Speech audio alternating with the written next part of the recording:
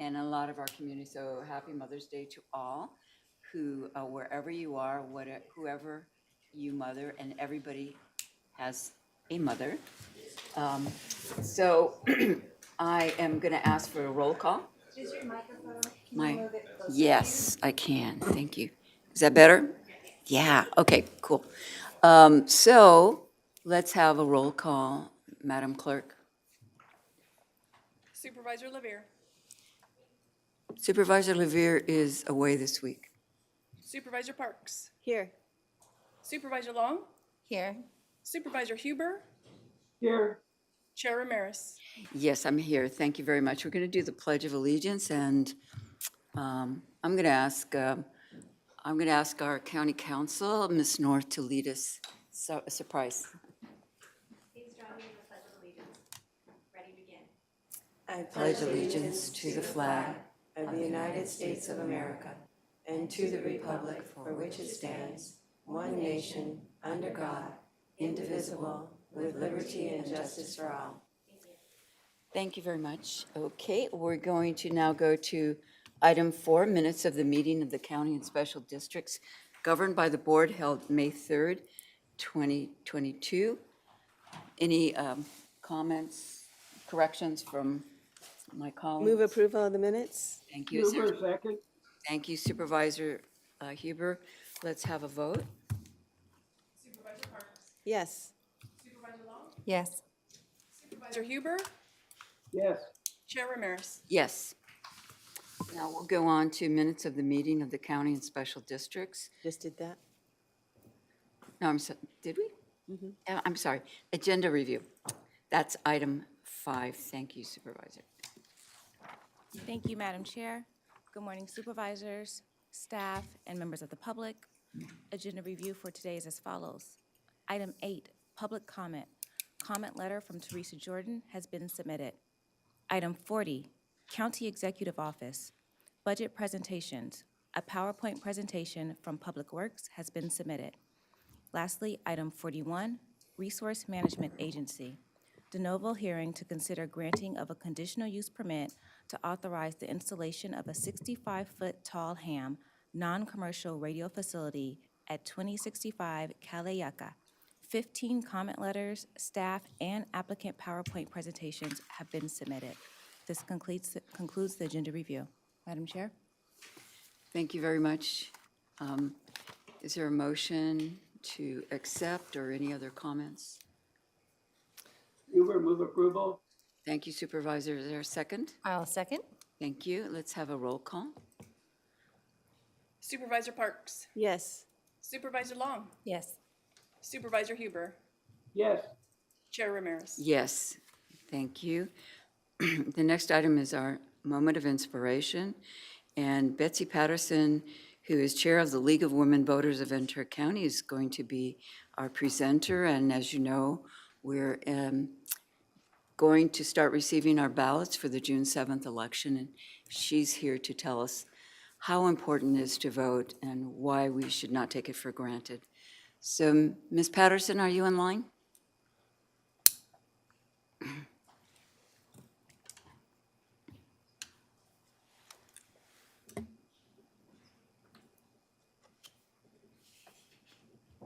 Ms. Patterson, you'll need to unmute your mic. I'm so sorry. Good morning. Good morning. Good morning, and thank you to Supervisor Ramirez and the entire Board of Supervisors for inviting me today to present a moment of inspiration. I am Betsy Patterson and currently the president of the League of Women Voters. And at this point, I would like to share my screen to share a presentation with you. I can't share a screen while other participant is sharing. Can we fix that?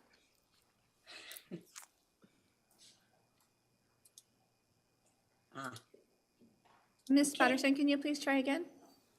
There, can you see this? No, oh, yep, well, I'm trying to share. Looks like There there we we go. go. Okay. Great.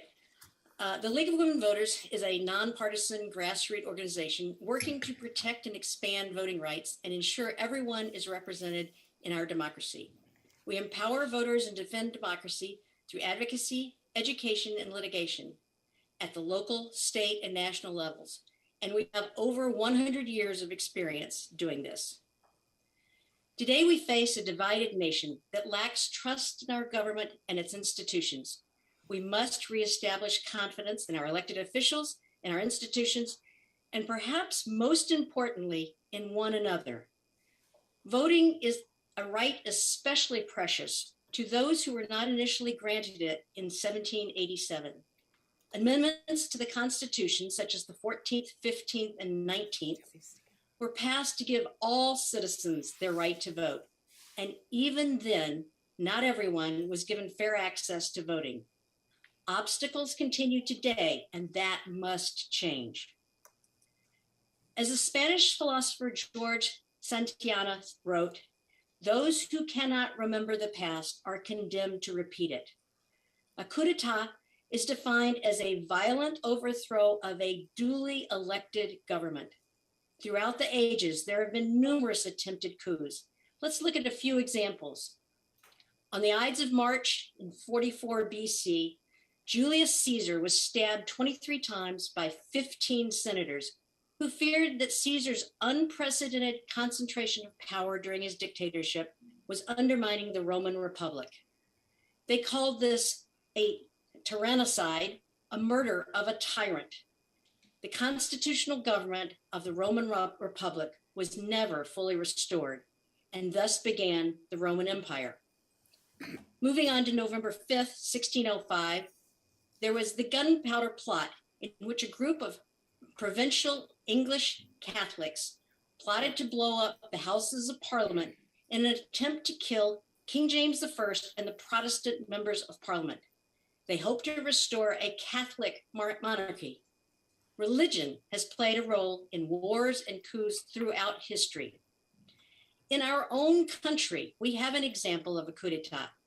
On November 10th, 1898, in Wilmington, North Carolina, a group of white supremacists targeted Black residents and businesses and overthrew the duly elected biracial government, replacing it with their own members and rapidly passing laws to restrict the rights of Blacks to vote, heralding the beginning of the Jim Crow era. Racism is nothing new, but it seems quite difficult to eradicate. Between 1950 and 2010, there were 457 coup attempts worldwide. About half were successful, half were not, occurring in many parts of the world, but mostly sparing Europe and North America. In the post-Cold War period, some democratic systems were established after the coup, but most places continued with authoritarian systems. And then we come to January 6, 2021, a mob attack on the U.S. Capitol building. A mob attacked the U.S. Capitol building and sought to disrupt the count of electoral votes. The mob assaulted Capitol Police, vandalized property, occupied the building for several hours, during which many people were injured and 5 people died. But the Republic withstood the attack. The vice president did eventually certify the election results, and there was a peaceful transition of power, but not without leaving some scars on our republic. The survival of our constitutional republic depends on our citizens being engaged, informed, and attentive. The League wants everyone who is eligible to register and vote. We are nonpartisan, so political parties make no difference to us. We truly support the idea, your vote is your voice. We also expect our elected officials to be honest, fair, and dedicated to upholding the Constitution and making our country a better place. And so my message for you today is this: support our process of voting and help all eligible voters be able to vote. Do all that you can to ensure our elections are fair, secure, and transparent. And finally, as elected officials, conduct your business under the principles of civil discourse. Listen respectfully to better understand. Be curious and ask questions to become more informed. And base your decisions on fact and truth, not emotions or fears. Thank you very much and have a great and productive day. Thank you, Ms. Patterson. I really appreciate the presentation and also our own election system here under the guidance of our retiring clerk recorder, Mark Lund, who's done a great job of instilling confidence in the public, I think.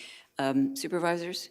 Yes, Ms. Patterson, I just wanted to say thank you for really helping educate our community for those who will be voted in. It's so important to know who the candidates are, and you provide a platform that is just very accommodating to all parties, not specific, and I've been through them and have really enjoyed having the good discussions and really meeting the community members and making sure that we have a chance to voice our opinion and to give the community a little insight of who we are as elected officials. I think that's very important. It's not just a name on a banner. And as we've gone through the COVID pandemic the last 2 years, you can see how important our leaders really are. And so electing the right people is really important. And so thank you for providing that platform for our community to really get to know our electeds. I know we have one coming up, and I've been watching the last couple ones that your organization did, and they were run really well and not biased. So I really appreciate it, especially this time and age where there's seems to be so much extreme. To come in the middle is just very, very good. So thank you. Supervisor Parks? Yes, I just want to thank Ms. Patterson. You really have kicked it up a notch over the last year particularly, and really appreciate the work of the League of Women Voters. You have definitely helped, as Supervisor Long said, educate the public on the candidates and the issues, and it's so important. Any outlet we have for the voters to become more informed and good voters, we so much appreciate, and thank you for your good work. Supervisor Huber, would you like to make a comment? I'd just like to say thank you to everybody very much for being with us today. Thank you. Yes, okay, thank you so much. Let's go on to our consent. Item 7, consent items. Agenda items 11 through 25. Supervisors have any questions, comments? Nope. We'd like to get a motion. Do we have any public comment? Chair Ramirez, there are no requests to speak for this item. Thank you. Thank you. If there's no public comments, I will make the motion to approve. Thank you. Number second. Thank you. Let's have a vote. Supervisor Parks? Yes.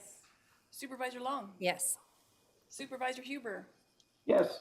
Chair Ramirez? Yes, thank you very much.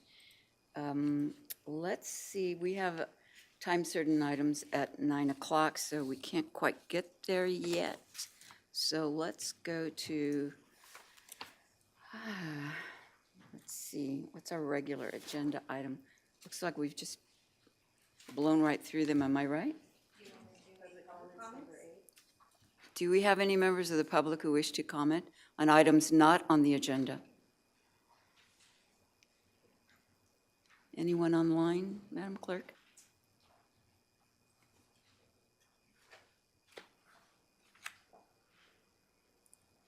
Chair Ramirez, No? we do have an attendee who's raising their hand to speak. Okay. Stephen Weed. We'll have IT promote him.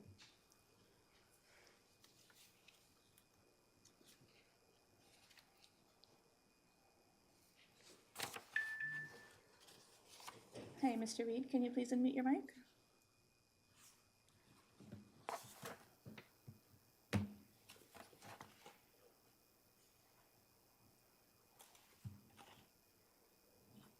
Mr. Weed, can you please unmute your mic?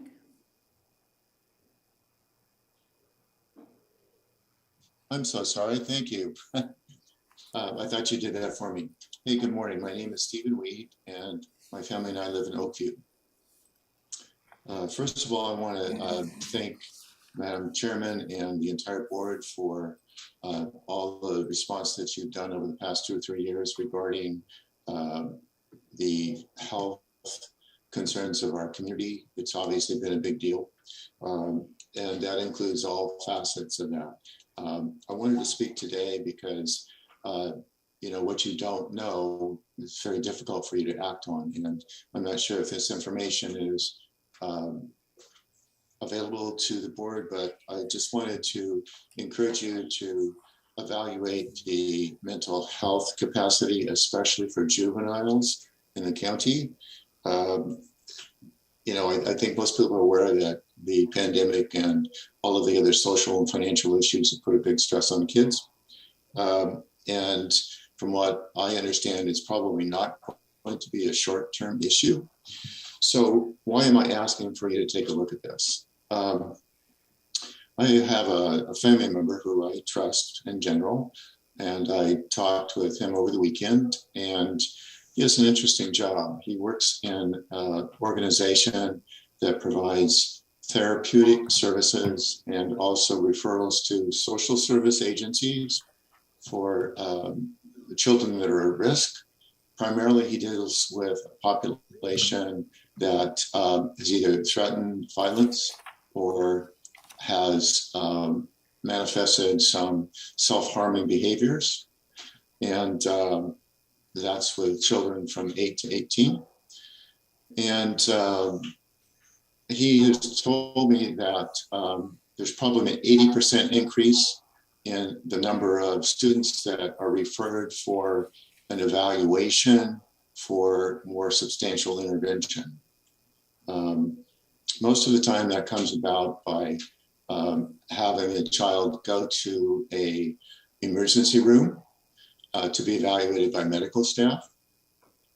And the short story is that he told me a case that happened recently where he took a child for the third time to the emergency room, and the staff and the medical professionals recommended that he be put into a residential facility.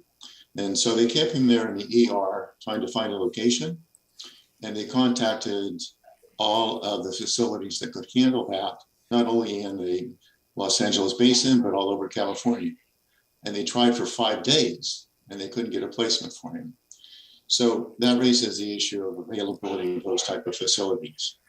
It's not a short-term solution, I understand that, but I wanted you to be aware that that potentially is an issue that we should look at here. So thank you very much for your time, and again, good work so far. Thank you. Thank you, Mr. Weed. Chair Ramirez, there are no other requests to speak. However, I would like to remind members of the public who wish to address the board today with live public comment on any agenda item, please visit ventura.org/BOS comment for participation information and instructions.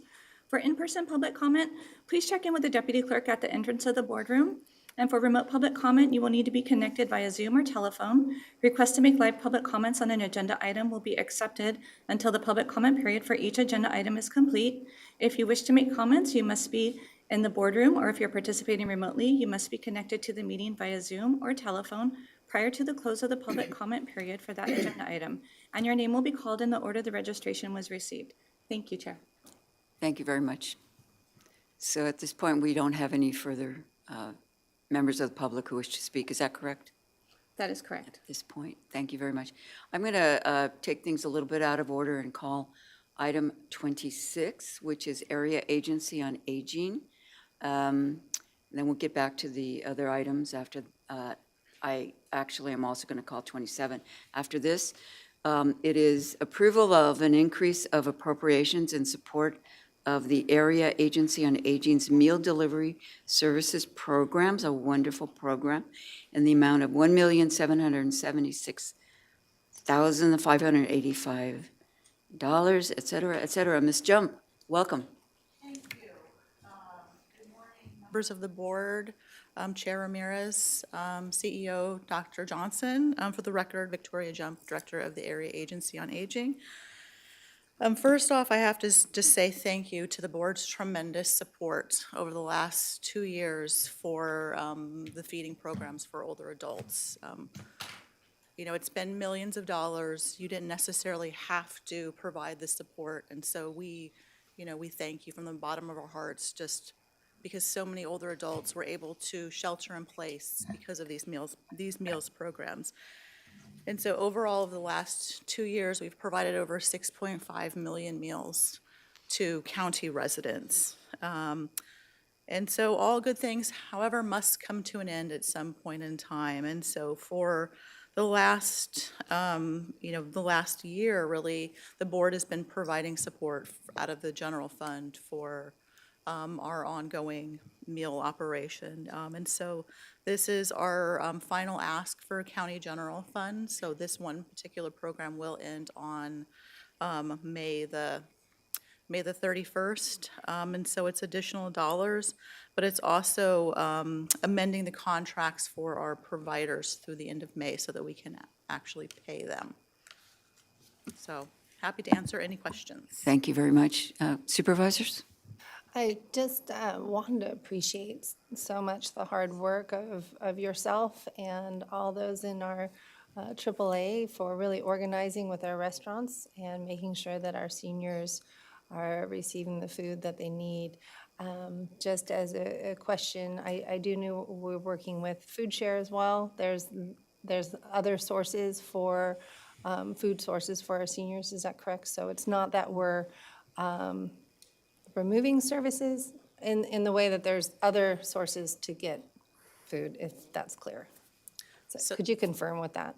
So there are other food sources for older adults. We have our long-running, for the last 40-plus years, our senior nutrition program. And so as these individuals are being taken off this program, we'll put them in those slots as we can. We do have Food Share, which has the senior share program for low-income older adults as well. There are other food pantries in the community as well. But with a ramp down plan, which is actually a separate word letter coming, the goal is to provide, a couple months of notice so that people have like a soft landing. So they're not just removed from a program with, weeks with trying to figure out what to do. So we believe that there will be enough notice for individuals to plan. Right, thank you, and I appreciate it. I was dropped off some meals, and there was a wonderful couple, and they wanted to go out and get food and so forth, but they couldn't at the time, and so this had fit the need then, but they were very anxious to be able to leave their house, and so I think we are at that stage where people can leave their house, they can go get food, which is actually even better for them mentally and physically. Correct. It's the healthiest thing for older adults that have been isolating to, if they're able to go out and to, to do things, to shop. So thank you very much. Thank you. Supervisor Parks? Yes, I appreciate that we're ramping down. We're definitely seeing, thankfully, tremendous improvement on the COVID front. And this is a significant amount of money. And I would like to be able to give the opportunity, certainly to pay for what the services we have already received, so there's no question on that. And then understand the last couple of years, it was just all hands on deck. But now that we are in a better situation, it really needs to be by need. People that I also brought food to were self-isolating, not that they were low income. So I want to make sure that we are able to give you the time to ramp down, and the vendors that we have been able to use have just been wonderful, the different restaurants, and it's been such a win-win to help our local economy as well as help our seniors, but now is time to start ramping down, and I'm glad to see that we do have an end in place, and that for the most part is the end of May, is that correct? For this particular general fund program, and then we're looking at just working with the CEO's office on just a couple months of ARPA funding too.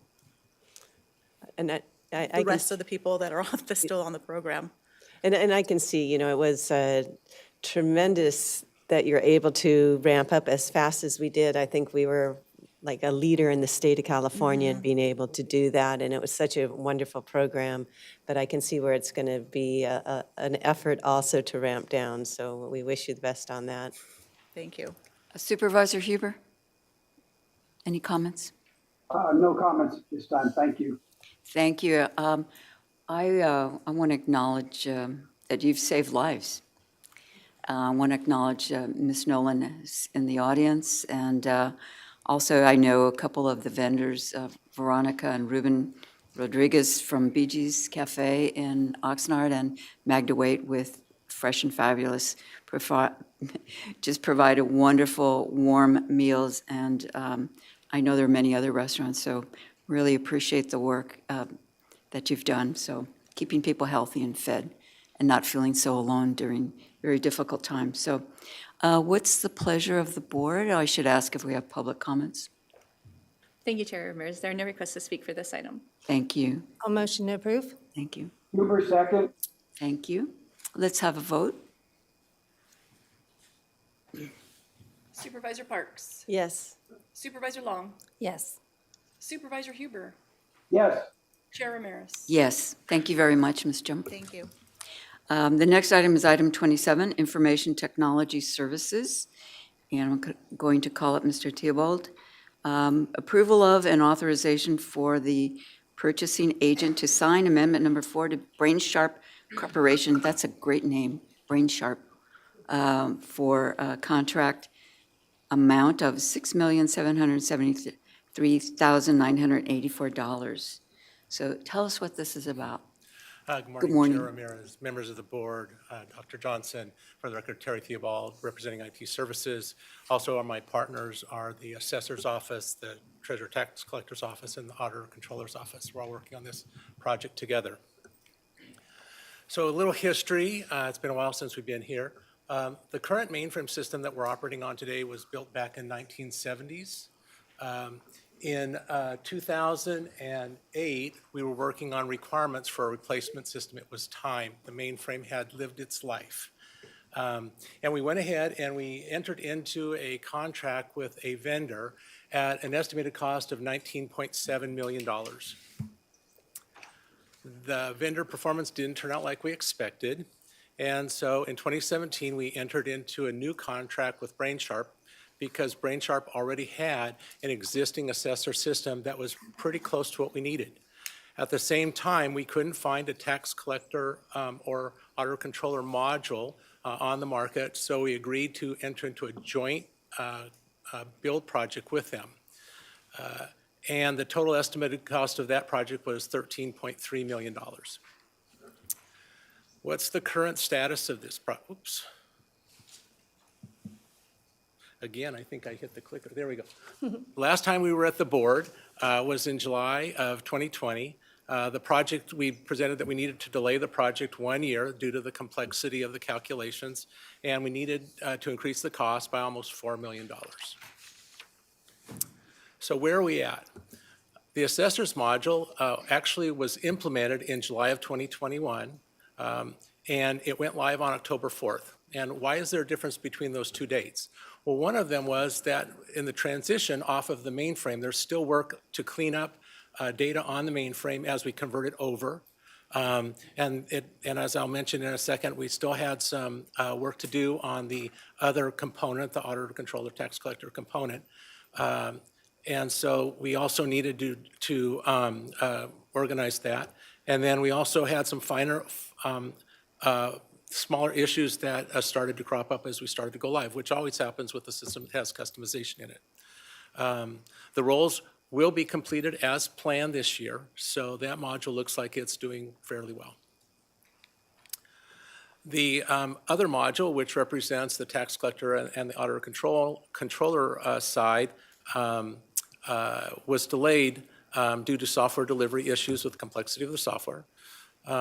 To accommodate these changes in implementation timing, we put together what we call the bridge. And the bridge basically transfers data primarily for supplementals, role corrections, things like that, from the new assessor system onto the mainframe. And that has been working properly.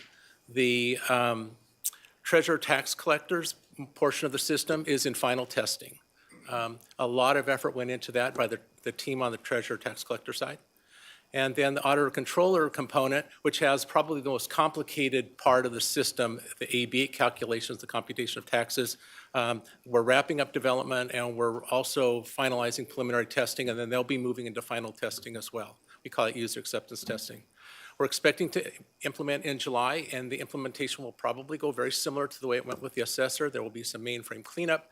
There will be some initial issues, but also there's a standard process we use to implement a system, a tax collector system or property tax system like this, and that includes initiating the calculations for AB8. Then we have to run it through the computation of taxes. AB8 happens in July, computation of taxes happens in September. We send the bills out, and then we get into apportionment. So we'll be continuing to roll the system out as those processes are ready to go live. We do have some concerns. One of those concerns, it goes back to how complicated the system is. The testing needs to be very comprehensive, but there's a lot of data in the system that in the old system that we need to pull together in a particular manner to attempt to make it match what the current mainframe system does. So we're trying to find a balance between what the, did I just go backwards again?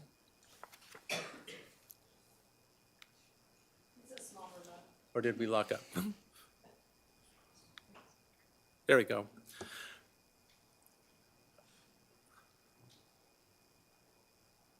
Okay, next one. There we go.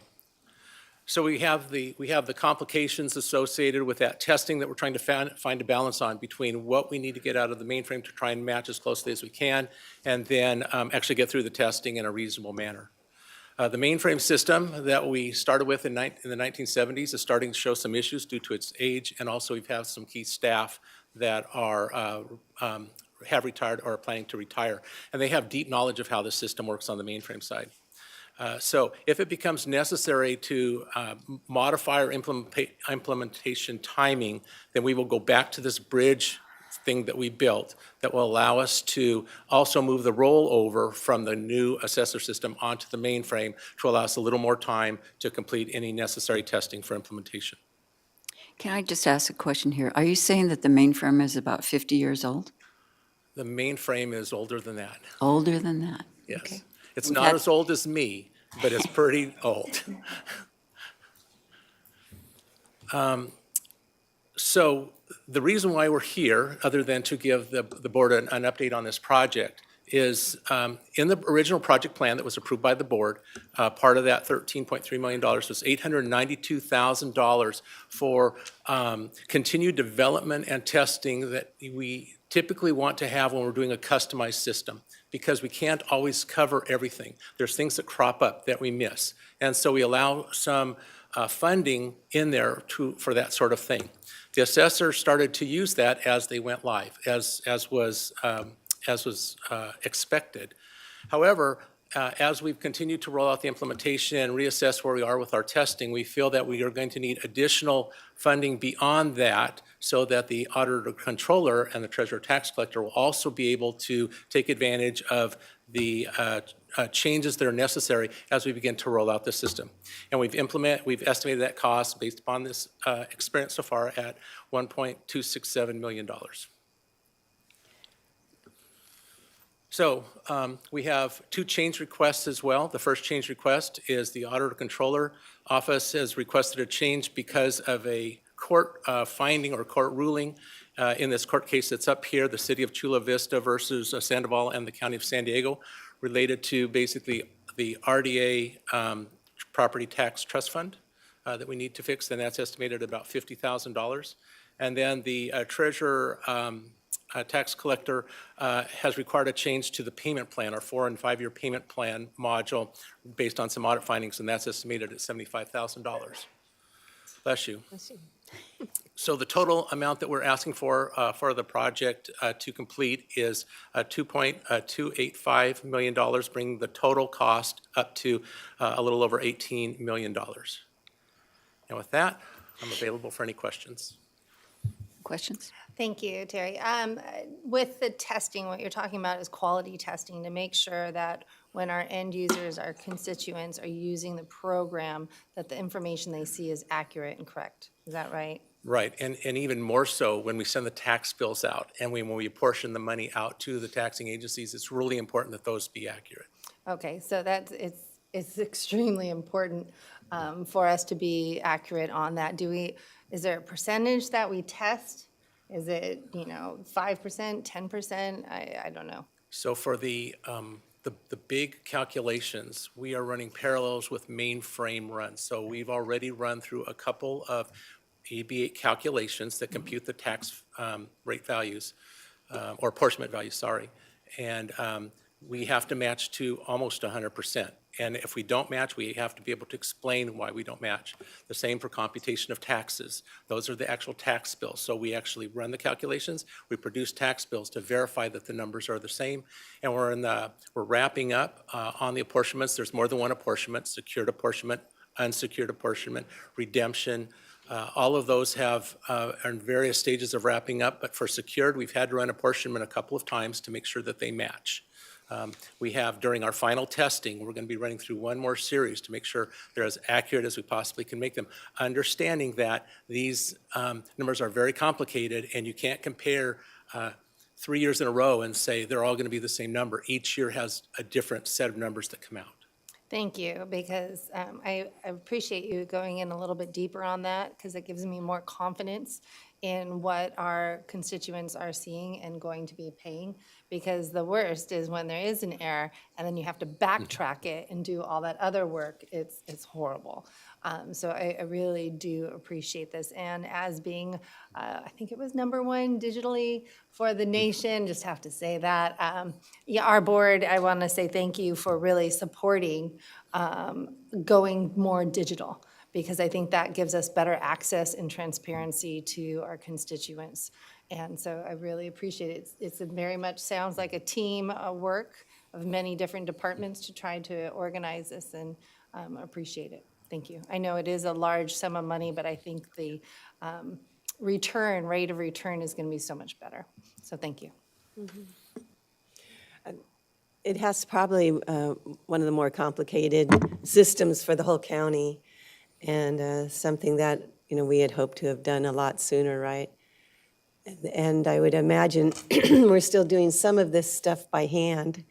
I was wondering if you could tell us, excuse me, how the public will recognize the difference as a result of, once we get this all up and going. Well, in a perfect world, they won't recognize anything because the numbers are coming out correctly. They're not seeing any significant differences in their bills, certainly not due to the system. The tax bills look differently. The new tax bills look differently. That's how they'll probably notice it the most. They might also notice it when if anyone comes in to pay their tax bills, we still see lines during tax payment season. They might see the lines be shorter because of more efficient processing at the cashiering side.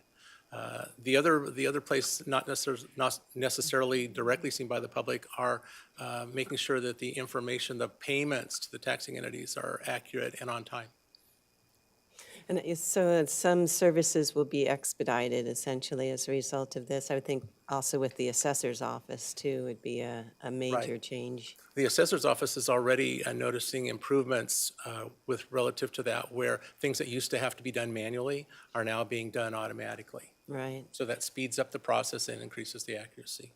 And then I always think about the IT individuals like yourself who have suddenly learned so much about what all the other departments are doing as a result of this, and that integration, I think, is one of the things that helped Mike Pettit, wherever he is, into the CEO, becoming the deputy CEO, just because really learned so much from all the different departments. It's a good education, but I'm glad to see this up and going, and it is essential. And I know you're saying 2008 was our first attempt at this, so I'm glad to see that it's coming to its conclusion. It might be interesting to say this. I didn't say it earlier, but I mentioned that the requirements were done in around 2006, 2007. I was the one that did the requirements back then for this system. So right. It's not new to me. That's right. That's right. I see Mr. Berg has a comment. Yeah, I just wanted to mention one thing for the record. Jeff Berg, Auto Controller. To your point, Supervisor Parks, the integration is what's really going to be beneficial to the community. to the constituents, the taxpayers, because currently the frustration that I get from taxpayers that call my office is if the question they have deals with maybe what the assessor's doing or the treasurer tax collector is doing, I have to direct them to that office.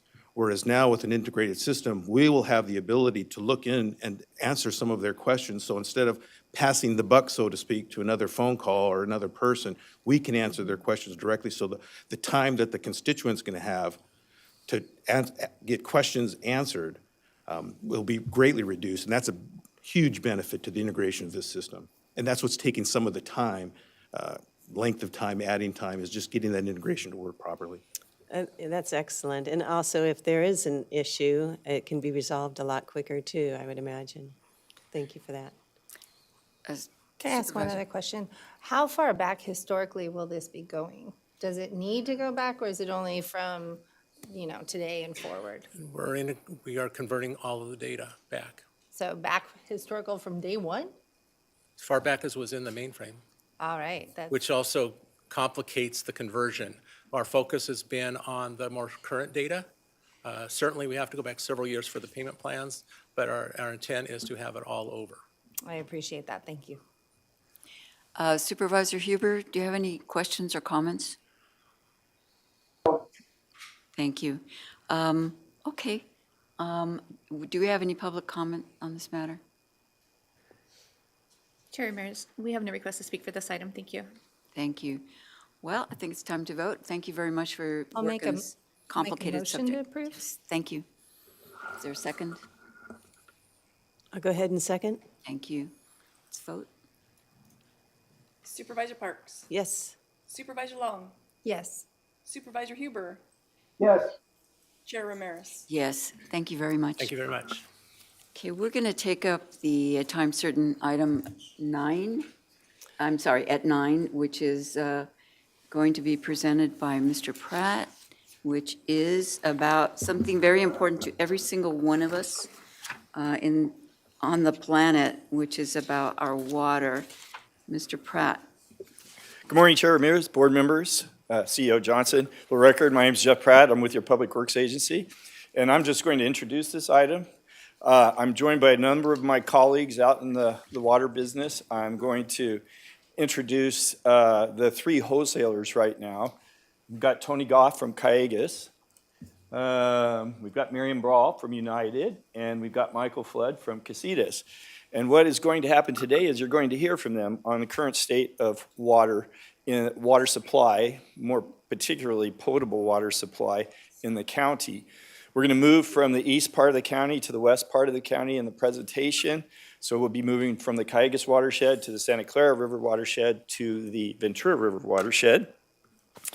And we're going to try to distinguish the wholesalers from the retailers. I expect that some of your questions are going to have to do with the retail level. So the wholesalers are the folks that bring the water in or create the water or find it, and then they put it out to retailers who sell it. So the retailers are like the cities, the municipal water companies. I think we have Camarosa here, for example, as a retailer. Joe Pope's back. He's a retailer for 4 different water districts, for example. And I hope that we have a number of public works directors. They all expressed interest in this. They may be out in the ether. Unless some have come in since I got up here, I didn't see any. I expect that they may be able to weigh in on some of the questions. So as a reminder, we've got 170 water purveyors in the county. By way of the cities and some of the municipal suppliers, we think we cover most of the population, but not everyone. Today, again, we're talking to the wholesalers. They're here to discuss concerns, answer your questions. And in the future, we're going to have what we're calling the Water 101 series for your board, where we dive deeper into all water issues, not just the potable water. The next one is scheduled for July. And with that, one other thing, I would suggest that if you have questions of the wholesalers, that you do it after their presentation rather than waiting till the end, because it might get confusing. And each of the wholesalers will announce the next person speaking. And with that, I'm going to hand it to Tony Goff and ask him to take off the presentation. Welcome, Mr. Goff. Thank you. Thank you for that introduction, Jeff. Thank you Chair Ramirez and board members for having Cayegas here to present. This process for me started 2 years ago in conversations with Jeff, your Director of Public Works, to talk about water in the county, to strengthen our relationships, and to work together with the other water agencies across the watersheds to look at each other's strengths and weaknesses, to try to take advantage of those strengths and weaknesses. And what I realized is we didn't maybe know enough about each other. So this Water 101 series was developed through our thinking. At the same time, Jeff told me that the County Board of Supervisors was also interested in hearing about water issues. So here we are today. I'm going to begin with the history of Cayegas. I like that quote that was up there earlier about the failure to remember history leading to being doomed to repeat it. This time we want to remember our history and repeat it, likely, because we want to remember the visionaries that brought water into the county in the 1950s and look at big projects and big things we can do together. So let's see here. All right, so Cayegas was formed in 1953. At that time, the county was experiencing extreme drought. Water supply conditions were poor and water quality conditions were poor. So a group of community leaders at that time voted to make Cayegas a water agency. Right now, if you can see where is there a pointer on this one? There is. Okay, I can't, oh, there we go. I'll go without it. So you can see where Cayegas is. Our service area in the county is in the yellow area there. We serve water to 19 water agencies, to roughly 670,000 people. We're in the southeastern portion of the county, governed by a 5-member board. We have an annual budget of $160 million, and we employ about 70 people. And you can see that we deliver water to the cities of Simi, Moore Park, Thousand Oaks, Camarillo, Newbury Park, Oxnard, and Port Hueneme. So 1953 we were formed, and it took us 7 years to find the water source that we were going to bring into the county. And we looked everywhere, and what we eventually hooked up to was the Metropolitan Water District. 1960, there was a vote to join Metropolitan, and that is our source today. And 7 years prior, it was an overwhelming vote by the people to form the Cayegas Municipal Water District. The water, like I said, low water conditions at the time, salty water, not enough water, a lot of campaigning to improve this. So there's a graphic of the Metropolitan Water District's service area. They serve water all the way down from San Diego, the Mexican border, up to Cayegas' service area in the north. So we bookend their system. There's 26 member agencies of Metropolitan cities, municipal water districts, the San Diego County Water Authority. And about half of California's population lies within the metropolitan service area. There are 2 sources of water for the Metropolitan Water District. I'll speak first about the Colorado River source. You have the upper Colorado River basin there. Huge amounts of storage on the Colorado River system and through Lake Powell, Lake Mead.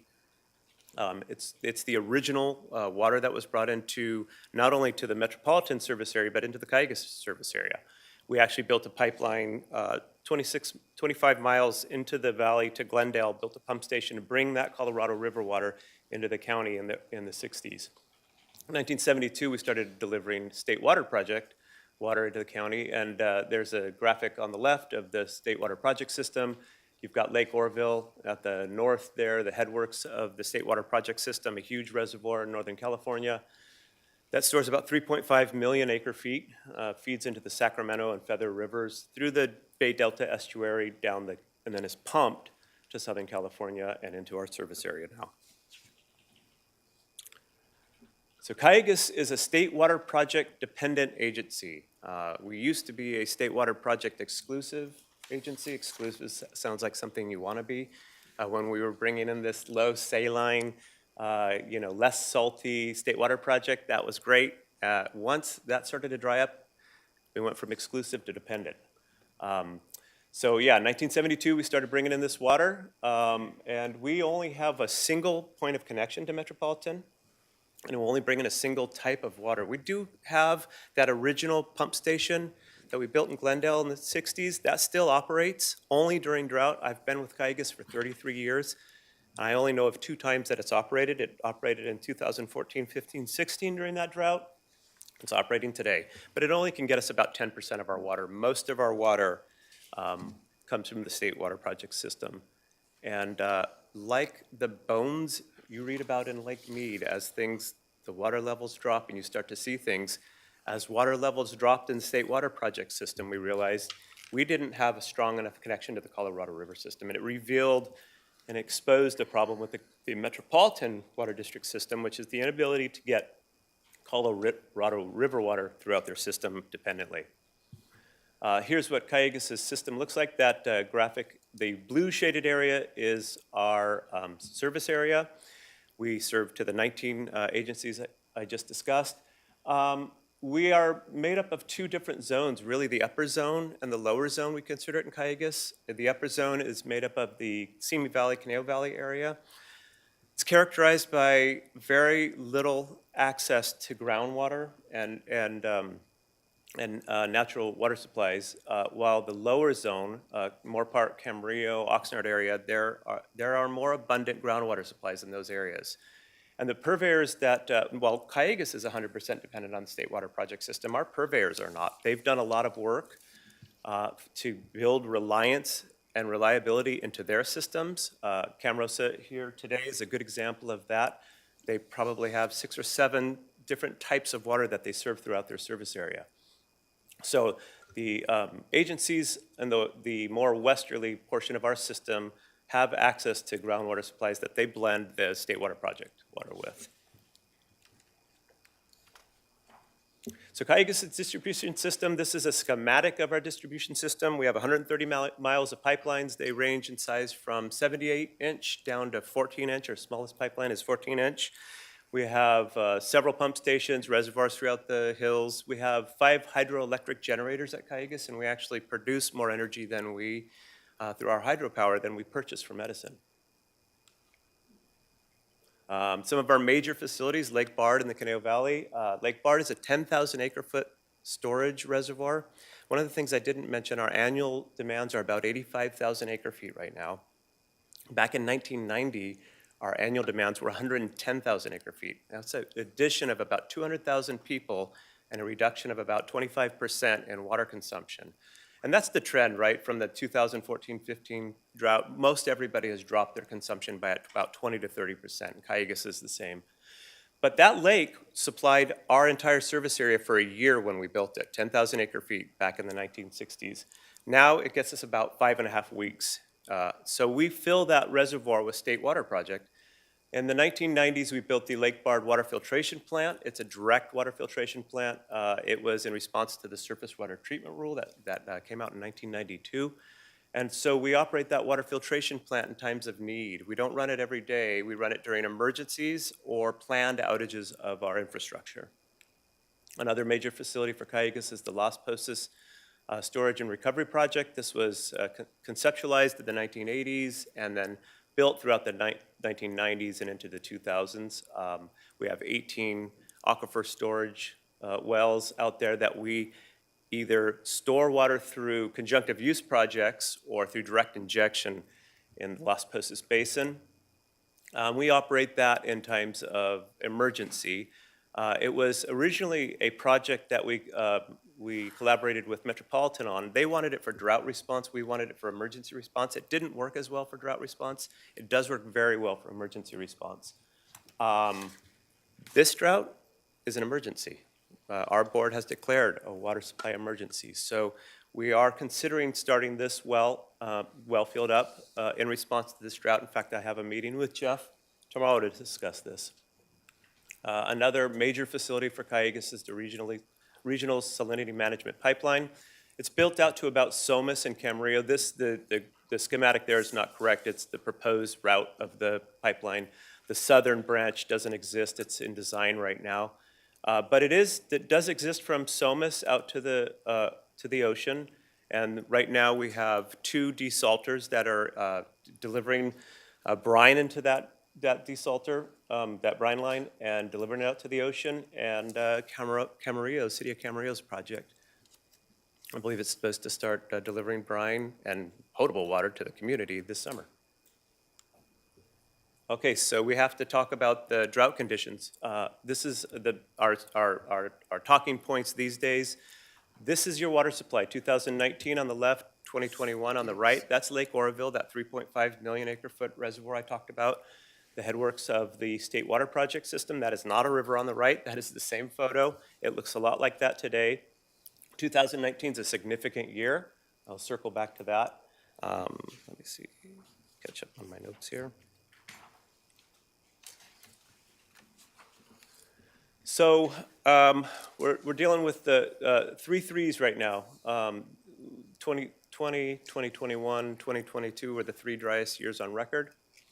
January, February, and March of this year were the 3 driest January, February, and March in state history, and the last 3 years have been the lowest amount of water we've received from the State Water Project system in its history.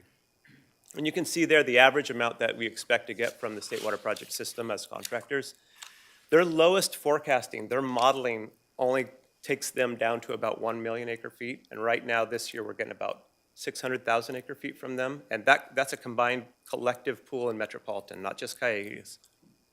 So what we're seeing now is that they're having to throw out their model and redo their modeling.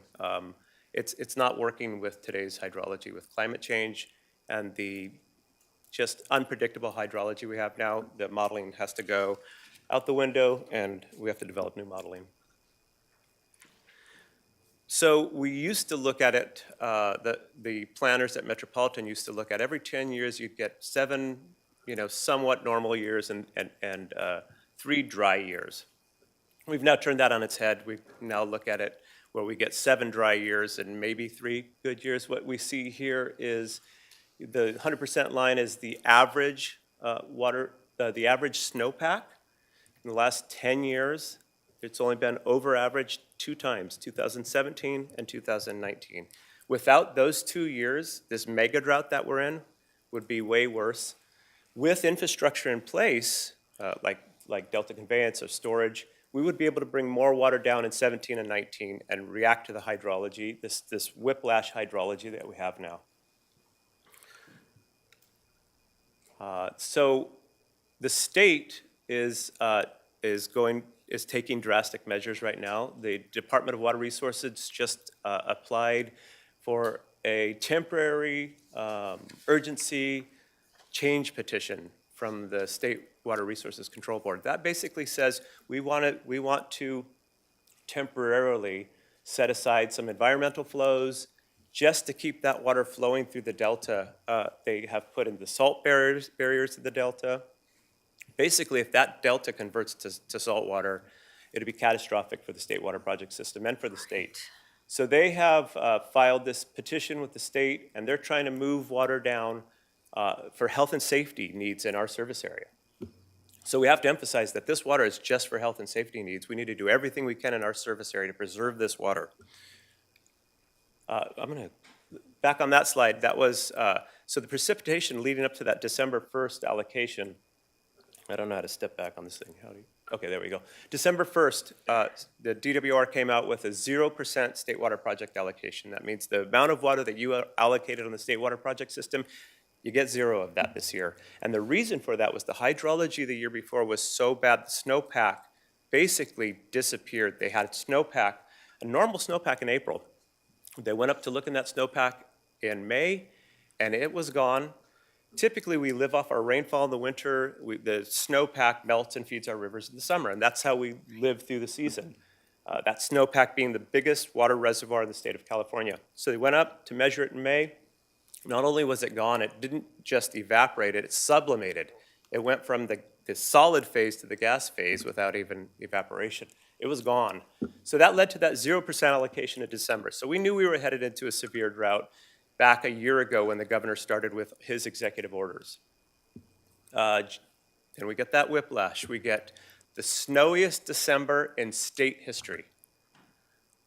The state increases that allocation to 15%, which was a conservative allocation at that time, and we're thinking, okay, 15%, we can't put water into storage, but we'll make it through this year and wait for next year's snowpack.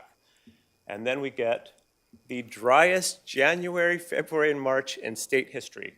So the state reduces that allocation to 5% and is filing that temporary change petition and just assuring us health and safety water this year.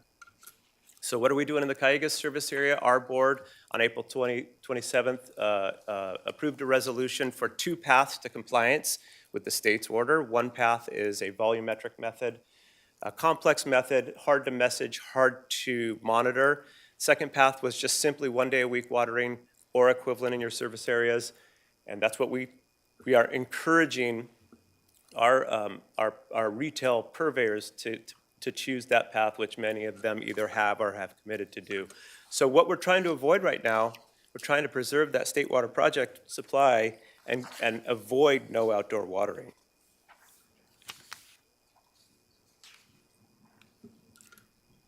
So what will we be going after during this drought cycle? It's turf, again, residential turf, but more than anything, and it's in the governor's latest executive order, is this non-functional turf that we see around all of our business parks, actually all of our official buildings, our city buildings, every gas station, motel you look around, there's just turf being watered 24/7 that nobody uses. The only person that comes in contact with that turf is the person mowing it.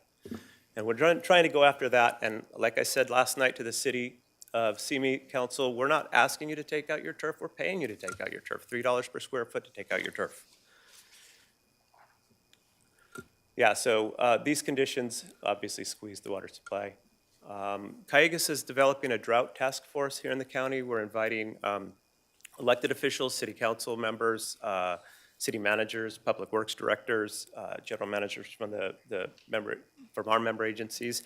We're trying to build a task force to stay responsive to this issue and to brainstorm.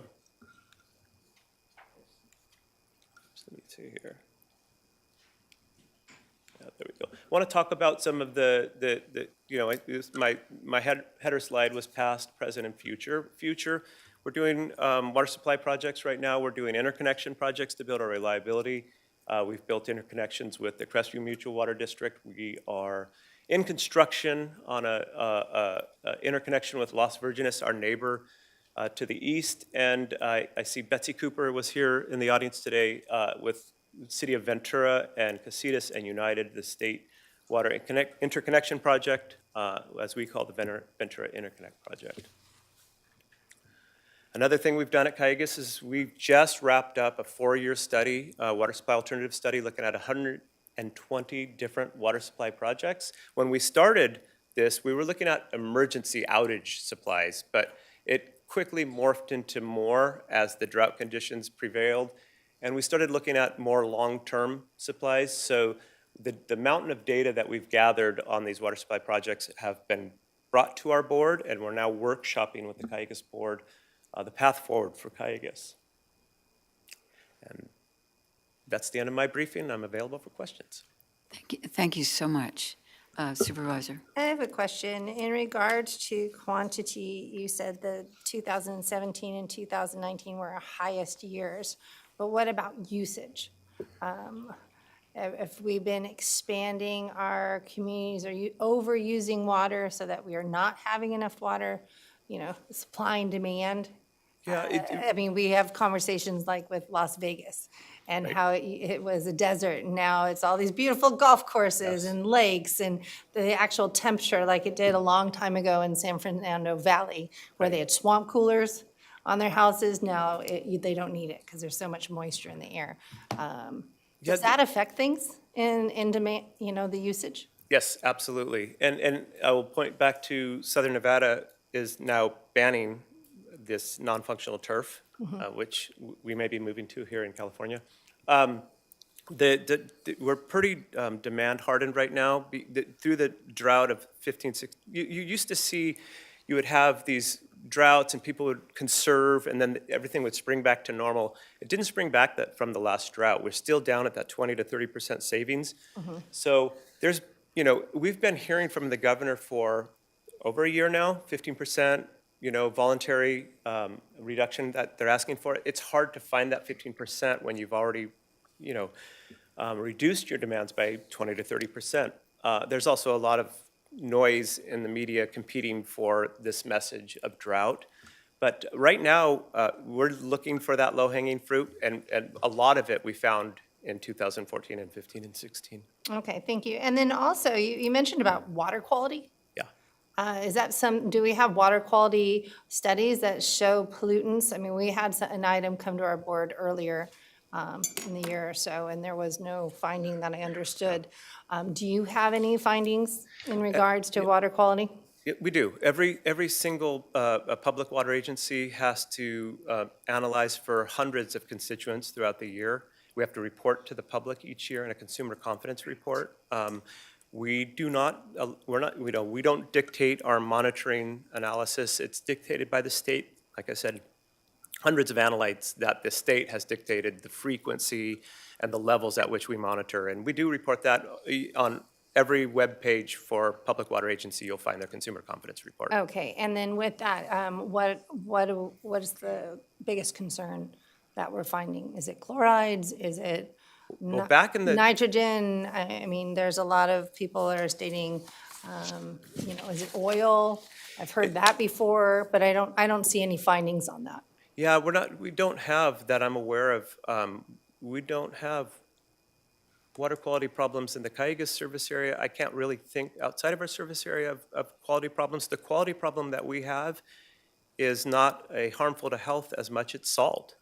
Okay. It's getting that salt out of the water and having a place for that salt to go. That's why that regional brine line is so important, because there actually is a lot of water in Simi. There is some water in Thousand Oaks. It's just so salty you can't drink it.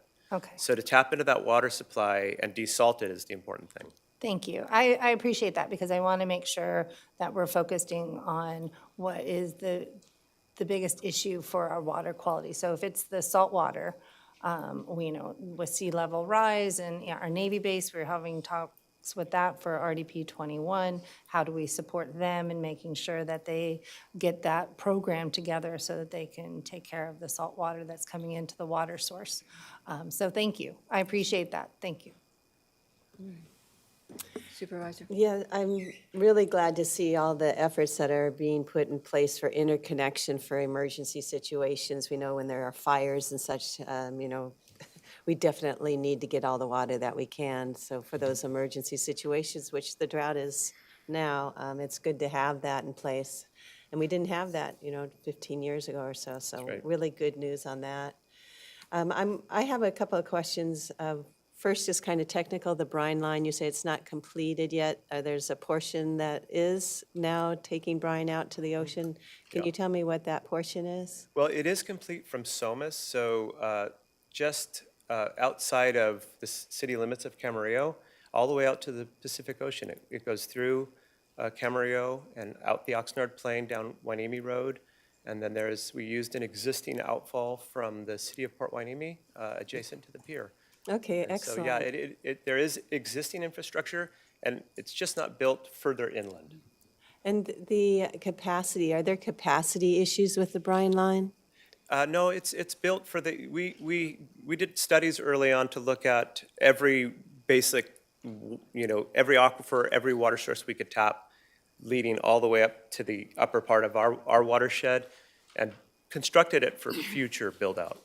So Good. no capacity issues. Well, we'll get together with you. We're trying to get a connection out at our Lewis Road property, and I believe the brine line goes right along Lewis Road there, so it could be very convenient. And I feel like we need to do everything we can to not use potable water. If we can use recycled water or surface water, what have you, we really should be doing that. And whatever the connection fees are or whatever, it'd be nice to work to see that we don't use potable water where there are other sources out there. So I look forward to those discussions. And then probably for all the water agencies, the concern, particularly with Cayegas and going to one water day a week starting June 1st, I mean, that's huge. You're going to lose a lot of landscaping and lawns for the most part. But my concern is, I know Supervisor Ramirez too, is the concept of what we can do to save trees, because you can replace others' plants, but trees, particularly mature trees, as we know, take decades. Yeah, we want to preserve the the urban canopy. We want to preserve trees. Hand watering of trees is exempt from our resolution or from, it'll happen more at the local level, but we want to be clear that it's not trees and things like perennials that we're going after, it's turf. That urban canopy is very important. We want to keep that. I hope there will be a concerted effort on education along those lines, because we have seen some, in the past, extensive, damage because of drought on our tree canopy, at our colleges, in our cities, and other. The other questions I have is just, every time there's another development with like another 100 units, 500 units, you just keep asking, where are we going to get the water? And I'm just wondering the timing of things. And even though this is what I thought, this is a worst-case scenario right now. I don't think we've ever had a situation like this. Never. And it's good for knowing in the future that it could be like this again, or it may be in the future it could be worse. But that whole concept of where are you going to get the water, should we be considering trying to adjust the timing of developments? Even construction itself takes a lot of water. Is there any thought along those lines? There is. It's probably the most asked question. It does not happen at the Cayegas level, at the wholesale level. It happens at the city level. That's the discussion for the retail purveyors and for the cities. But those are the competing interests for the state right now, is to continue to develop housing and then to, we're throttling back the state water project system at the same time. So these competing interests. It's kind of like the one hand doesn't know what the other hand's doing. And the problem is that you have rights, you have property rights and all of that. So it really, I think, needs to come from the state. You say at the local level, certainly projects are approved, but it's just like when they get constructed, there's no say that local government has on that at this time, and probably is precluded by the state, I would think. But that is something, it's a hard conversation, but it seems like one that needs to be dealt with. So, but thank you for the presentation, and I think our Public Works Department for bringing it forward, and Jeff Pratt and all, because this is the crisis of the time right now. Yeah. We can't stop being in a crisis, it seems, right? I know that Mr. Pratt suggested we hold questions till the end, but obviously that didn't happen. Oh, no, this is exactly. Oh, okay, all right. So I misunderstood you. Anyway, I wonder if Supervisor Huber has any comments or questions? No comments. Thank you for the information. Thank you, Supervisor. I'll just want to clarify Mr. Goff, the state water project that Cayegas is delivering is not groundwater from our local area. Is that correct? That's correct. All right. It's Sierra snowpack. So it would not be affected by anything that, groundwater is what potentially could be affected by what's in the ground, correct? No, it wouldn't be affected by the contaminants from the ground. Right. Yeah. Okay. Thank you very much. Appreciate it. So up next, Okay. we'll have public comments at the end of all the presentations. Thank you very much. Thank you so much. Thanks, Tony. To Supervisor Parks's observation that, the left hand doesn't know what the right hand's doing, that's why we're trying to form this group. And it's per your board's direction that we participate in all the groundwater sustainability agencies. We're trying to create that tie between land use and water supply. And it seems to be picking up some momentum, especially under Tony's leadership out of Cayegas. So with that, we'll move to the next presenter, which is Miriam Brawl from United Water Conservation District. Thank you, Miriam. Good morning. Welcome. Good morning. Thank you, Jeff, for the introduction. It is my pleasure to provide an overview of the groundwater basin conditions. Would you speak a little closer to the mic or speak louder? Thank you. Is that better? Yes. Perfect. All right, thank you.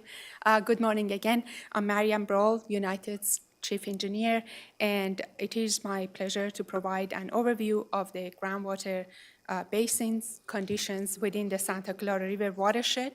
And I would also like to provide an update of our operations during this prolonged drought conditions that has persisted since 2011.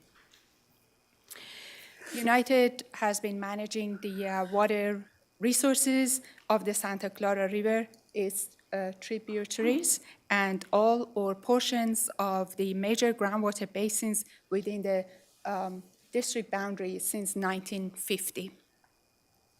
United service area spans on the northeast side of the Ventura County from near the LA County border all the way across central Ventura to the Pacific Ocean.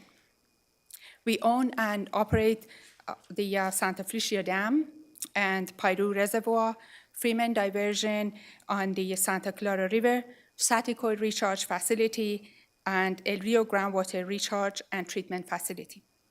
On a wholesale basis, we deliver drinking water through the OH pipeline to the city of Oxnard, Port Hueneme, Naval Base Ventura County, and 4 small water systems and El Rio School. We also support the FCGMA and GSAs in the Ventura County, and our groundwater flow model that recently was expanded to the upper Santa Clara River is a useful tool to the local agencies, United and the GSAs. So let's start by looking at the Lake Pyru storage.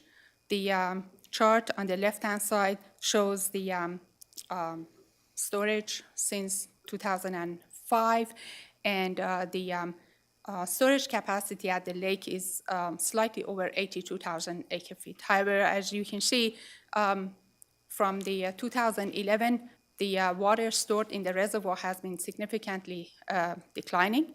And in recent years, from 2017, 2018, through 2021, we have been able to import state water projects, both our Table A allocation and Article 21 water to the lake through Pyramid to basically ramp up the storage and subsequently releasing water to the communities below the Santa Felicia Dam.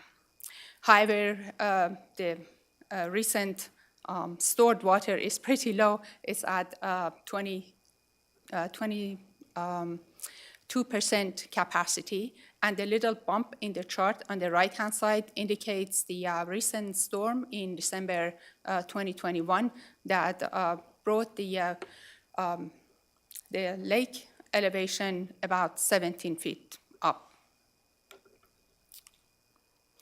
So on the Oxnard plain, this chart shows the groundwater storage capacity in Oxnard. And the blue area at the bottom of the chart kind of like shows the groundwater storage when we reach 80,000 acre-feet storage. That indicates that the groundwater elevation is at mean sea level.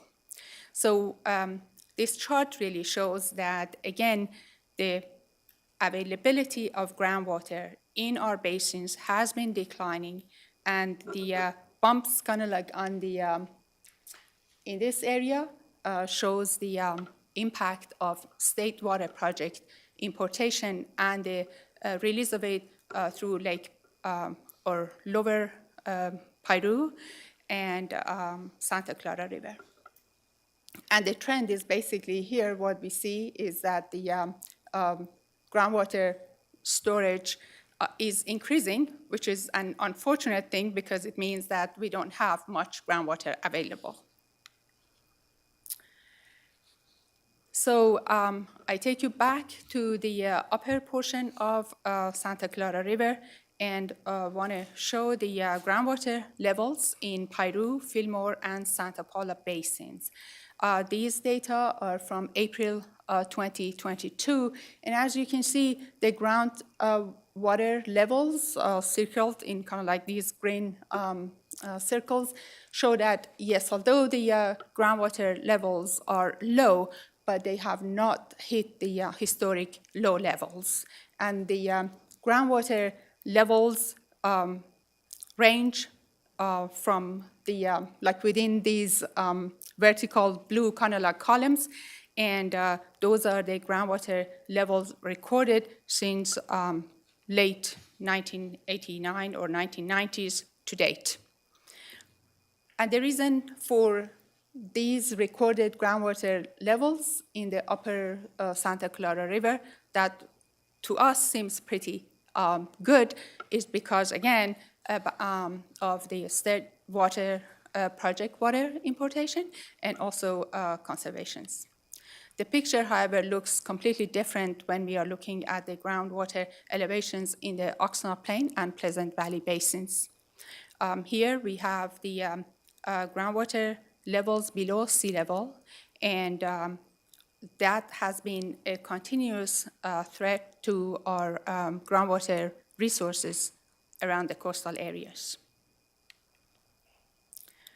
So let's take a look at the groundwater elevations in the Oxnard Basin. And this represents the upper aquifer system, so the shallow groundwater aquifers that go below, like down to 400 feet below ground levels.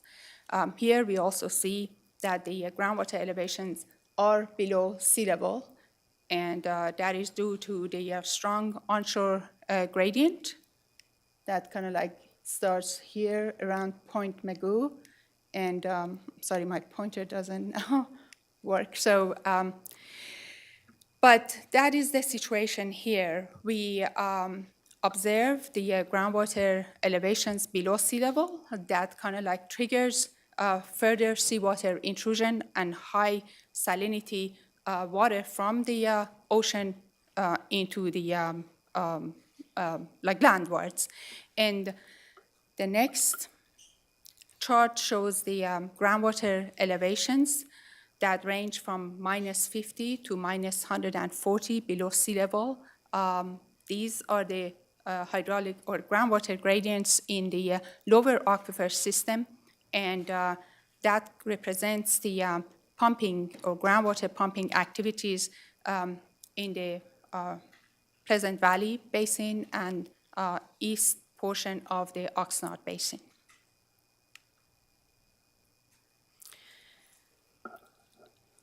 This chart shows the surface water diversion at Freeman since 1990, when the Freeman diversion was constructed in collaboration with the county. Basically, this whole infrastructure creation was triggered by the threat for adjudication by the State Water Resources Control Board in 1970s, and the United and the county came together to build the diversion to have the capabilities to divert surface water from Santa Clara River for groundwater recharge and direct surface water deliveries. However, since 2016, due to the regulatory constraints and regulations, our ability to divert water from Santa Clara River has been significantly declined. And since 2016 to date, we have lost a combined of 50,000 acre-feet water to the river, basically.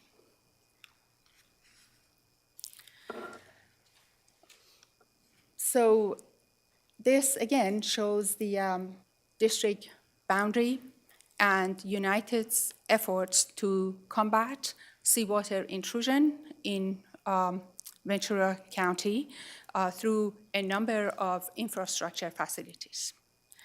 And although we have been trying to address the overdraft and seawater intrusion through, let's say, surface water delivery in lieu of groundwater extractions and drinking water delivery, again, in lieu of groundwater extractions, those efforts have not been completely effective, and that is why in late 2019, United started talking to Naval Base Ventura County and planning for an extraction barrier and brackish water treatment project that is planned to be based or located at Point Magoo.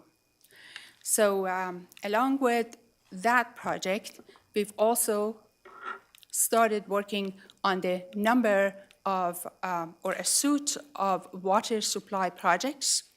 And here we have listed at least 5 of the water supply projects that United is currently working on. And that is to basically close the gap between the sustainable yield that needs to be reached on the Oxnard Plain by 2040 and the current groundwater demands that is about 83,000 acre-feet per year. And we feel like conservation, while it is very effective, but it doesn't really take us out of this severe drought. And we certainly need water supply projects to come online and help to maintain the activities, both agricultural and municipalities and industrial activities in the county.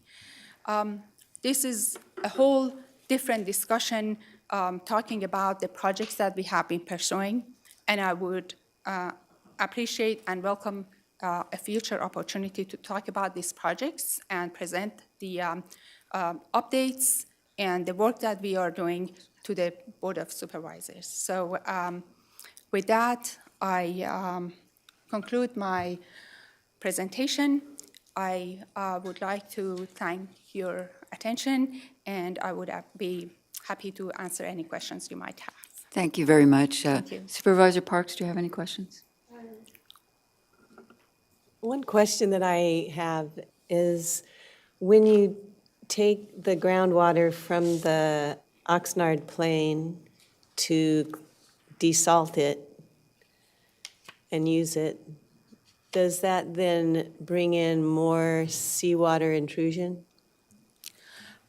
The idea is to prevent seawater to intrude or move landward. So basically, when we are creating this extraction barrier, we are near the coast.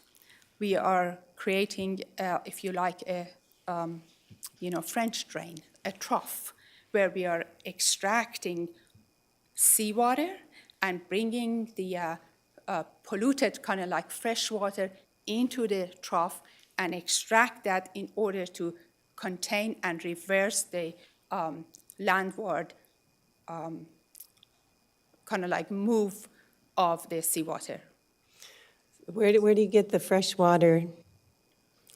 So there wouldn't be any fresh water, really. When we are extracting the water that we are extracting has got a salt concentration almost near like seawater, about 30,000 milligram per liter of salt. So what we are trying to do is to basically pull seawater from the ocean, but also pull the seawater that has already been moved inland. Mm-hmm. And with that, we are actually promoting the movement of fresh water towards the coast. So I hope it makes sense to you. I guess the question I just have is that monitored specifically when we do desalters in the Oxnard Plain? Do we monitor whether that is having an effect on seawater intrusion? Well, this definitely has a positive impact on seawater intrusion, and that is why we are trying to basically remove the seawater that has been already moved inland. Miriam, can I say I'm sorry, words? yes, go ahead. Again, Jeff Pratt. So just to answer both questions, the answer to both is yes. Seawater, the seawater intrusion increases on the sea side of the wells they're proposing, and it decreases on the landward side if it works as it's supposed to. They still have a long ways to go and a lot of study to do to prove it out. I think they're installing test wells, and yes, they're running trips. And so depending upon where you pump, this particular project will increase seawater intrusion on one side of the well. So, and then your other question was in the Oxnard Plain, generally speaking, when we're putting in desalters, like say at the city of Camarillo, it's decreasing salts in the entire basin. And the way it does that is to pull it out, take the salts out of the water, serve the good water, and put the salts in the brine line that Cayegas has created. And then it goes about a mile out to sea and is dispersed. So I just want to mention that the seawater or the extraction barrier that we are planning on and we will be constructing is not only to prevent seawater intrusion to excel and extend landward, but it also provide a drought resiliency local supply that can benefit the region. And that is by treating the high saline water and making it available for drinking water purposes or agricultural irrigation. It's excellent to be able to do that. I just had that thought of sucking the water out brings in seawater. Yes, I guess that's it a little depends on different which than part of the line you're in, or yes. channel, okay. And it's a little different than the Camarillo desalter. Basically, what they are doing is they are treating the groundwater that has been contaminated inland. What we are trying to do is not only pulling the seawater zone kind of like towards the sea, but also use the ocean water for, like I said, as a local supply. Thanks. And as Jeff mentioned, there is a long way for us to go. However, we have done our initial groundwater modeling, and it shows promising results. We have also involved and engaged the regulatory agencies with the project. We received a funding from DWR to do this study, and we reported or published a report about the groundwater model results back in December 2021, and the work is going to continue. And as I said, I would be happy to provide updates to this board in the future. Thank Supervisor Long. Thank you. And as you can tell, supervisors, this is very dynamic. There's not just one source of fixing a water quality problem and it all goes away and we have tons of water. Appreciate Supervisor Ramirez serving on the Fox Canyon because that's a huge job in regards to the quality of water that is there because it's really groundwater. There is no state water in that location. As being on the Fillmore and Pyru groundwater sustainable, that's where the water starts coming in. Right? Yes. If you think of our basin, you have buckets. And when you fill one bucket, pours, Yes, and then right. goes to the next bucket, and then the next bucket, and then the next bucket. So we really need to make sure that we're focusing on that location. But we have neighbors. So I appreciate Lynn Rodriguez is here, Sue Hughes, with our water and making sure that we're working with our neighboring agents. Jeff Pratt also serves, and there's Glenn Shepard who's around, who's on so many boards. Appreciate the knowledge this county has in regards to working with Cayegas and United and everybody because this is so important. We're supposed to use water 6 times or so, so that means we have to process it and we have to keep using it over and over again. It's that valuable. I think water is like gold. Yes. And so water quality is a really important one for me. And I believe that we're still working with Santa Clarita with water, the chlorides that are coming in, right? That is but there isn't any other water quality issues that we have in that basin. And I want to make sure people know that because ag is so important. We can't have contaminants in our ag. That would be a food issue, food safety issue if we're spraying oil all over the avocados, which we're not. In the different ranges as you follow Santa Clara Valley, are there any other contaminants that we need to look at? El Rio, Nyland Acres, I believe it's a nitrogen issue? Yes, Director Long, the issue that we have and we are continuously trying to manage is the high nitrate concentrations in the upper aquifer system at our El Rio facility.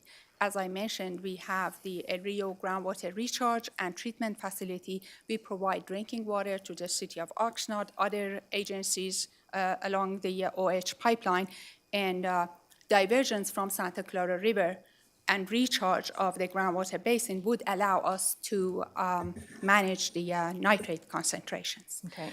I also would like to report to the board that we are in the middle of construction of an iron and manganese project at El Rio, and that would remove iron and manganese from groundwater that is being extracted from the lower aquifer system. Historically, we have used that water to blend that with the water from the upper aquifer system that's being delivered to the cities. And so when that project is coming online, which is planned to be online in January next year, or by April 2023 at the latest, we will have yet another drought-resilient project that can supply water to our customers. Okay, and I appreciate Supervisor Ramirez working with Sue for grants, and for Lynn with water grants. We have 10 different water companies that really need for that disadvantaged communities to really upgrade their sewer system and their pipes and so forth to make sure we're providing quality water. If we're moving to any other droughts, is there more contaminants that we need to worry about? I keep hearing that PFAS. there's oil in our water. Is that something we're worried about? That has not been our concern. We keep an eye on the water quality. We analyze the water for several constituents, and I have not seen any contamination due to oil. Good. I don't want it to be that way, and that's why I keep confirming it. The other question I did have is, Lake Pyru, you mentioned that it's at its lowest. My understanding is that we can't plug it up like a tub and let it fill up. That it has to have a certain amount of flow of water come through at all Correct. time, and that's because of environmental issues? Correct. So at Lake Pyru, we have basically 3 types of releases. We have our habitat releases, that is a continuous release from the dam for critical habitat in the lower Pyru Creek, and that ranges from 5 to 20 CFS. Then we have migration releases that gets triggered when we have, let's say, precipitation and rain, and we have our conservation releases, and that is basically for the benefit of the Oxnard Plain and other basins, and that conservation release that typically happens, if we are lucky, once a year, would provide water for recharge and surface water deliveries. And thank you, I appreciate it. I just want to bring that up because there's many different things going on in Exactly. regards to water conservation. Yes. And so it's not just as simple as, plug a tub and fill it with water and then we'll have it. And so it's really important that we have these projects coming up, like you're talking about the brine line, Yes. so that we can keep more water here and not let it go to the ocean. I think that's one of our things is we're lacking that storage Exactly. and holding that water. Yes. And if you find a way to fix that, please let me know. Sure, exactly. Thank you. I want to see if Supervisor Huber has any comments or questions, and then I have a couple. This is Bob Huber. This has been an incredibly informative presentation. I appreciate you being here. Thank you.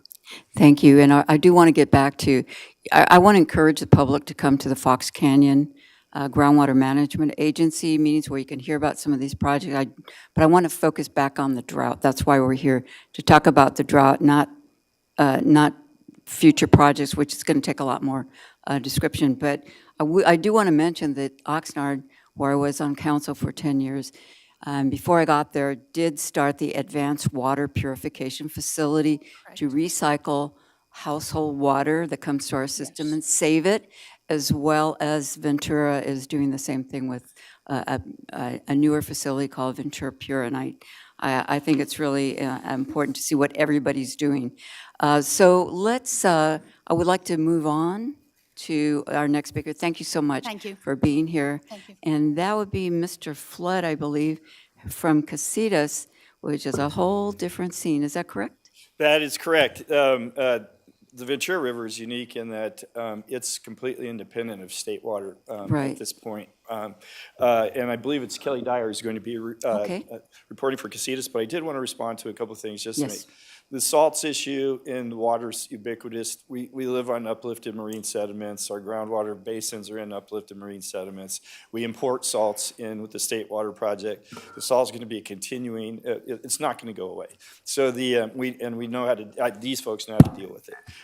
Second issue, just to be clear, the nearshore desal that United is talking about is just that, nearshore desal. The closer you get it to the shore, the more it becomes desalination.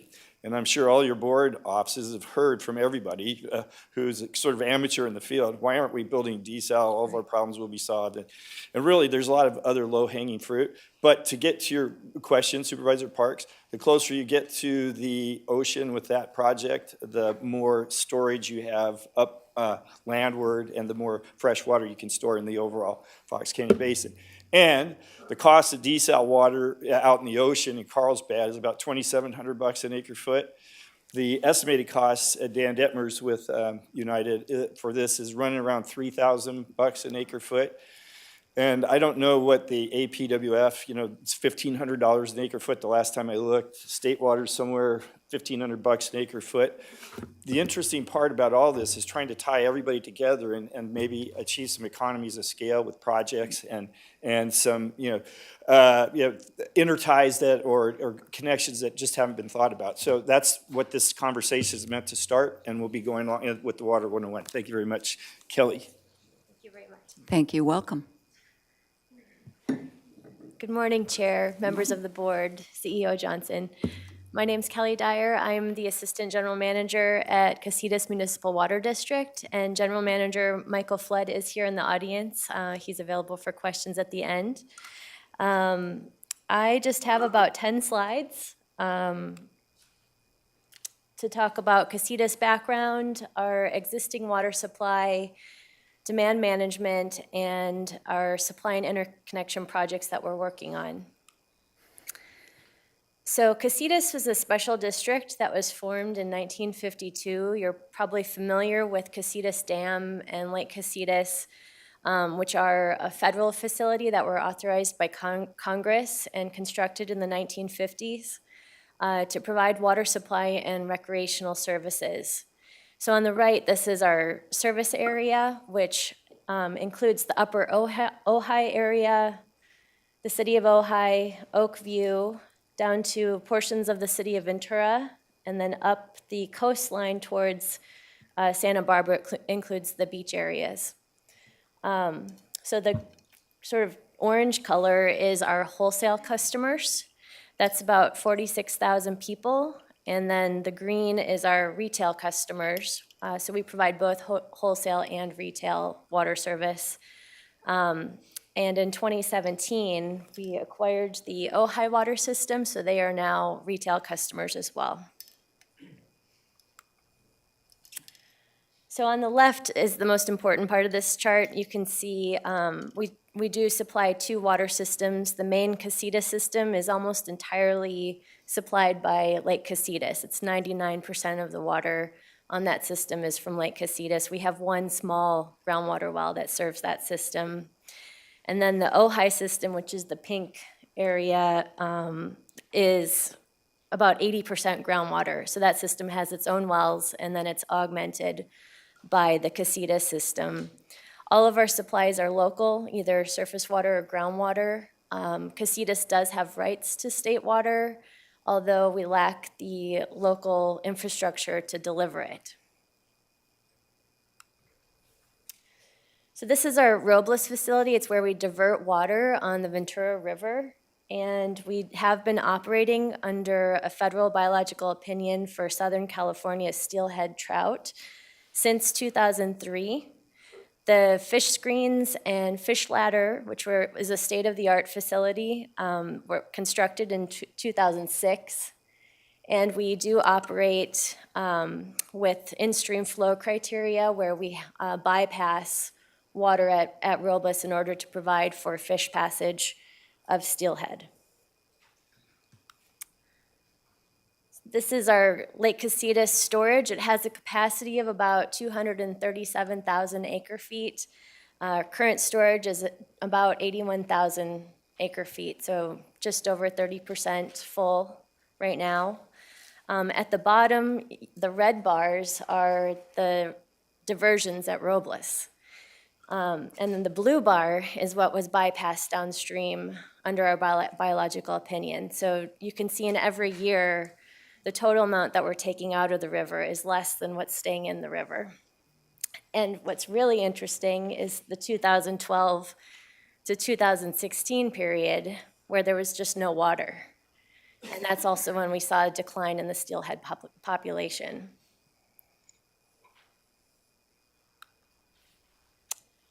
For supply planning purposes, we assume no inflows to Lake Casitas, and based on our current demand levels, we are projecting that we'd have just over 3 years of supply left at Lake Casitas.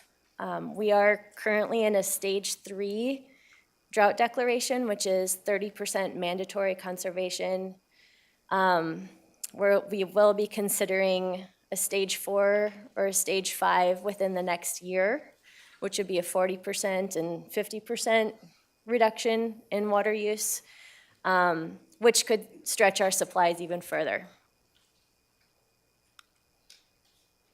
So for demand management, Casitas has a long-standing conservation program that was established in 1992. The cornerstone policy of Casitas conservation is the Water Efficiency and Allocation Program, known as the WEAP. And each customer has an allocation that gets reduced at each stage level, and if they go over their allocation, they receive a penalty. It's been effective. Our conservation since 2016, since we've been in stage 3, we've seen a 45 to 60% reduction in water use since 1989, and a 20 to 40% reduction in water use since 2013. And I would echo what Mr. Goff mentioned about the governor's request for an additional 15 to 20% conservation from 2020. For us, it's really difficult to do that because we'd already been in, we'd had restricted demands. We were in a stage 3 with conservation. So this is our water use going back to the 1970s. You can see 1989 was the highest water use, and there was a drought at that time, so that's when the WEAP was implemented, and there was a drastic reduction in water use. And then after the drought, the demands came back up, but they never really went as high as they were in 1989. And then in the current drought, on the right-hand side of the chart, you can see the reduction in water use that we're seeing. The red bar is our stage 3 target. That's the 30% reduction in water use. So our customers have been going above and beyond in conservation. You probably are interested also in what the 2 largest types of water use are. The green is agriculture. And then the blue is resale gravity, which is primarily the city of Ventura. Everything else, the yellow is our other resale customers, and then the remaining is our typical urban demands with residential, commercial, and industrial use. So we are working on a couple of interconnection projects. These are regional interconnection projects. One is led by Casitas, which is the Ventura-Santa Barbara County's intertie, which is a 2-way connection between Casitas' system and the Carpinteria Valley Water District system. And then the other project is to the south. It's a connection between the city of Ventura and Cayegas, and Casitas and United are partners on that. That project is not a direct connection to Casitas' water service area, but it could help by supplying water to the city of Ventura, which would then offset their use of Lake Casitas. That one also is a 2-way connection, so water can flow in both directions. These regional interconnections allow for water transfer and delivery during an emergencies and prevent Lake Casitas from declining to critically low levels. And just my last slide is just to give a picture of the interconnection on the north. So our service area goes right up to the Santa Barbara County line, and it's a 1.3-mile pipeline to connect our system to Carpinteria Valley Water District system. And then they're connected to the whole, what I call the state water grid, which is the network of pipelines throughout the state. So we have about a $15.5 million capital cost, which we've already secured a state revolving fund loan and federal grant to fund that project. And our design and permitting is expected to be complete by 2024. So with that, I'll thank you for your time and happy to take any questions. Supervisor Long. I guess I should turn the mic on. Thank you for this. I drove by the lake a couple of weeks ago when we did our Fire Station 20 ribbon cutting, and it was disheartening to see how low it was. And I know that there's so much agriculture out there, and there is a concern of losing trees due to that decrease in water. Who would have any answers in regards to the pipeline to get connected, to get Ventura connected to state water? I forget whose job that one is, county, which group? Thank you, Kelly. Related. Yeah, so they're related, but the Yes. two groups working on are Cayegas, Tony Goff, and then Betsy Cooper is here for Ventura Water. So depending on what the question is, one of those. I just wanted to make sure, how is the project moving? In the article today, there's a thing, an article that stated that the city of Ventura sold their rights to Ventura County lease them. for the water. Separate issue to be covered at another time, but yeah, they have the ability in that agreement to get to the water once they build the line. So Betsy can speak to that in a great detail, if that's what you want. And then I think, Tony, can you speak to schedule? I think Betsy can speak better to the schedule, but what I will say is we're still doing all the agreements and in design right now. So I don't have an exact schedule, but it's in process. And how long does this process normally take? That depends. When you bring in 4 agencies, it extends the time a little bit. If it was a single agency doing it, we could do it quicker, but it's better to do it with partners, so. The reason why I state it's not a one-year fix. Some people are thinking that if we get that pipeline in, the city of Ventura, we can get the water quicker. And I was really disheartened to hear that it might take 10 years to do or more, and I just was hoping that that wasn't the case. Someone was telling me 10 years, and I was concerned We're on gonna get you that. up here, Betsy. It's gonna happen. Please say your name when you approach. Thanks. Good morning. My name is Betsy Cooper. I'm the Assistant General Manager for the City of Ventura, Ventura Water. And we are in design on the project. We're taking the lead in constructing about 2/3 of the project, and Cayegas about 1/3. So it is a partnership. There are agreements that still need to be implemented, but both of us are working on the design of our portions. I know Ventura is hoping to go to construction if all goes well, because there is land acquisition and everything, sometime by the end of next year, and we assume our portion is about a 2-year project. So that's what our schedule is right now, but there is a lot of things that still need to come in place for that to happen. I really appreciate that update solely for the reason we are here today. We saw the last 10 years where our water has been very low, and that is a fabulous project. I want to make sure that we at least got an update on that, so thank you very much. But I think we just did hear, excuse me, we hear that Casitas has 3 years of water. Is that it? And the project's going to be 10 years? That's correct, and it's not the first time we've been in this position. A few years ago, I think it was 2019, the lake level has been pretty stable since then. So hopefully we get storms, and you're right, we only have 3 years at current demand levels. If we want to stretch that farther, we need more conservation. And then Kelly, is there any contaminants, since we've seen this a couple years ago and today, is there any contaminants in the water that we need to be concerned of? I'm not aware of any. We do monitor, and every year we prepare our consumer confidence report, which shows all of our monitoring, but we haven't had any issues with meeting the compliance with drinking water standards. Wonderful. Thank you very much. I'll ask Supervisor Huber if he has any questions. No questions or comments. Thank you very much. Okay, thank you so much. I'd like to see if we have members of the public who'd like to speak now, and then we'll move on. Thank you, everybody.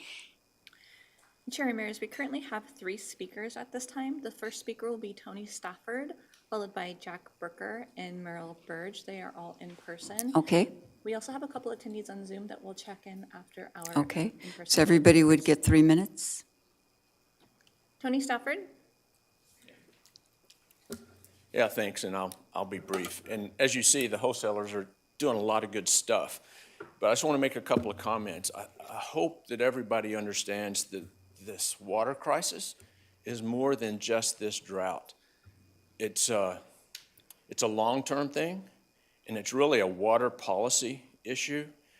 And until we acknowledge that there has been failures at state level, at Department of Water Resource, at Metropolitan, then we're going to be in this situation every year. And I don't think, well, I'll say personally, I don't think conservation should be a way of life. I think conservation is needed during certain circumstances, but if we drink the Kool-Aid that conservation is the way of life, we're going to be watering grass and trees 1 day a week forever, off and on.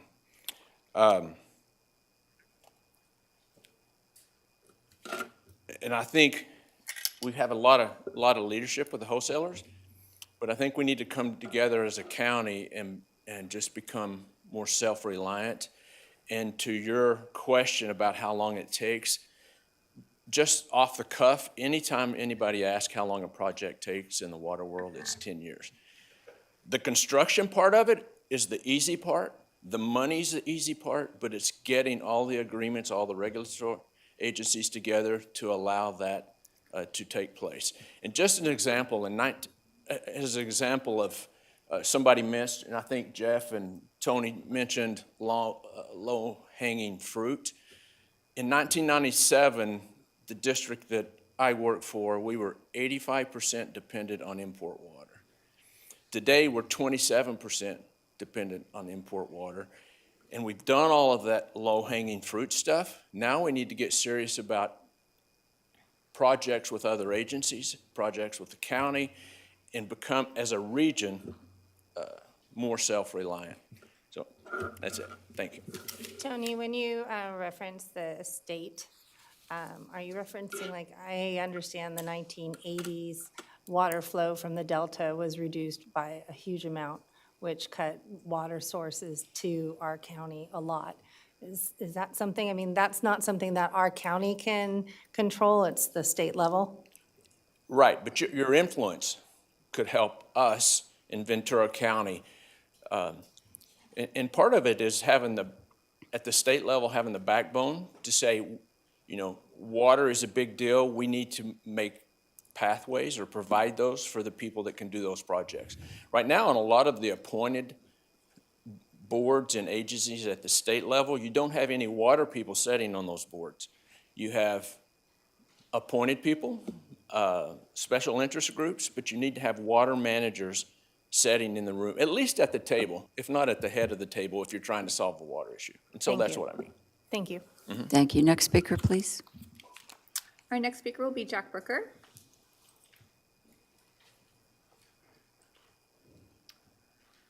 Good morning, Chair and Honorable Supervisors.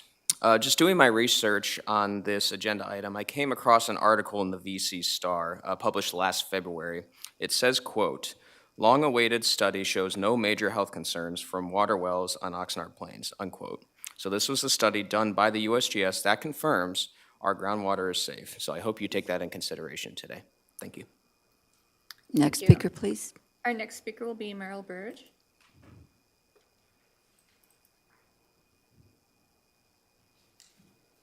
Good morning, Supervisors. Good morning. and hardworking staff. My name is Meryl Bergey. I serve on the Ventura County Resource Conservation District, but I'm here as a volunteer committee member of the grassroots organization VC Safe. And the reason I'm here today is because of the intersection we have on the ballot between water and oil. Measures A and B were a Board of Supervisors decision to take the old, antiquated oil and gas permits and make them consistent with the new permits. The yellow are the scattered new permits. The orange are the old, antiquated oil permits. Ms. Bergey, would you show to the I will. supervisors? I also have this, and it's on the last page. This is not about whether our water is contaminated now. This is about our future. This is only going to apply to new future oil drilling projects. It is only going to require an environmental evaluation of how close to an aquifer, what it means to our air and water. It does not stop oil drilling. It is a balance. It's a precaution. And as you can see, we already have 6,000 plus oil active, idle, and a huge number of abandoned wells aging in place. And that study out on the Oxnard Plain, because we have critically overdrafted aquifers, that found the thermogenic gases in the irrigation wells next to the oil drilling project on Sturgis Road, indicates how that happens, how we have cross-contamination. And as we move forward, and as more wells are drilled, this is what we need to safeguard against. Because once it has, and this is what we're already dealing with salts and nitrates and things, it's very difficult to undo that contamination. So this is a critical measure that won't impact jobs, revenues, or production. It will simply help to better protect our water supplies going forward. If the yes vote prevails, if the no vote prevails, these antiquated permits that allow any number of wells, any method of drilling, Ms. will stay Berg, in your place. time is up. Thank you very much. Thank you very much. Ms. Do we- Bergey, could I ask, Yes.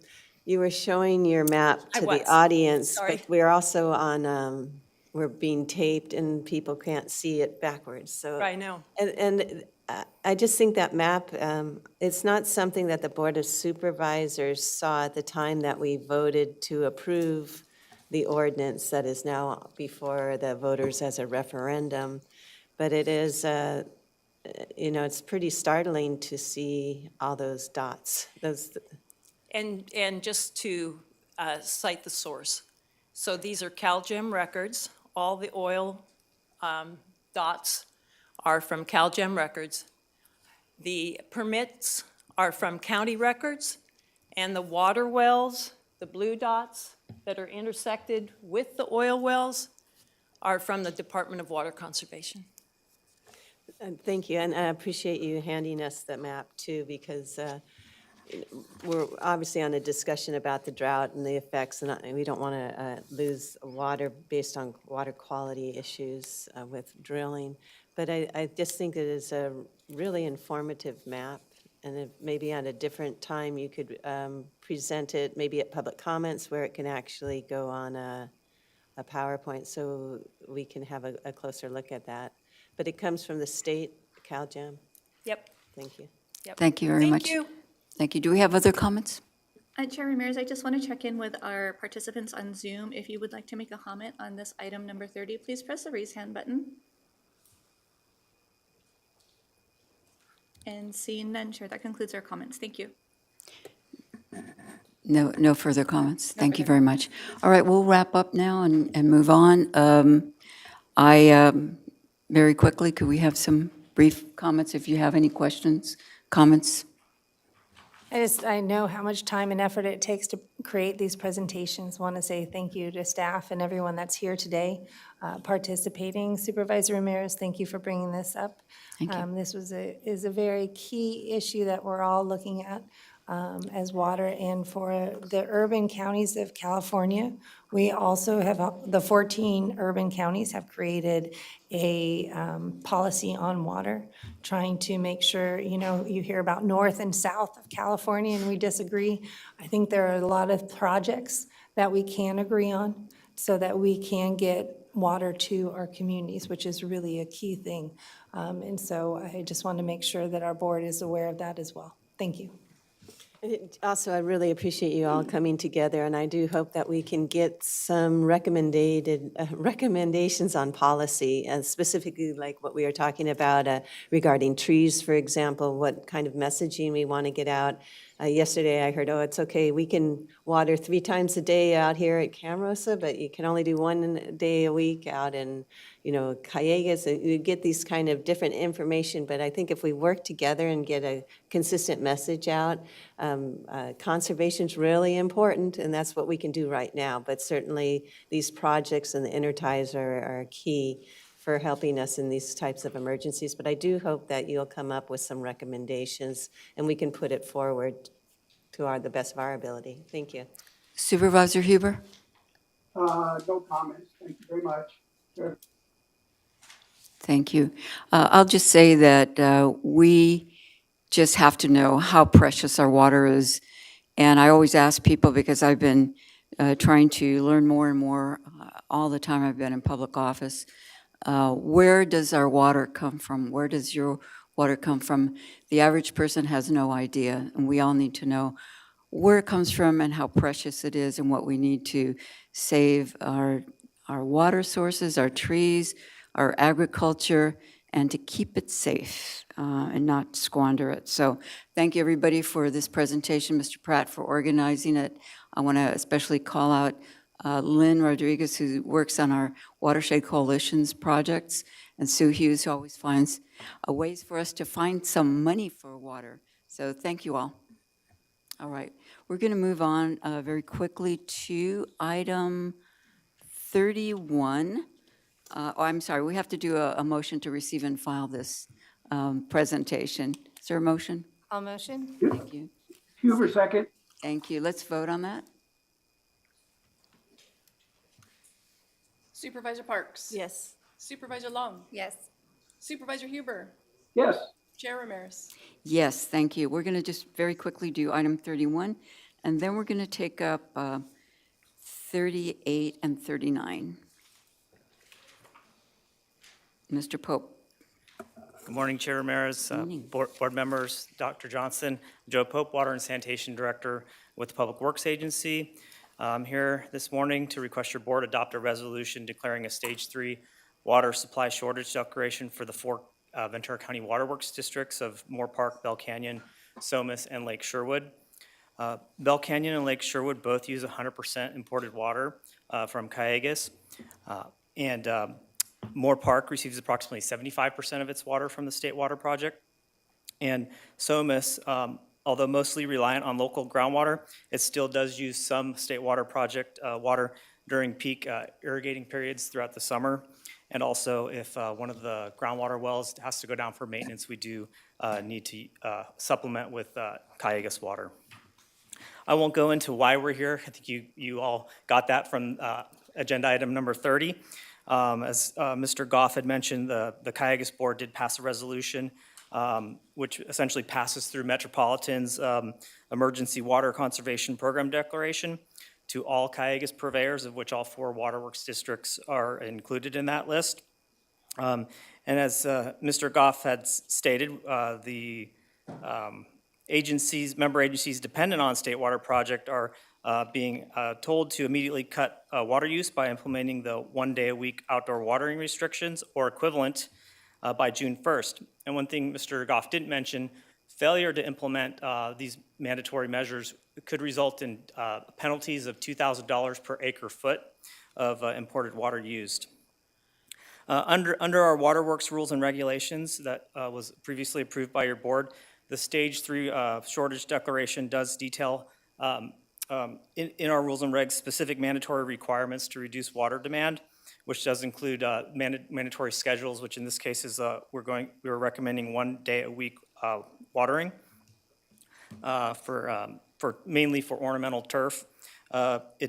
It does exclude turf that are in parks, sports fields, and school playground fields. These are known as functional grass or functional turf.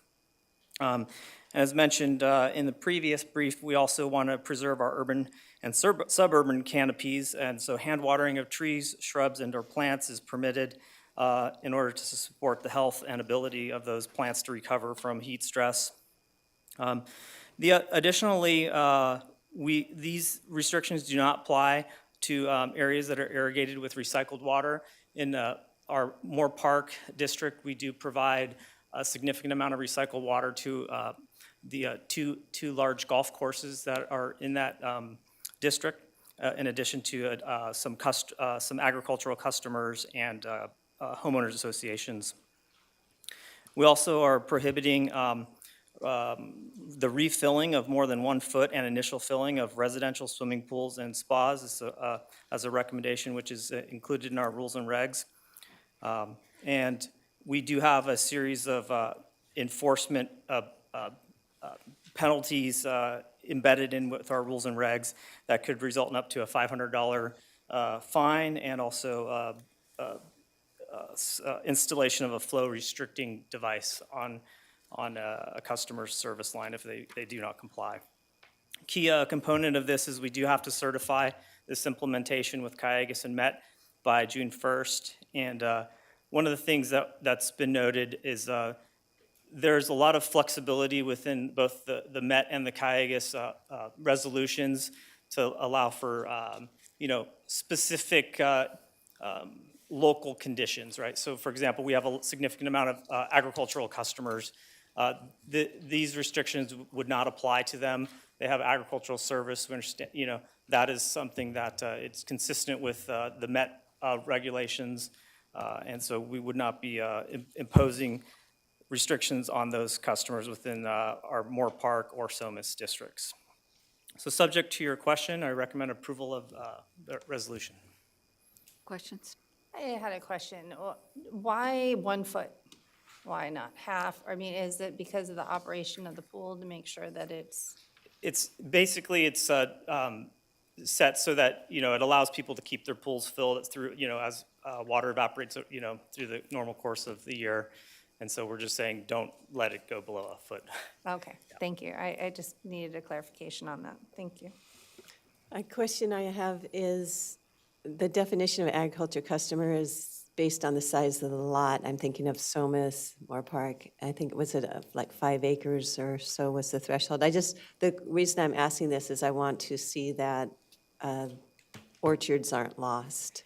Yeah, so in our rules and regulations, there's definitions of what's considered agriculture customer, and it is a specific class of customer that has a different rate that they pay over, and there are acreage requirements for that. It's different between Moore Park and Somas, but I believe it is 5 acres, and I think it's a little bit less for Moore Park possibly. But essentially those customers, there's about 250 or so in Somas and about 150 in Moore Park, but they do use a large amount of water. So will it impact the 4.5 acre orchard?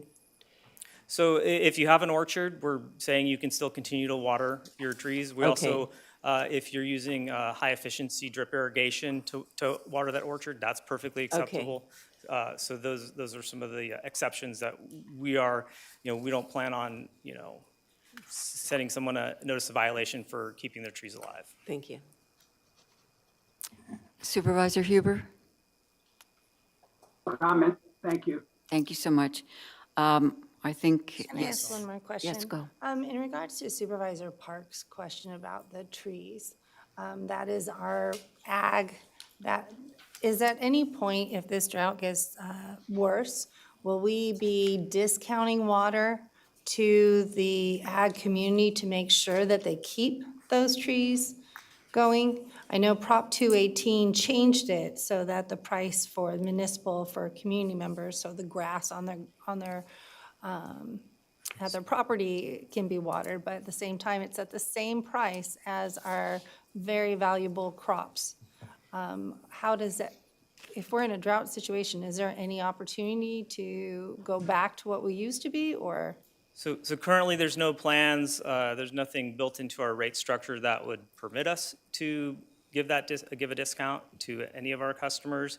There are concerns for, during time of drought, that we do see a reduction in revenue for the district, but we do have healthy reserves in all 4 districts, so we don't expect to come back to your board for drought surcharges or anything like that. But as far as discounts, I don't foresee that as something we would recommend. Okay, because I know that the price of water is extremely high for everybody, but even more so on the crops. And if we're trying to reserve those because trees take so long to grow and so forth, I just have concern to that also. Thank you. I know that there would be issues of a gift of public funds, right? If we are assisting one property owner with their water bill but not another, and that kind of thing. But I wonder if there could be some review of whether there is some kind of emergency way that we can assist when it comes to situations where you're going to lose whole orchards. So I will just say we have, as you've seen, there's a lot of smart people in the water business in Ventura County, and Cayegas hosts a monthly purveyors meeting, and we float around a lot of ideas, and this goes back to Mr. Stafford's comment of the state stepping in and stepping up, and there's always the possibility of the state coming in and maybe paying agricultural customers to fallow fields or remove orchards, that is, I'm not saying that's what we want to do.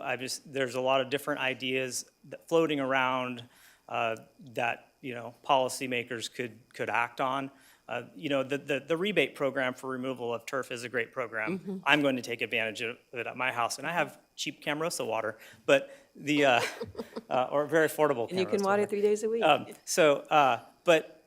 And there's also rebates that Met has for water efficient appliances, toilets, washers, dishwashers. So there's a lot of programs out there available where Met wants to pay people to save water. So we do have, our customers do have a lot at their disposal to help in this drought.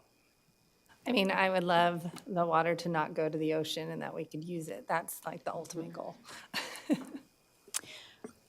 Okay, well, we have to do what we have to do here to comply. So is there a motion, unless we have public comment? Thank you, Chair Ramirez. We do have one public comment Okay. from John Norwood. He is on Zoom. All right, let's have that. Thank you. Mr. Norwood, Yes, can you hear me all right? Yep. we can hear you. Let's have our IT promote you so that we can see you on our public. There you go. Okay, thank you. My name is John Norwood. I'm speaking on behalf of the California Pool and Spa Association. We are requesting that you approve limiting the watering of turf to 1 day a week as required by the Metropolitan Water District, but that you amend the county's contingency water plan to eliminate the prohibition on filling new swimming pools. The proposed prohibition on filling swimming pools is the only restriction I've seen on water that targets one industry, pool builders, while other businesses that use much more water than us are untouched. For instance, the 30 car washes that recycle their water in Ventura County. Swimming pools take 4 to 6 months or longer to build. This prohibition will leave homeowners and pool builders in limbo with regard to their projects and will put our members out of business without saving any water. Let me explain. In 2021, there were 86 new pools built in the entire county. Those pools took about 4 acre-feet of water to fill, which is a fraction of 1% of the water the county uses on an annual basis. In addition, the amount of water it takes to fill new pools that will be built in the county are about it's about a third of the water it would take to irrigate the landscape that the pool replaces.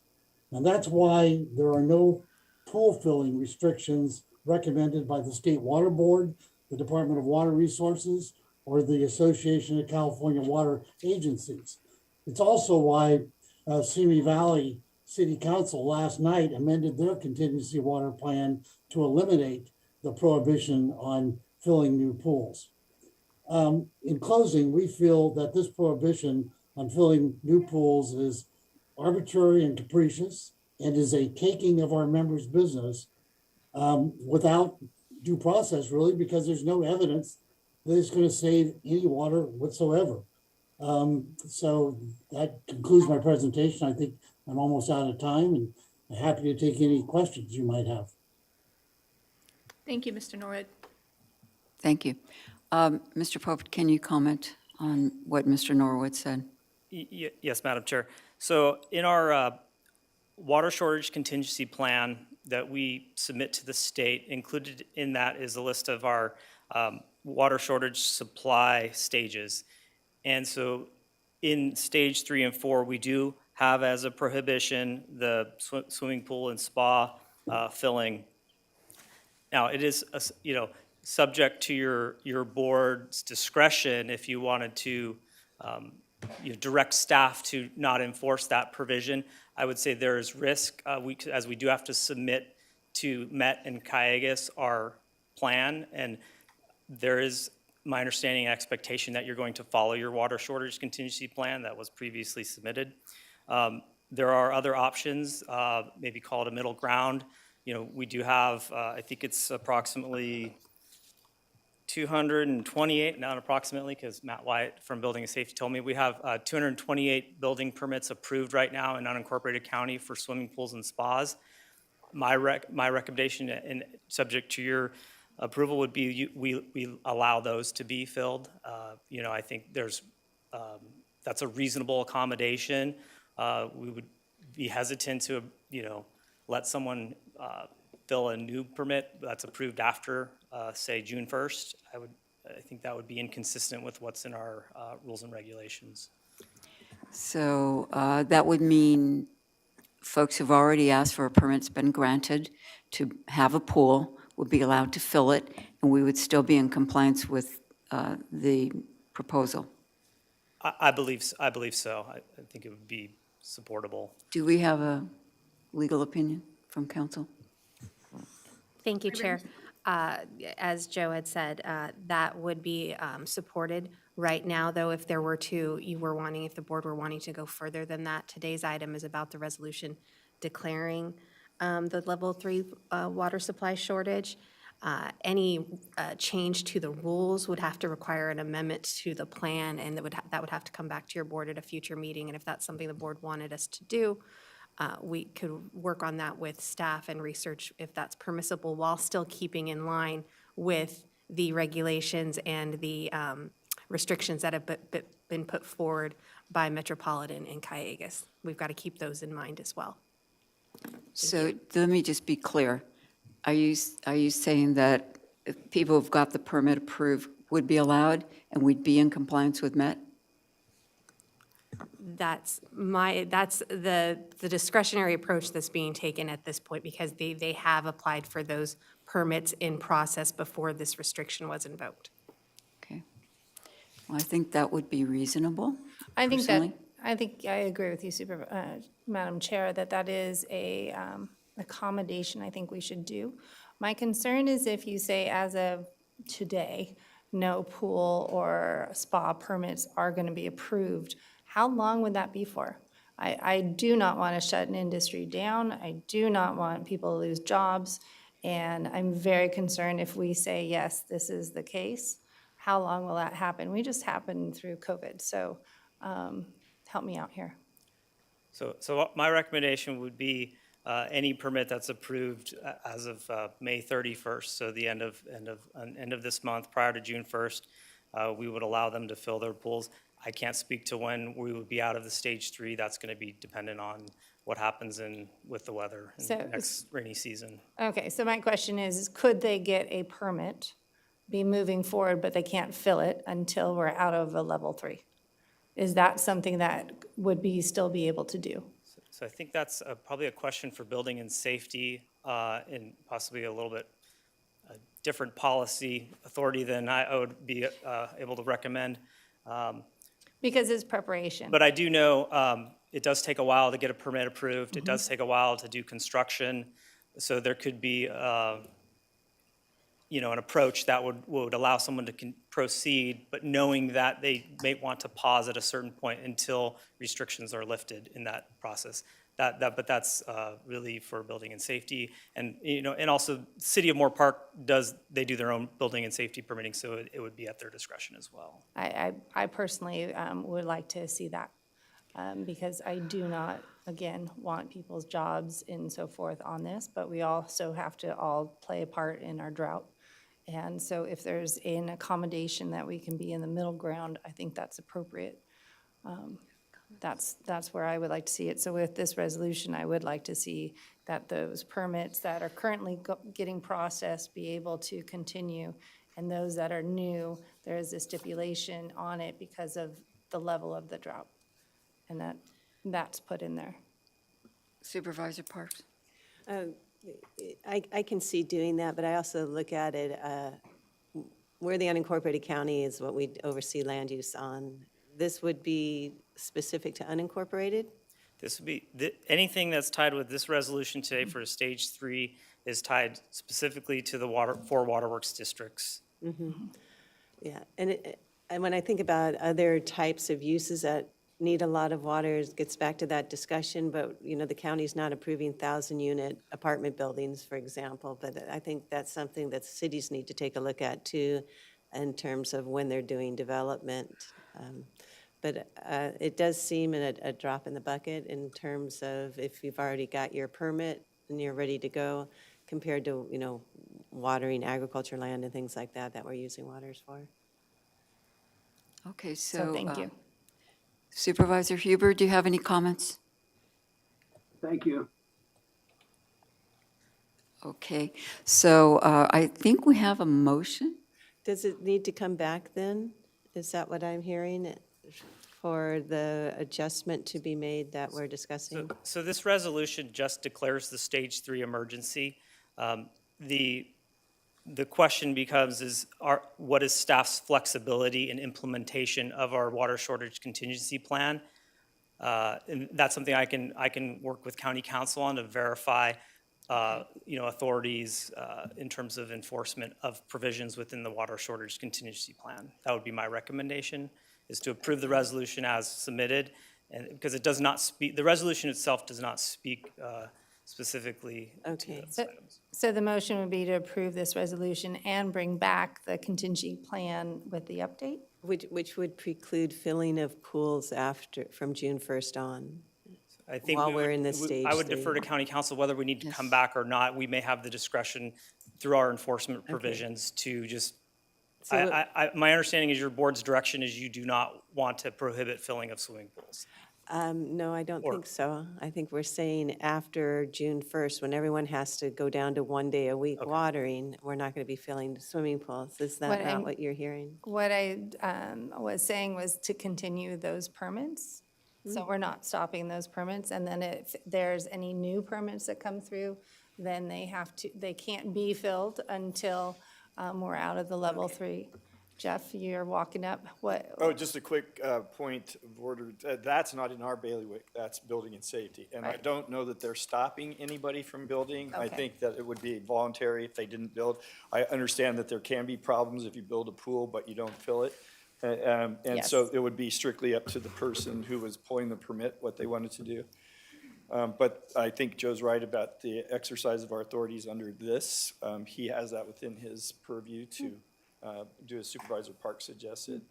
Let everybody who's already got a permit on June 1st get their pools filled and then stop it until the weather comes back and we have the water to do it. Do we have building and safety here that could answer my question? Because he and I are like looking at each other, shaking our head, yes. Chair Ramirez, Supervisors, CEO Johnson. Could you speak a little closer to the mic and tell us who you are? I am Matt Wyatt. I am with the Department of Building and Safety, Ventura County. Thank you for the opportunity to speak on this. Really, we have an entitlement process related to swimming pool construction. At this point, Building and Safety has no direction to stop issuing permits for this. We would look for some direction through the entitlement process. Obviously, the swimming pools that are under permit or in review at this point are definitely a concern to us and obviously the consumer. So we would seek board direction on that. Okay. So, Okay, so is that clear then? the board direction, and you're going to come back with, or do you want to just tell you how it is now? I can work with Public Works and come to a resolution. Thank you. And county council, correct? Yeah, so Thank you. Supervisors, today the item before you is the resolution declaring the water shortage and implement what then triggers the level 3 restrictions. And as a talk, whether or not Public Works has some level of discretion with regard to enforcement of those restrictions. If there is a desire to change the restriction moving forward past June 1st, that would need to come back to the board with an amendment to the plan, and we'd have to, again, research it, make sure we're still in compliance with the Metropolitan regulation restrictions and the Cayegas restrictions. Okay, thank you. Well, then I will, as staff recommended today, motion to approve. Thank you. And I don't have to add the rest of the stuff in there. Thank you. Is there a second? Huber, second. Thank you, Supervisor Huber. Okay, let's vote. Supervisor Parks. Yes. Supervisor Long. Yes. Supervisor Huber. Yes. Chair Ramirez. Yes. Thank you very much. Water, wow, we're here. We're at that emergency situation, comes home to roost here. So I want to take up items 38 and 39. I know that Supervisor Huber has possibility of having to leave for an appointment, so I want to do this while we still have our quorum. And that would be item 38, and I see Ms. Madden coming up. This is a public hearing to consider approval of Ventura County Entitlement Area Fiscal Year 2022-23 Annual Action Plan, et cetera. Item 38. Ms. Madden. Yes, good morning, Chair Ramirez, members of the board, and Dr. Johnson. It really is a pleasure to return to these chambers and see everyone in person. My name is Christy Madden with the County Executive Office, and I am joined today by Tracy McCauley and Chelsea Russell of my team.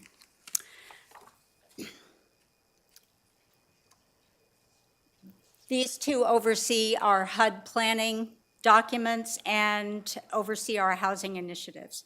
I'm going to try and keep my presentation short and succinct. There's a lot of information in your attachments and in the board letter. I first want to point out that on the agenda itself, it indicates that there's a 4/5 vote required for item 8. There is no item 8 on this agenda, and there is no 4/5 vote required because these appropriations are going to be included in next year's budget. We have several recommendations for a variety of different funding sources. First and foremost, we are here to hold a public hearing for our annual action plan. This plan is required by HUD in order to receive our entitlement community development block grant and home investment partnership grant funds. We receive these directly from the Department of Housing and Urban Development. The process for developing these applications was initiated in November of 2021. In addition to our traditional HUD funding, we have several other similar funding types that are intended for the creation of affordable housing. We have the Permanent Local Housing Housing Allocation funds. That's a fairly new funding source, and we get these annually from the state of California. We also have some one-time allocations of the Home American Rescue Plan funding and CDBG disaster funds resulting from the Woolsey fire. Since these other housing grants fund projects that are similar to our home program, we went ahead and initiated our solicitation for applications for all of these funds simultaneously. By doing this, it allowed us to see all of the different projects and determine what funding sources they were eligible for and make sure that we got the highest and best use of each funding source. Details for the recommended allocations are summarized on Exhibit 2 of your board letter and detailed in Exhibit 3. But generally, we have about $1.5 million of community development block grant funding, about $1.4 million in home funding. These are estimates because we don't have our final allocations from HUD yet. We have about $839,000 in PLHA funding and about $4.59, almost $4.6 million in home ARP funding. There's also $3.4 million in CDBG disaster funding. In closing, I'd like to thank Chelsea and Tracy and Marianne Goriento of my team who helped put this program together. These three staff manage these programs. Each have their own unique requirements, conditions, and terms. And of course, without the tireless work of all of our community partners and nonprofit organizations, none of this would be possible. So we really thank them for their commitment and dedication to serving the vulnerable members of our community. So that concludes my presentation. There is, in addition to conducting the public hearing, a resolution that needs to be approved so that we can memorialize our allocation of PLHA funding to the two projects in your board letter. Happy to answer any questions. Thank you. Do we have questions? Yes, Supervisor Long. Thank you, Madam Chair. On the chart you stated the funding, when I was reviewing the documents earlier, there was a $401,120 left over. How do we use that? Right, that is I don't home- like seeing a balance just floating there unused when we have so Right, many. that's home ARP funding, and that funding does not expire until 2030, but we do intend to allocate those funds during our next funding cycle next year. There's going to be another round of funding for the Home Key program in the fall, so we may be able to leverage that funding with a future project in the next cycle. Okay, so that money does not go away this year. No, not till 2030. We have a It'll long time to spend that. Go into reserve, but it's not counted from the state as to the money we currently have. Right, the home ARP funding actually comes from the feds. That's Sorry. from HUD. Thank you for that clarification. So the feds don't say, well, you already have 400 that you haven't used, so we're not going to give you as much next year. No, that won't happen. This is one-time funding. Okay, thank you very much. Home ARP funding is one-time funding. Thank you, and what a good use of one-time funding. And I also just want to say thank you to all the great partnerships that we have. Obviously, none of this could be done without the wonderful nonprofit agencies that we're working with and help operate housing in our county. Really are fortunate in our county to have such good collaboration, and it's unique to have these kind of funds, and I'm delighted to see them going forward. And looking also in my district for the Project Home Key project that they're working on and seeing that move forward. I know cities also have ARPA funds, so that might be able to be tapped too. Is that right? Yes, Okay. absolutely. Thank you.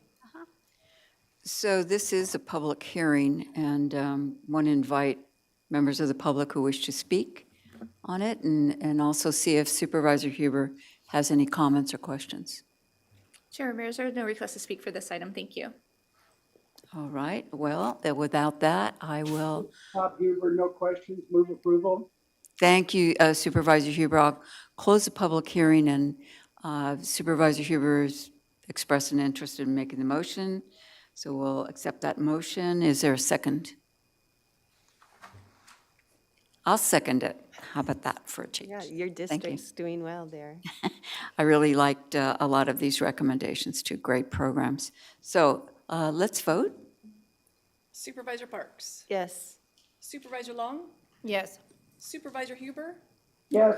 Chair Ramirez? Thank you very much. So we will then go on to item 39, and I see there was an issue with my agenda that required said it required a 4/5 vote on that earlier item, but 39 does require a 4/5 vote. Is that correct? Yes. Yes. Ms. Madden?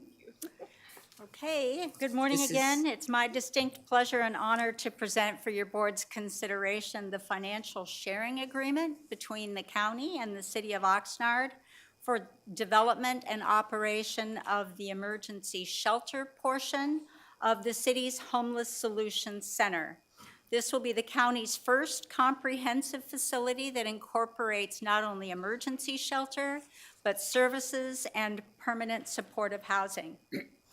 Following an extensive search, the city-owned parcel was identified at 2nd and B Streets in downtown. The parcel will house a 5-story structure that will be developed with a 110-bed emergency shelter, space for supportive services, and 56 units of permanent supportive housing. This land is going to be donated to the Housing Trust Fund of Ventura County, where it will be transferred into their community land trust, and it will be secured by covenants that guarantees its long-term use for this purpose. In March and April of last year, the board and city executed an MOU outlining the parties' commitment to collaborate and to share the cost for development and operation of the emergency shelter portion of this facility. The county's share of construction and tenant improvements for the shelter is just under $3 million. The board had set aside about $2 million in fund balance, and staff is recommending that the balance of funds, $935,265, come from program mitigation. The city of Oxnard received a tax credit allocation for this project in December of 2021, and therefore they need to start construction within 6 months. So construction is going to start imminently. The project is expected to be complete and occupied by January of 2024. The county's contribution will be transferred to the city and held in a separate account that will function like an escrow account. Should the costs come in under budget, excess revenues remaining in that fund will be returned in equal share between the city and the county. The project is being developed by community development partners and will be operated by Mercy House, who's been operating the facility on K Street. As summarized in your board letter, Oxnard continues to be a strong and dedicated partner in addressing unsheltered homelessness. In addition to contracting with Mercy House for the continued operation of their interim shelter at the former Armory on K Street, they have a homeless liaison unit in their police unit. They have contracts for outreach services that link their residents to supportive services through HMIS and the coordinated entry system. They are active participants on our county continuum of care board, and they have been very proactive in the production of affordable housing within their city. I believe that we have both Elsa Brown and Emilio Ramirez who are available on Zoom, should you have any questions about their facility. This financial sharing agreement, along with other actions for this program, will be considered by the Oxnard City Council at their meeting next Tuesday night. That concludes my presentation. I'd be happy to answer any questions. Thank you, Ms. Madden. I'd really like to give our City of Oxnard officials opportunity to speak. I personally want to thank the City of Oxnard for its leadership and the leadership of the council and staff over there. So if either the two folks could speak, it'd be great. Chair Ramirez, we do have Emilio Ramirez available, and Elsa, if you could please accept your prompt to be promoted. Thank you. Thank you. Emilio Ramirez, Housing Director for the City of Oxnard. Thank you, Supervisor and members of the board, the CEO's office. On behalf of the City Council, the Mayor, the City Manager's Office, the Housing Department, we are very, very grateful for the partnership from the County of Ventura and the contribution financially and otherwise for this project and everything that is homeless and affordable housing. The project is one that we've been working on for quite some time, and hopefully will be state of the art here in downtown Oxnard. I think it's a testament to the local government, to the county government, to the state government that is producing a project such as this in the middle of an urban environment in downtown Oxnard. Very happy with all of the work that we've been undertaking with the County of Ventura, the CEO's office, the Human Services Agency, Healthcare Agency, and everything responding to homeless encampments and developing affordable housing in all of the projects that we have here. I'm happy to answer any questions that you may have about the project, or for that matter, anything that's going on here in Oxnard. Thank you. Questions? Supervisors? No? Yes, Emilio, I just want to say thank you so much to the City of Oxnard for the dedication and working with our county. For those who don't know, how long have we been working together on this? Supervisor Long, forever, I think. So since I've been here for sure, I've been at the City of Oxnard for 3 years. I believe before that, there was various efforts for maybe past 5 years before that. So 10 years.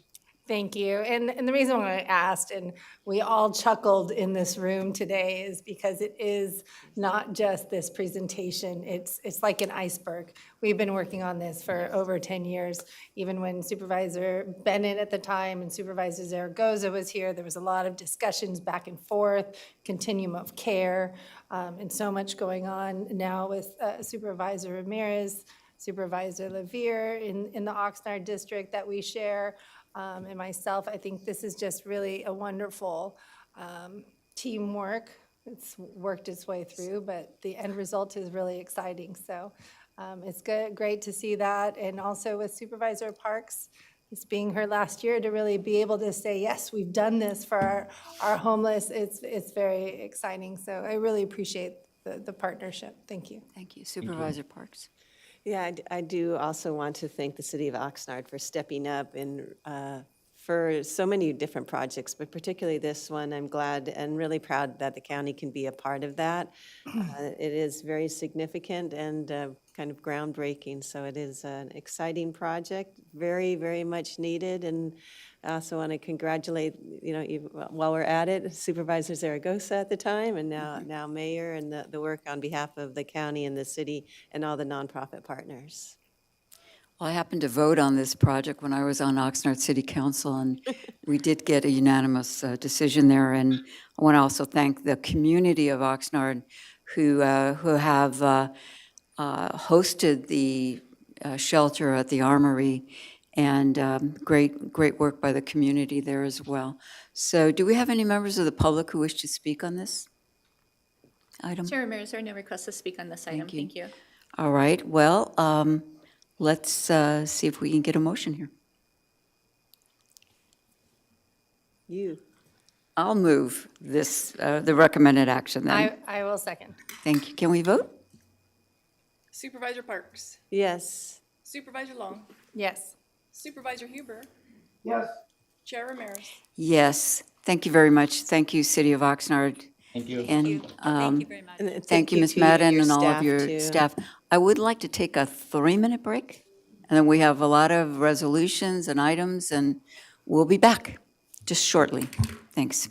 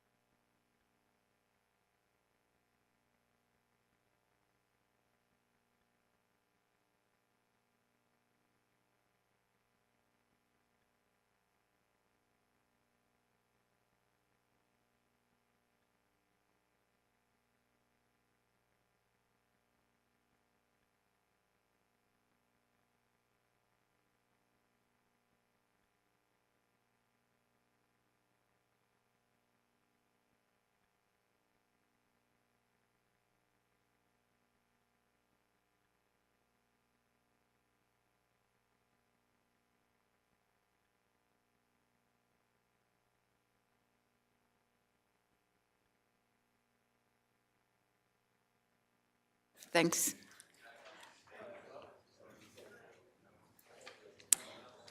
I was reminded we have an APCD at 1:30, so we're going to do our best to get through this calendar. We have all these great resolutions coming up, and I'm going to call item 32 next, but we'll go live in a moment, and then we can proceed. Thank you, I got carried away catching up. That happens, it happens. Okay, we live? Okay, great.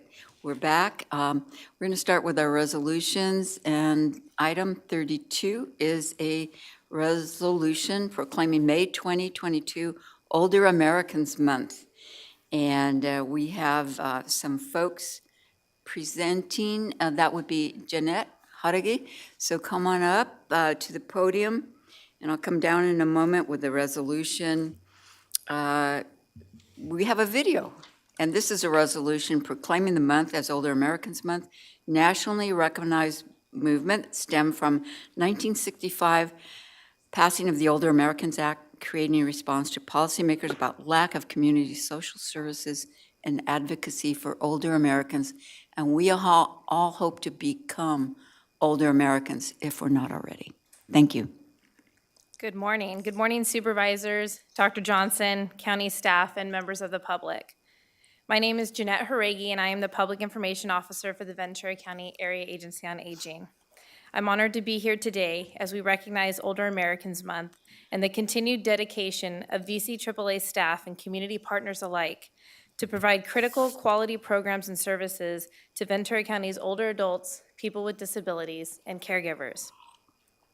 The theme of this year's campaign to recognize Older Americans Month is Age My Way, a proclamation of the desire our community neighbors have to age in place on their terms, with dignity and with access to effective resources and tools.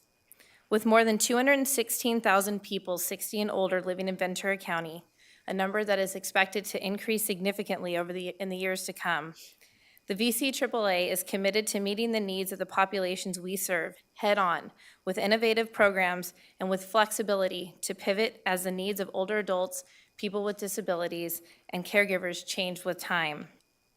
The conversations about aging, about living with a disability, and about caring for a loved one continue to broaden and serve as a vital source of how the VC-AAA operates.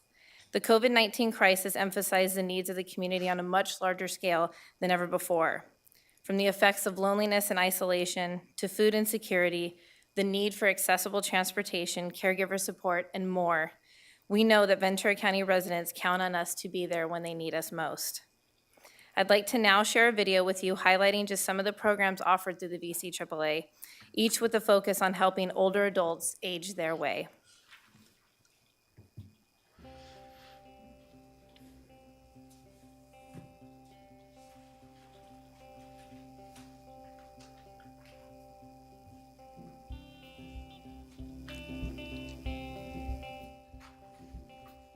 I'm calling to thank you so very much for sending me some very delicious food. I wanted to let you know and to thank you profusely for giving me the medicine I need, FOOD, nutrition.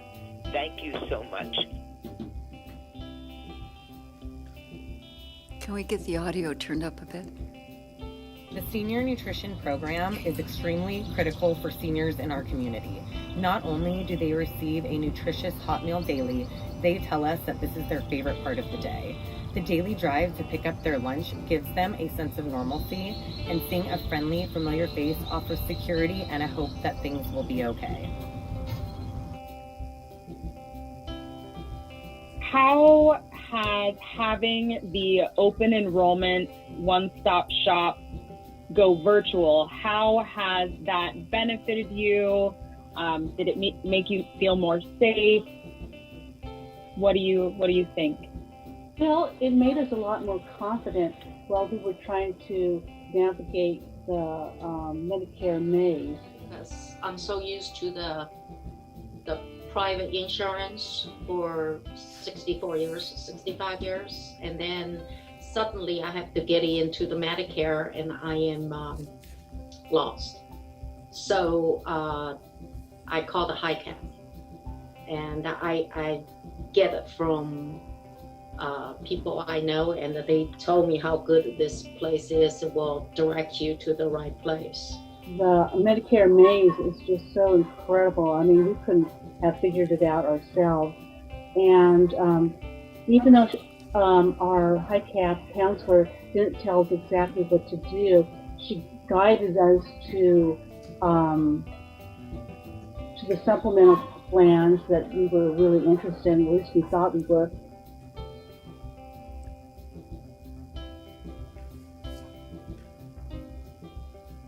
I became a volunteer instructor because I have always been involved in the martial arts, Tai Chi especially, because it's so good for you, the benefits that you receive from Tai Chi, the strength, the flexibility, your mind, your whole mind body healing that's involved with Tai Chi. This class has benefited me in every way possible. I'm a hyper person. It's calmed me down. It's helped me with my balance. It's helped me with goals, to set goals and accomplish goals. It's incredibly important because the inactivity created an osteoarthritis situation because I was sitting.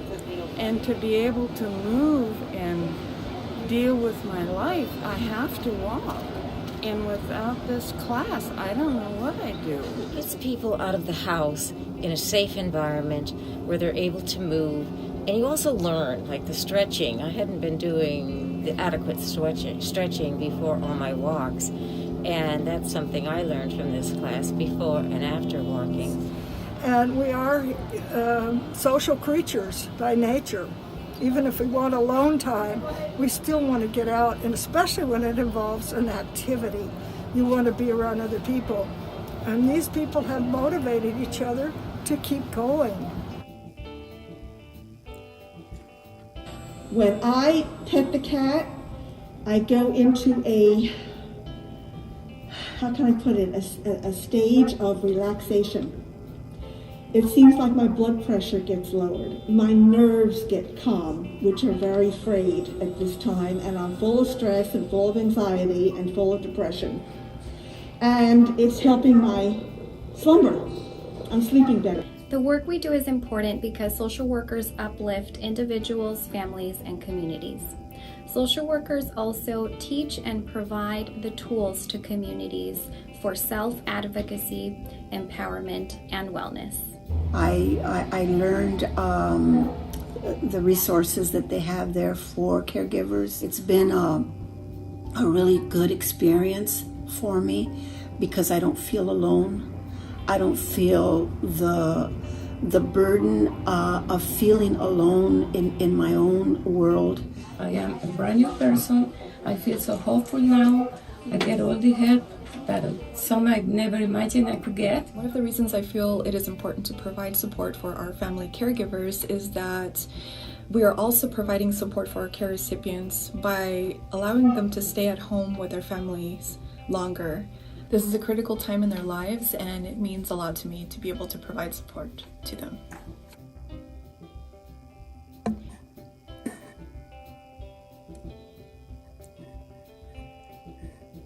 Thank you. Thank you. Just want to say that our Ventura County Area Agency has served more than 216,000 Ventura County residents aged 60 years and older, which more than 33,000 are living alone. And more than 15,000 individuals in Ventura County are living with dementia-related condition as well as disabilities.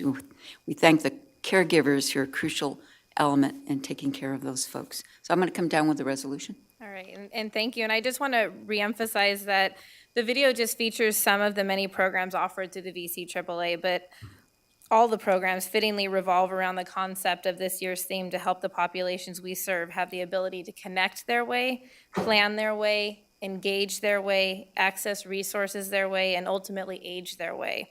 And we appreciate the dedication of our entire staff, longtime volunteers, community partners, and of course, your continued support. And thank you again. And in addition to our banner in the atrium, I have copies of our Live Well resource guide for all of the supervisors, and anyone interested in getting a copy of our Live Well resource guide is welcome to reach out to us. That was a great video. Thank you for that and the work you're doing on this. It's good to see so many services for our older adults. Do you have a team with you? Have you call your team up. Supervisor Long, do you have a comment? Yes, similar to before, just thank you for all the great work. Our seniors really appreciate the programs, the food, and just the support from our community. We have a fabulous senior community, and just thank you. Thank you. Right. Photo time. I think you should help. Supervisor Huber, do you have any comments? Thank you for all you do. Very much appreciated. Thank you.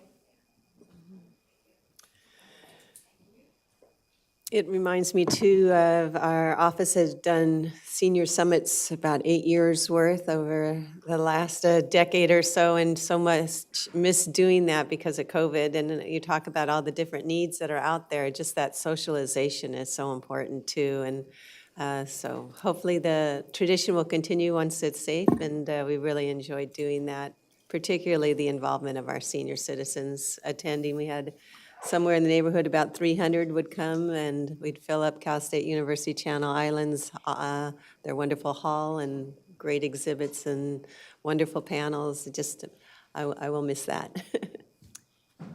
Thank you very much. The next item is a resolution proclaiming the week of May 6th through 10th, 2022 as Nurses Week in Ventura County. Where would we be without the nurses? Joyce Volsch, are you here? Come up, please. I'll read a little bit of this proclamation and we'll hear from the supervisors. National Nurses Week is a time to honor our incredible nurses for their daily contributions, sacrifices, and dedication to keeping us healthy. And we celebrate this year the theme, Nursing the World Back to Health. And this is near the birthday of the legendary nurse Florence Nightingale. And we just couldn't do without our nurses. So thank you, Ms. Volsch. Would you like to say a few words, please? Yes, thank you. Thank you, Madam Chair, Board of Supervisors, Dr. Johnson, for this opportunity to accept the proclamation. On behalf of all the nurses with the healthcare agencies, I do have representatives from the wonderful nursing leaders at the agencies here with me. Have them come up. Okay, please come on down, and we can introduce them as they come. We can't do the work without our great nurse leaders. We appreciate the support of the public and the Board of Supervisors over these very trying times in the face of the pandemic as well as the workforce shortage. So we are very appreciative of ongoing support for the nursing staff. We're really proud to be nurses, to represent the heart of healthcare, as we are the ones that are present at the bedside in promoting healing and health. And we are all proud to be registered nurses. So, Can you introduce the ladies here with you? yes, very happy Please. to do so.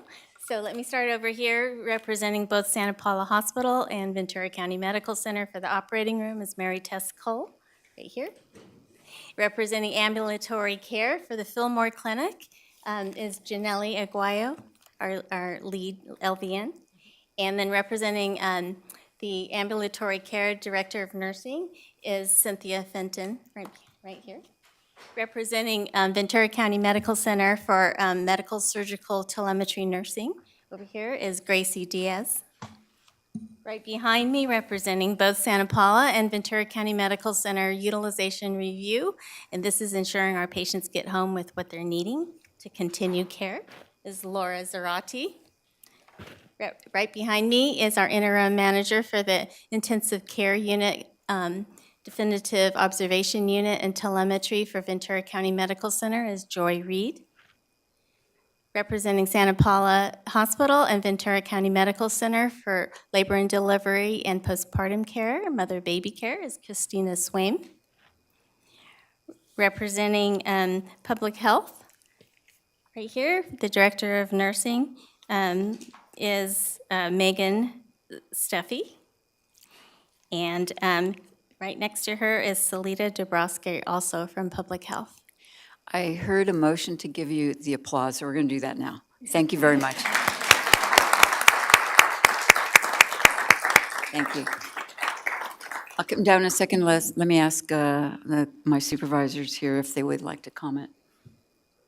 Well, just so much, I appreciate our nurses. They're the backbone of our hospital, and nothing could happen without you, and we do so much appreciate you, and I hope you know that we do. And it's not just us and the Board of Supervisors and the county family, but all our citizens. We really, really appreciate our nurses, so it shouldn't just be a special day or a week. It should be every day. correct. Thank you. No, I think we just want to say thank you to all of you.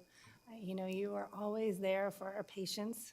I think that for the longest amount of time someone is in a hospital, you are there by their side to make sure that everything is going well and to give them comfort, not only, to assist with medication and so forth, making sure they turn over, making sure they don't have bed sores, making sure they have everything that they need, even when they don't know and they're not understanding. And then you're also dealing with the families and all the emotional care that goes along with that. So just greatly appreciate it. And thank you also for, contacting us and making sure that we know what's going on, the good, the bad, and the need to improve from all the different departments. We just really appreciate your work and thank you very much.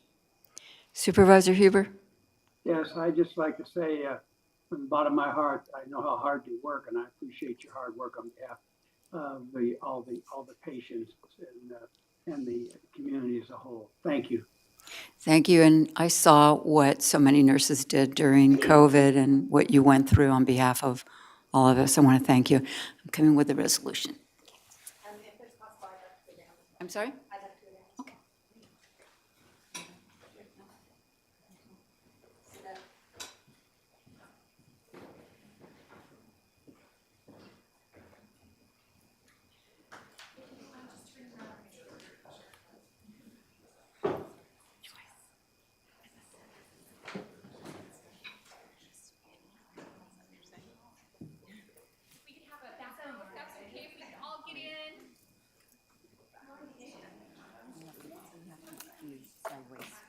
Sideways, fine. Come on this side, Joyce.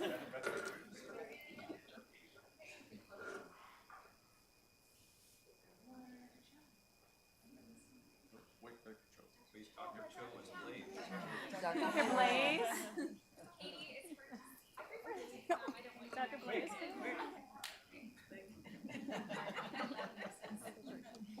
All right, here we go.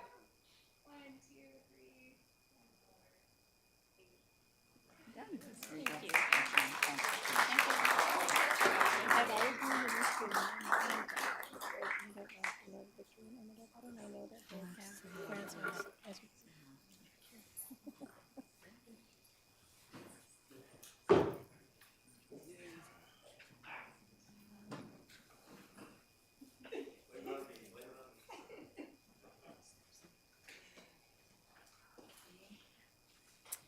Two more, and the next is item 34, presentation of a resolution proclaiming May 2022 as Building and Safety Month in Ventura County.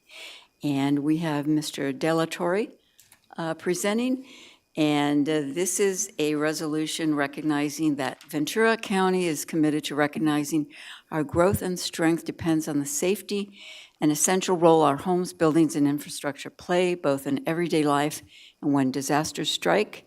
Whereas Building and Safety Month is sponsored by International Code Council to remind the public about the critical role our community's largely unknown protectors of public safety, our local code officials who assure us of safe, sustainable, and affordable buildings are essential to our prosperity. Safety for all, building codes in action is the theme for Building Safety Month and encourage us to raise awareness about planning for safe and sustainable construction, career opportunities in building and safety, understanding disaster mitigation, energy conservation, and creating safe and abundant water supply to all. Mr. Delatorre. I'm Jason Delatorre. I'm Senior Building Inspector for the County of Ventura, and I'm also an Executive Board Member for the Ventura Region Chapter of the ICC, or the International Code Council. I'd like to thank Supervisor Ramirez and her staff for a quick response to my request for the proclamation, and the rest of the board, and Dr. Johnson. Thank you for supporting our camp and composing the proclamation in honor of Building and Safety Month. For the past 42 years, Building and Safety Month has been an international campaign that takes place in May to raise awareness about building safety. This campaign reinforces the need and for the adoption of modern, regularly updated building codes, and helps individuals and families understand what it takes to create safe and viable buildings. This campaign raises awareness about the importance of building codes and providing safety in the places in which we live, work, and learn. This year's Building and Safety Month focuses on issues that currently impact our everyday lives: building safety, energy, water, and disasters. These factors are a constant concern for our homes, schools, and businesses. It makes the role of modern building codes even more important as we strive to keep them well-built and resilient. All communities need building codes to protect their citizens from disasters like fires, weather, and structural collapse. Building codes are society's best way of protecting homes, offices, schools, manufacturing facilities, stores, and entertainment venues. As code officials, we work day in and day out to keep the public safe. Thank you. Thank you very much. Supervisors, any comments? Supervisor Huber? I just want to say thank you for our code compliance. I mean, without you, there would be a lot of things maybe going wrong, whether it's water, electricity, just structurally. You guys are there for a reason. You're keeping our community safe. So we might get a little frustrated with rules and regulations, but they're there for a reason. And just to really appreciate it. Also, going into our restaurants, making sure that the food is safe, that is kept at temperature, that our pools are clean. It's those little things that we don't really take, thought in, but we know that you're there for us and to make sure everything goes well. So thank you very much. Appreciate it. Thank you. Supervisor Parks? Yes. I'm sorry. Yes, please, Supervisor Huber. Yes, I just want to say thank you for all you do and keeping us safe. Really appreciate it. Thank you. Thank you very much. We'll do that photo thing.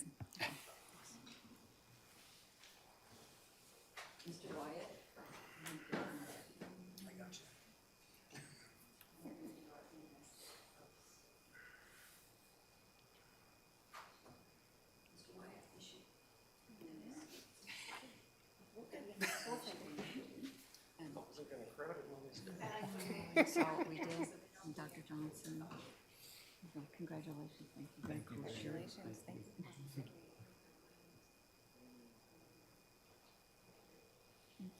Thank you very much. Thank you.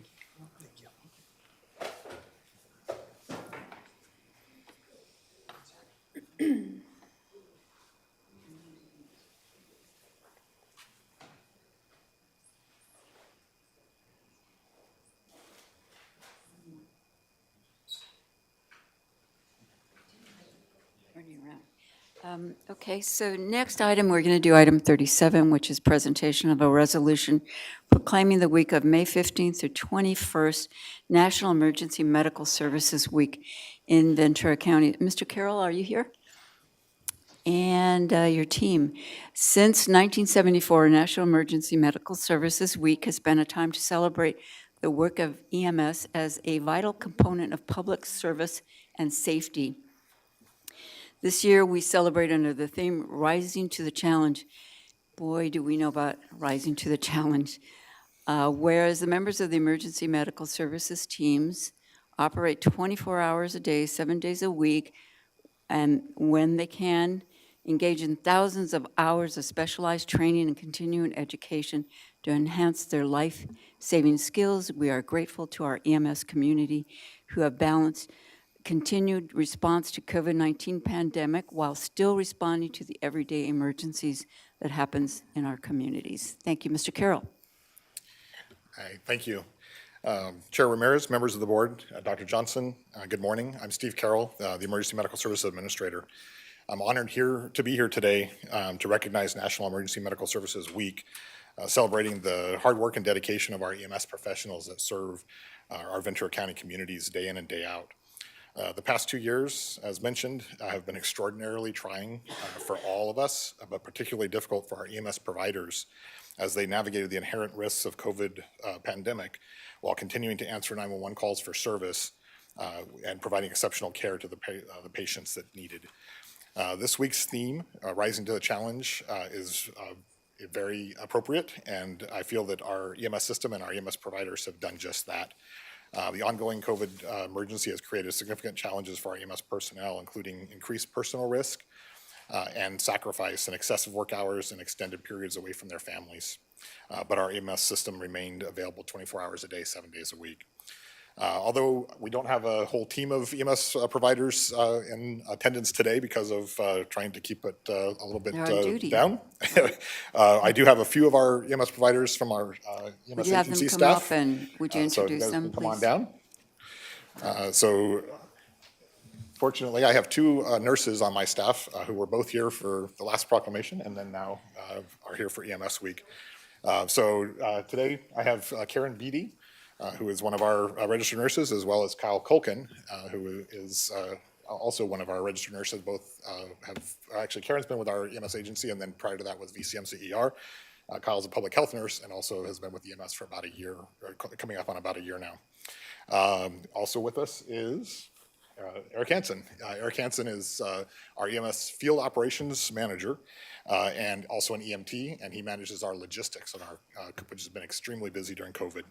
And then right behind me is Julie Fry, and she is one of our program administrators and also manages our critical incident stress management program, which has been exceptionally busy during this time with our keeping our providers healthy and safe.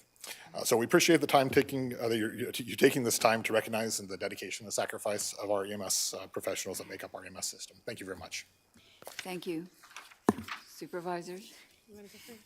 Steve, I didn't recognize you with the beard. I just want to thank you. COVID beard. I love it. It's actually great to see people in person. I just wanted to say thank you to you and your team. From just going to our long-term care homes, senior homes, getting masks out. I mean, there were so many things that all of you have been really helpful to our community, and not everyone knows that. And even from the day-to-day, thanks for helping with our office and some tender moments where our loved ones are just, need the most help as possible, and you've been there. Thank you. And so really just want to say thank you to all of you for your tender, loving care and passion for your work. It shows with the care of our constituents, and so thank you very much. Appreciate that. Yeah, and I don't know if it's a qualification, all the males have to have beards in your department. Yeah, that was on the job application. Very distinguished, but also I do appreciate the great work you do, and I think about the CERT trailer that we just recently got in Oak Park, and just many ways that you do just in your normal job just to keep our community safe, and then having to ramp up at COVID was incredible, and we're so glad that you were there. So thank you for the good work. Great, thank you. Supervisor Huber? Yes, I just want to say thank you to all our hard workers for keeping our county safe. Great job. Much appreciated. Thank you, Supervisor.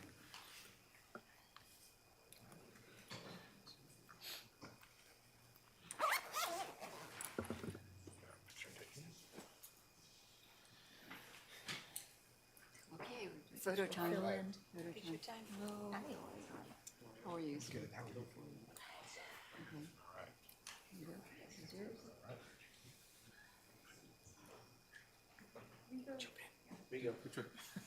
Oh, yeah.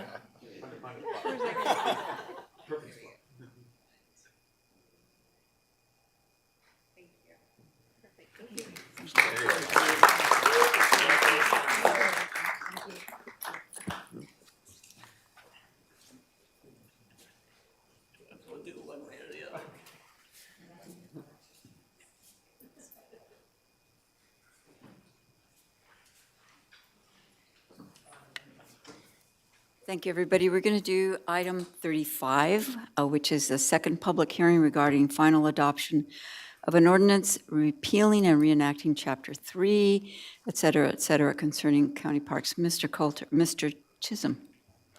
I always want to call you Mr. Coulter, but Coulter Chisholm. Welcome.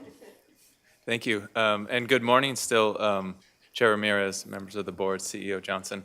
It's my pleasure to be here as your County Parks Director and present a few changes to our general ordinance that we are suggesting. The first change is a $25 change to a citation rate for overnight parking in our beaches and county parks or inland parks. That rate hasn't been changed for over a decade. Our second change is to our miscellaneous violation citation to go from $30 to $45. It also hasn't changed in over a decade. And then the last change we're suggesting is to match the state of California ordinance for refuse and litter fines. Those are actually posted on Highway 1, and we are supposed to administer that function on their behalf, and we don't have an ordinance that matches the sign posted rate. Thank you. This is a public hearing, so I'll ask for public comments, but meanwhile, supervisors, comments? This is a second reading, so I'm totally satisfied with making the motion once we close it. Okay. Yes. Any members of the public who wish to speak? Chair Ramirez, there's no request to speak for this item. Thank you. All right. I think it's time for a motion. I'll go ahead and move the recommendation, the hearing. Move to a second. Thank you, Supervisor. Let's vote. If I can just say, Mr. Chisholm, thank you so much for your passion with parks. It really does show. You were at our Nyland Acres meeting, and the community is so excited for renovation of that park, the community center, and I just really want to say thank you for working with our department heads to make sure that that happens. Thank you. Thank you. I agree too. We have him coming to our Santa Rosa Valley MAC in July, so looking forward to that too, seeing how we can improve our parks. Okay. So we have a motion, a second. I've closed the public hearing, so we can vote, I think. Correct? Supervisor Parks? Yes. Supervisor Long? Yes. Supervisor Huber? Yes. Chair Ramirez? Yes, thank you very much. Now, we have the second public hearing, item 36, regarding final adoption of ordinance repealing and reenacting Chapter 10, Division 6 of Ventura County Ordinance Code about Rincon Parkway. Yes, thank you again, and I believe good afternoon this time. Yes. So this is a sister ordinance to our general ordinance. It's specific to the Rincon. This is also the second reading, as you advised.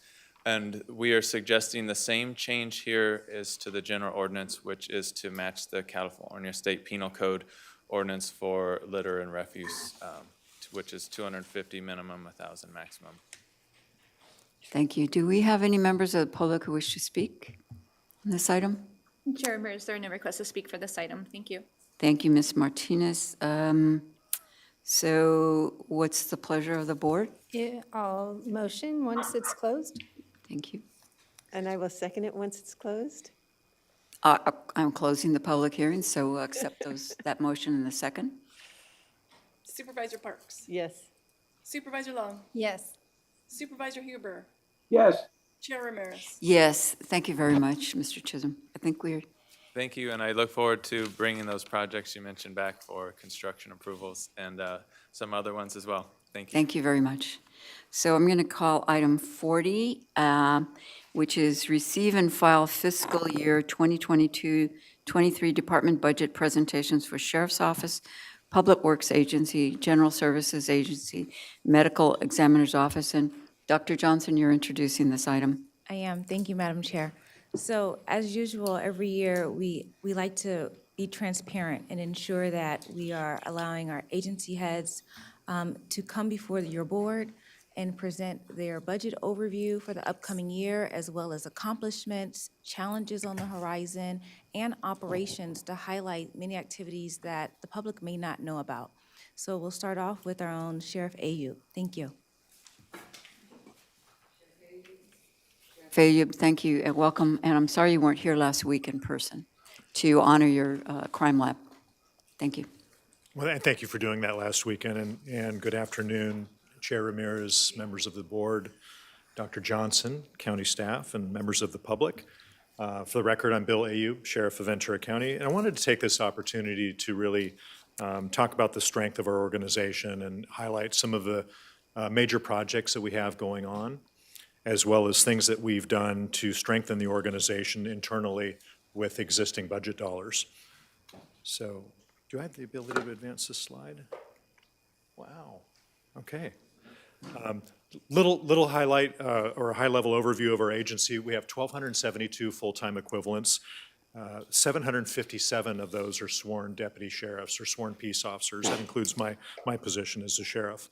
We serve a population in our county of roughly 850,000 people, and we're responsible for about 2,200 square miles. That includes some of the ocean and 2 islands off our coastline. And of course, as you know, a massive amount of open space in the northern part of our county. In terms of policing, the Sheriff's Office polices about 95% of the county's geographical area. And we provide public safety services to 55% of the population in the areas that we police. The Sheriff's operating budget is really carved into 2 pieces.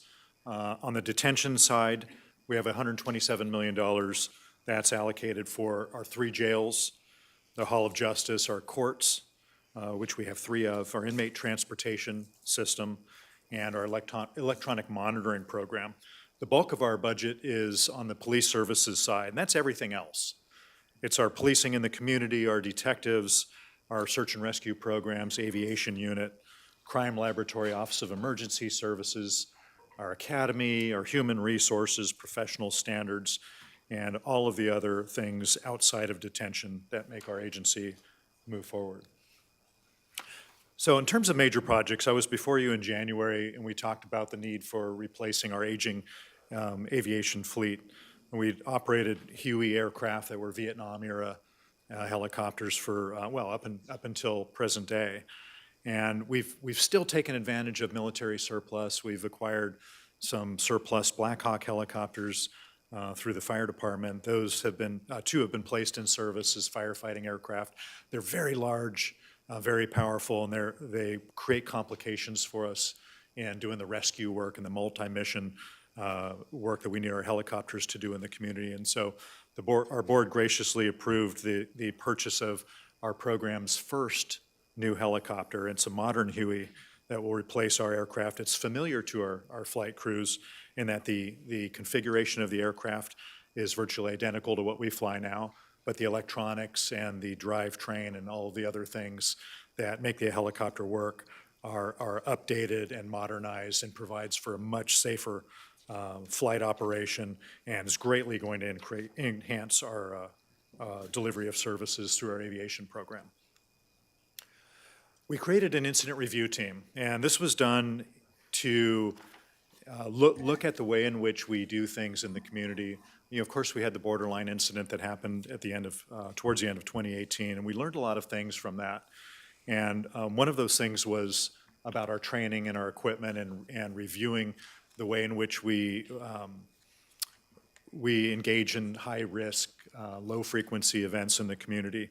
And we really wanted to dig into use of force and how we do it and ways we can do those things better, not with the eye of catching employees doing inappropriate things, but with the sense of making improvements in training and equipment and procedures. And so we created an incident review team to do exactly that. We've seen some great outcomes from that that's improved our training and our equipment, and those things help us stay in front of problematics or problems such as lawsuits and other issues that result from us not being up to date with the current and best practices and equipment.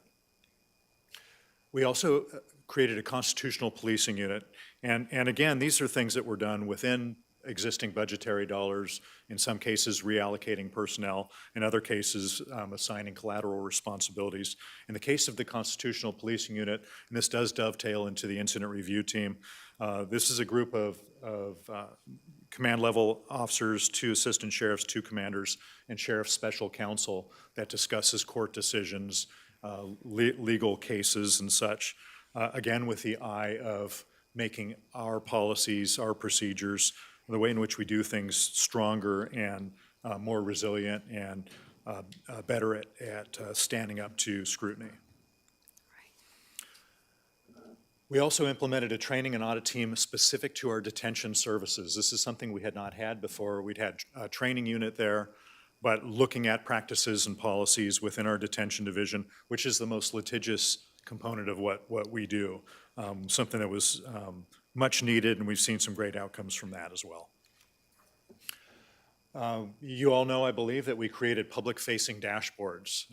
When we had the murder of George Floyd in 2020, the aftermath of that caused us to do some introspection, and we happened to be in a position where we had formed a relationship with a data analytics organization, SAS, to look at some internal processes and ways in which we do our business. We'd had some grant funding that funded our relationship with SAS. It was a perfect opportunity to leverage that relationship, our excellent IT services unit, and create some public-facing dashboards that provided information and continues to provide information to the public that's of interest related to our stop data in the community that we have to collect under the Racial Identity and Profiling Act, crime statistics, use of force information about how we use force in the community, what that looks like, and what those outcomes are. So we're really proud of those, and we look forward to producing even more in the future. We created a therapeutic inmate management unit. We've talked about this before. It's a program to help us address the mentally ill in our jails. Our jails are really the de facto psychiatric institutions in the community, largest such institution between Los Angeles and San Luis Obispo. We have about 14% of our inmate population that's seriously mentally ill, and the other half takes some type of psychotropic medication. So there's mental illness that permeates our facilities, and we have to be good at dealing with this type of population because it is such a big segment of our community. We see self-destructive behavior, assaults on staff, assaults on inmate, and the therapeutic inmate management unit is something that we created a couple of years ago to help address those issues, and we've seen tremendous outcomes in reducing self-destructive behavior and reducing charges that the mentally ill would pick up in custody for assaulting staff or assaulting others in their housing areas. And it is a program that incorporates classes with an emphasis on building and developing social skills. There's a tiered incentive program for good behavior such as eating or bathing or cleaning a cell or clothing themselves properly. And so some simple things that is generally not a problem in the regular inmate population are done in this housing area to encourage better behavior and ultimately improve outcomes when these members of a community do transition back into the community so that they don't reoffend and return to jail. We have a jail-based competency treatment program, and that is something that was done at state hospitals historically when someone was arrested and held and then determined to be incompetent to stand trial by the courts. They would wait for a space to be available in a state hospital.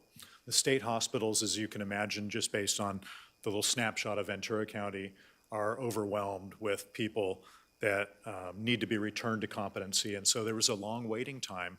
Very often people with low-level offenses would stay in our jails just waiting to be returned to competency, when if they had been competent, they would have been processed through the justice system and returned to the community to go about their lives.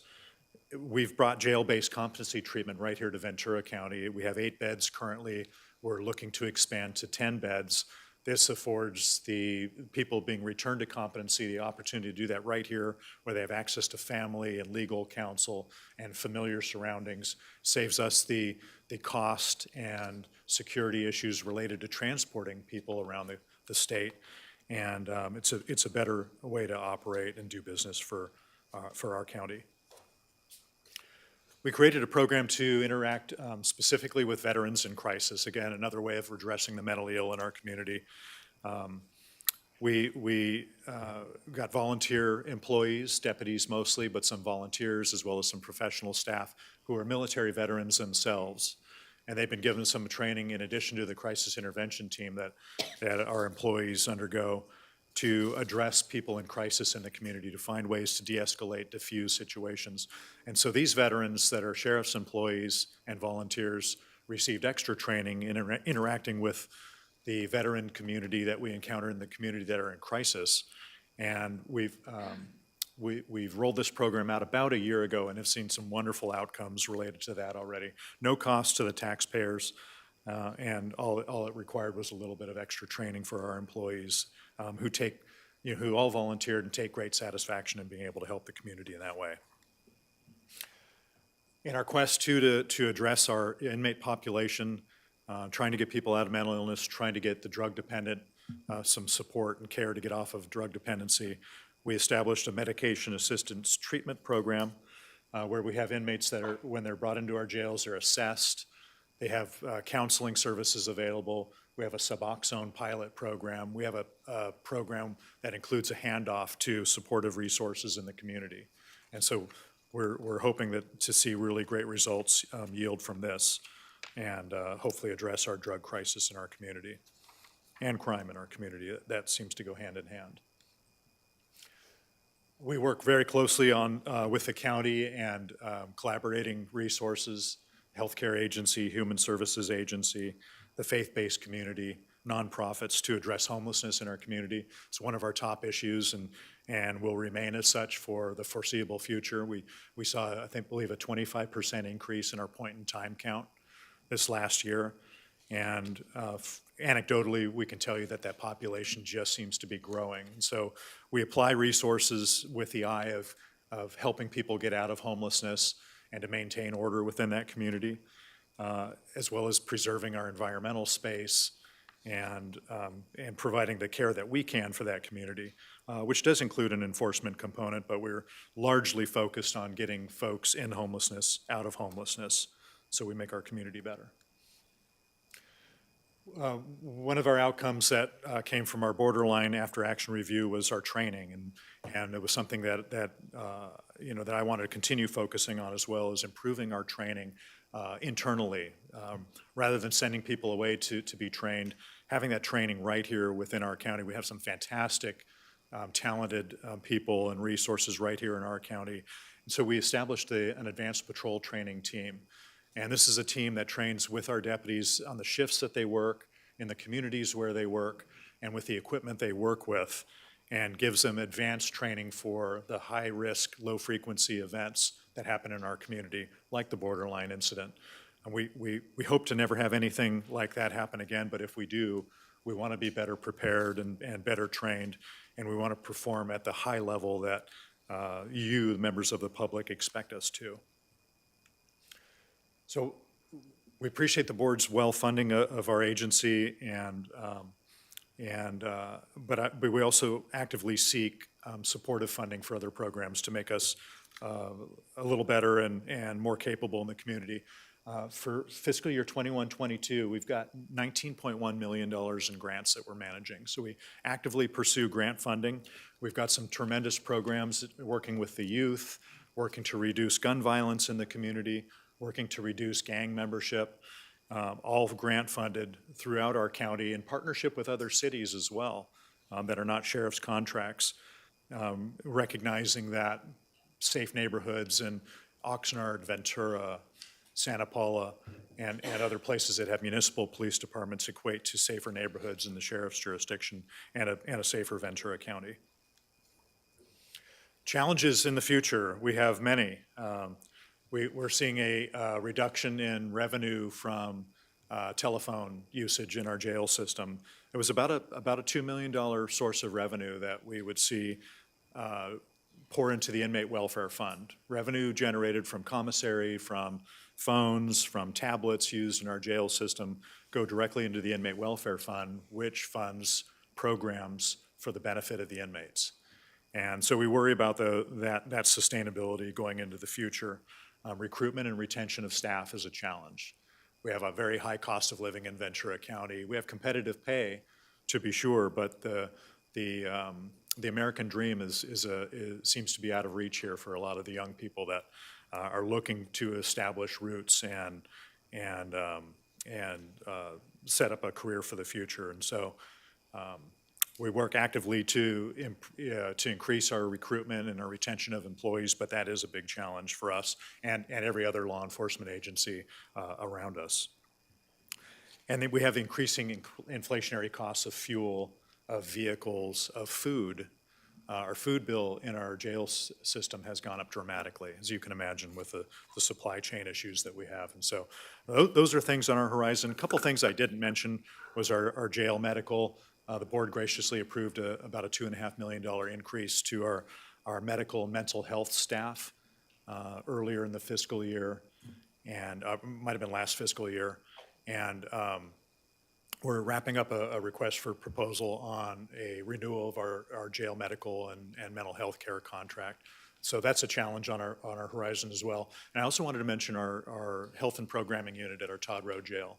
That's a 64-bed facility that's designed for the acutely ill and mentally ill, place where they can heal and receive the treatment that we're currently providing in our therapeutic inmate management unit. This will be a structurally designed place that will facilitate that type of care.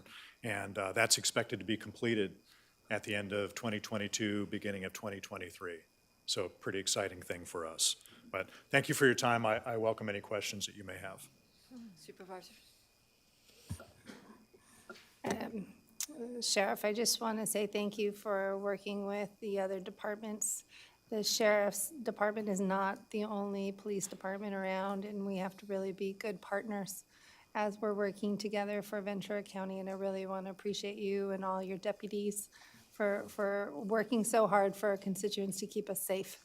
I think that's really the key thing, is making sure our communities are safe.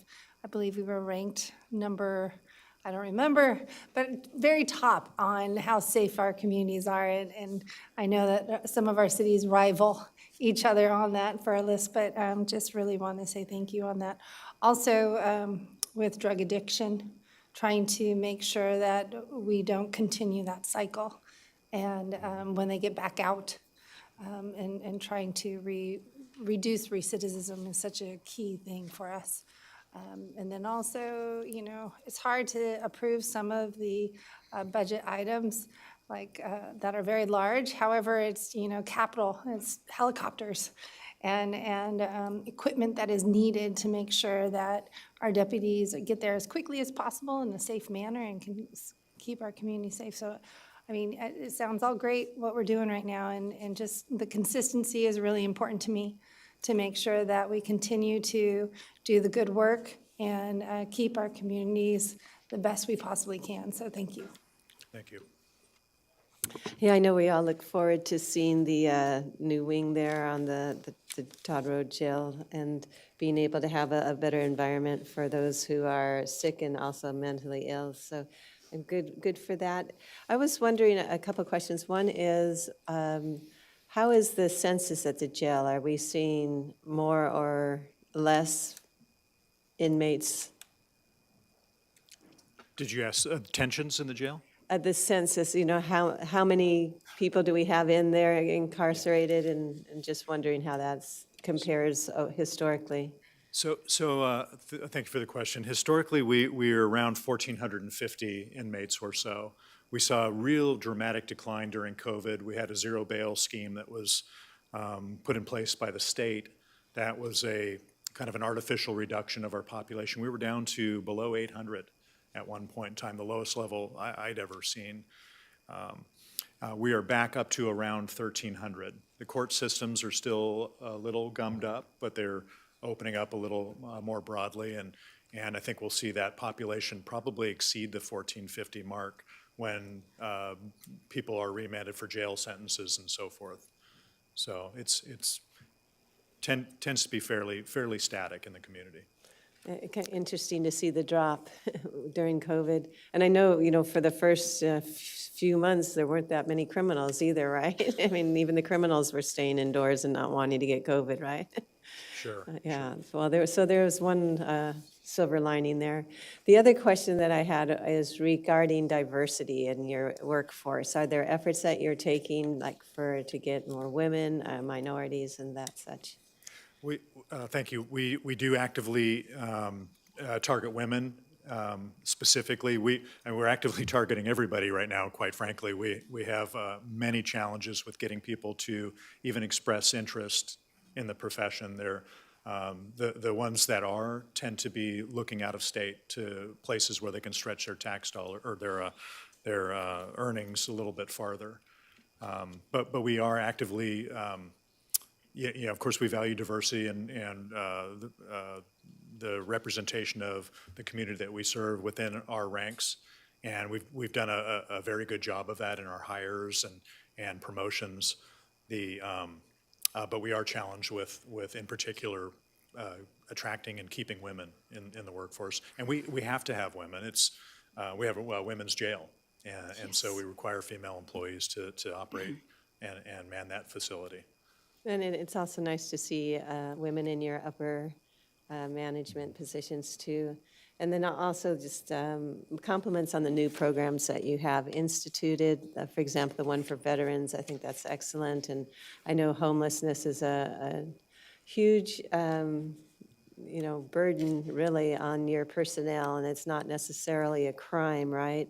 So just doing what we can to see that we can try to, address it as a social issue and free up your officers. So thanks for the good work, and I appreciated our tour. We went on a tour with the backpack medicine team of the homeless encampments in my area, and just really appreciate the collaboration that's going on there. Thank you. Thank you. Supervisor Long.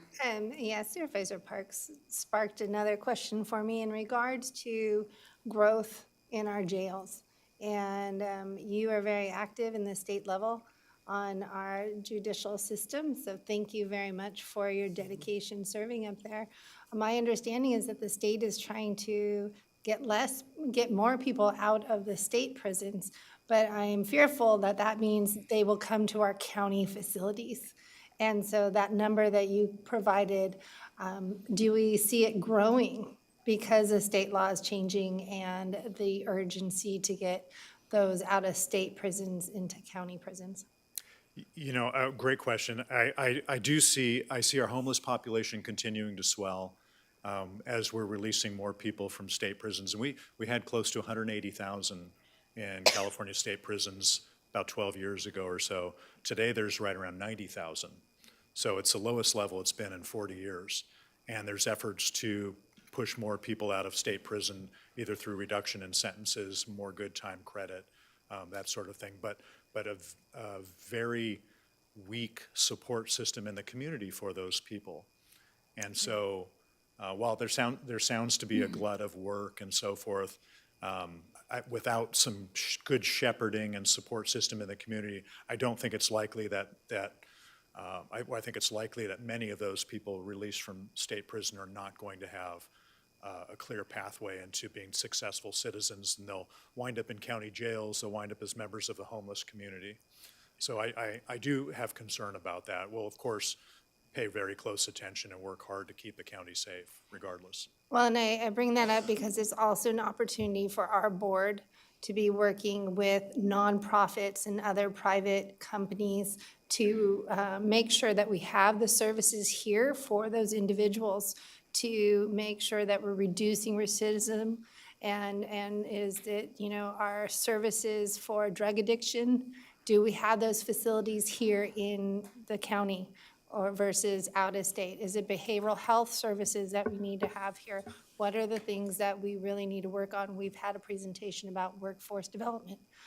Those are just, it's one hub, but there's many posts So I just wanted to bring that up. Thank you.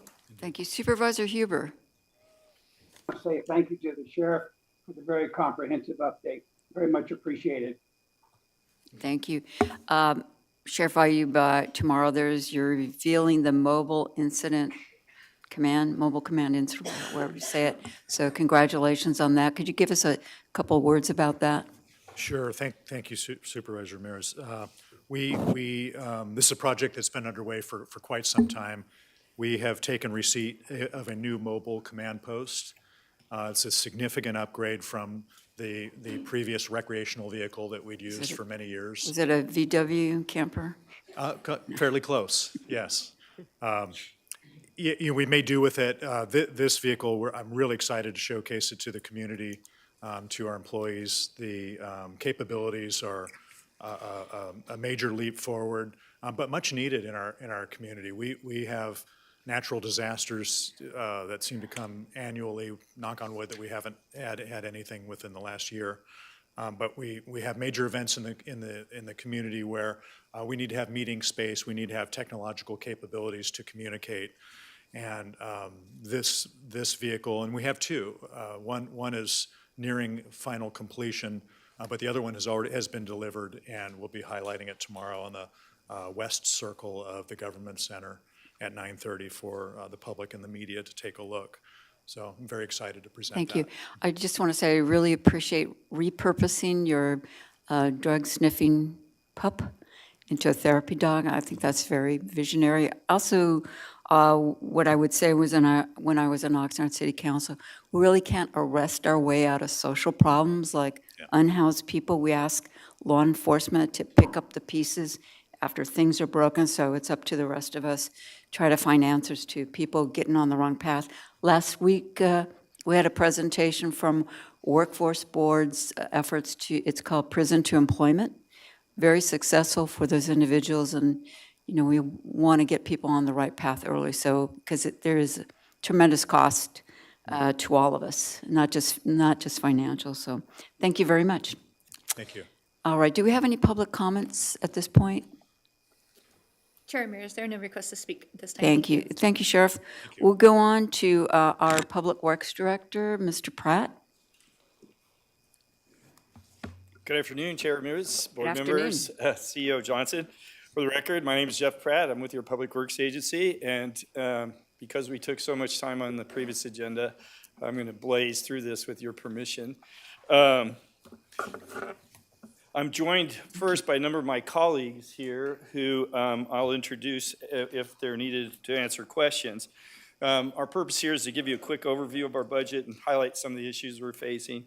I hope to just give you a little bit of information about our transformation that's underway, the new NPDES permit, SB 1383, and again, and to repeat something the sheriff said, our recruitment, retention, and succession planning problems. We're currently running about a 14% vacancy. This is our mission statement. We adopted it in 2011. It is consistent with the county's strategic goals and plans, purposely so. And we're currently using it as our compass in our everyday activities. This is the cast of characters that runs Public Works at the leadership level. I won't go, you're familiar with all of them. The latest change on this is that there is now an assistant director, and that is new from the past. And that assistant director is there to help me as I transition my way out of this organization to accomplish a few things that are important to your board, which I'll be talking to you about in this presentation. So that person got the operations side of the house, and I'll talk more about that in a minute. And I kept the more customer-focused stuff. Fox Canyon Groundwater Management Agency as direct reports to me. First up is Central Services. This is the department, one of the 5 departments that we have that comprise the 400 or so staff that we have. This is the one that provides services to the other 4 departments inside our agency that are common to all of them, and you can see what I'm talking about. Fiscal Services, Human Resources, our Health and Safety Program, our IT program, and real estate services. By the way, we do the real estate for the county with the exception of harbor and airports. They do their own leasing programs, but we do everything else. Strategic management is a group that was created. Its peak, it's about our transformation, and it's about our moving forward and transforming ourselves into a very lean organization. All of these folks are in an ISF, and they were paid for from the other departments pay for them based upon their use of these services. ISF meaning? Internal Service Fund, sorry. Moving on, this is engineering services, and you're all familiar with them. They build things for the county, and they do geology for the county. The county geologist is over here. They also have the Office of the County Surveyor. Their revenues almost all come from their customers, with the exception of a little bit of general fund money that go to land development and the county surveyor's offices. The customers for engineering services include healthcare, the sheriff, fire. Those are our very big ones, and occasionally HSA and others as needed. Roads and transportation is next. It's pretty obvious what they do. We have a new roads and transportation director.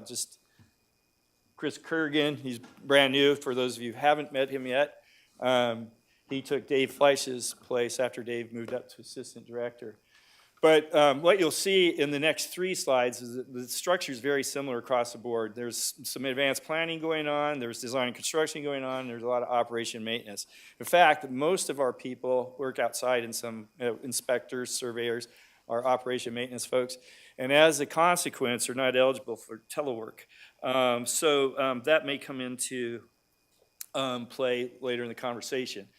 These folks are largely paid for by a gas tax. There's some outside grants they get, and they only represent the roads in the unincorporated area. There's often a lot of confusion about that. They have about 542 centerline miles of streets. Next up is water and sanitation, and again, they report to the assistant director. And again, you got construction, advanced planning, essentially, and operation and maintenance. Also in water and sanitation is the integrated waste management folks. You hear of them occasionally. You're hearing a lot more about them because of SB 1383 and the food waste and edible food waste recovery programs that are now legislated. Their revenues, IWD's revenues, come from landfill and waste hauler fees that are charged to people in the county. The water and sand, of course, an enterprise fund. It's all user fee. So no general fund contributions at all. Next up is watershed protection. The unique thing about watershed protection is that they are county-wide. So this isn't just unincorporated county. They have authorities in the cities as well as the rest of the county, with the exception of the islands. They touch all facets of the water budget. So they do have some potable water. They initially, under your board, purchased 20,000 acre feet of state water way back in, I believe, about 1963, which you've sublet to others, but you're going to hear about a little bit more in the future.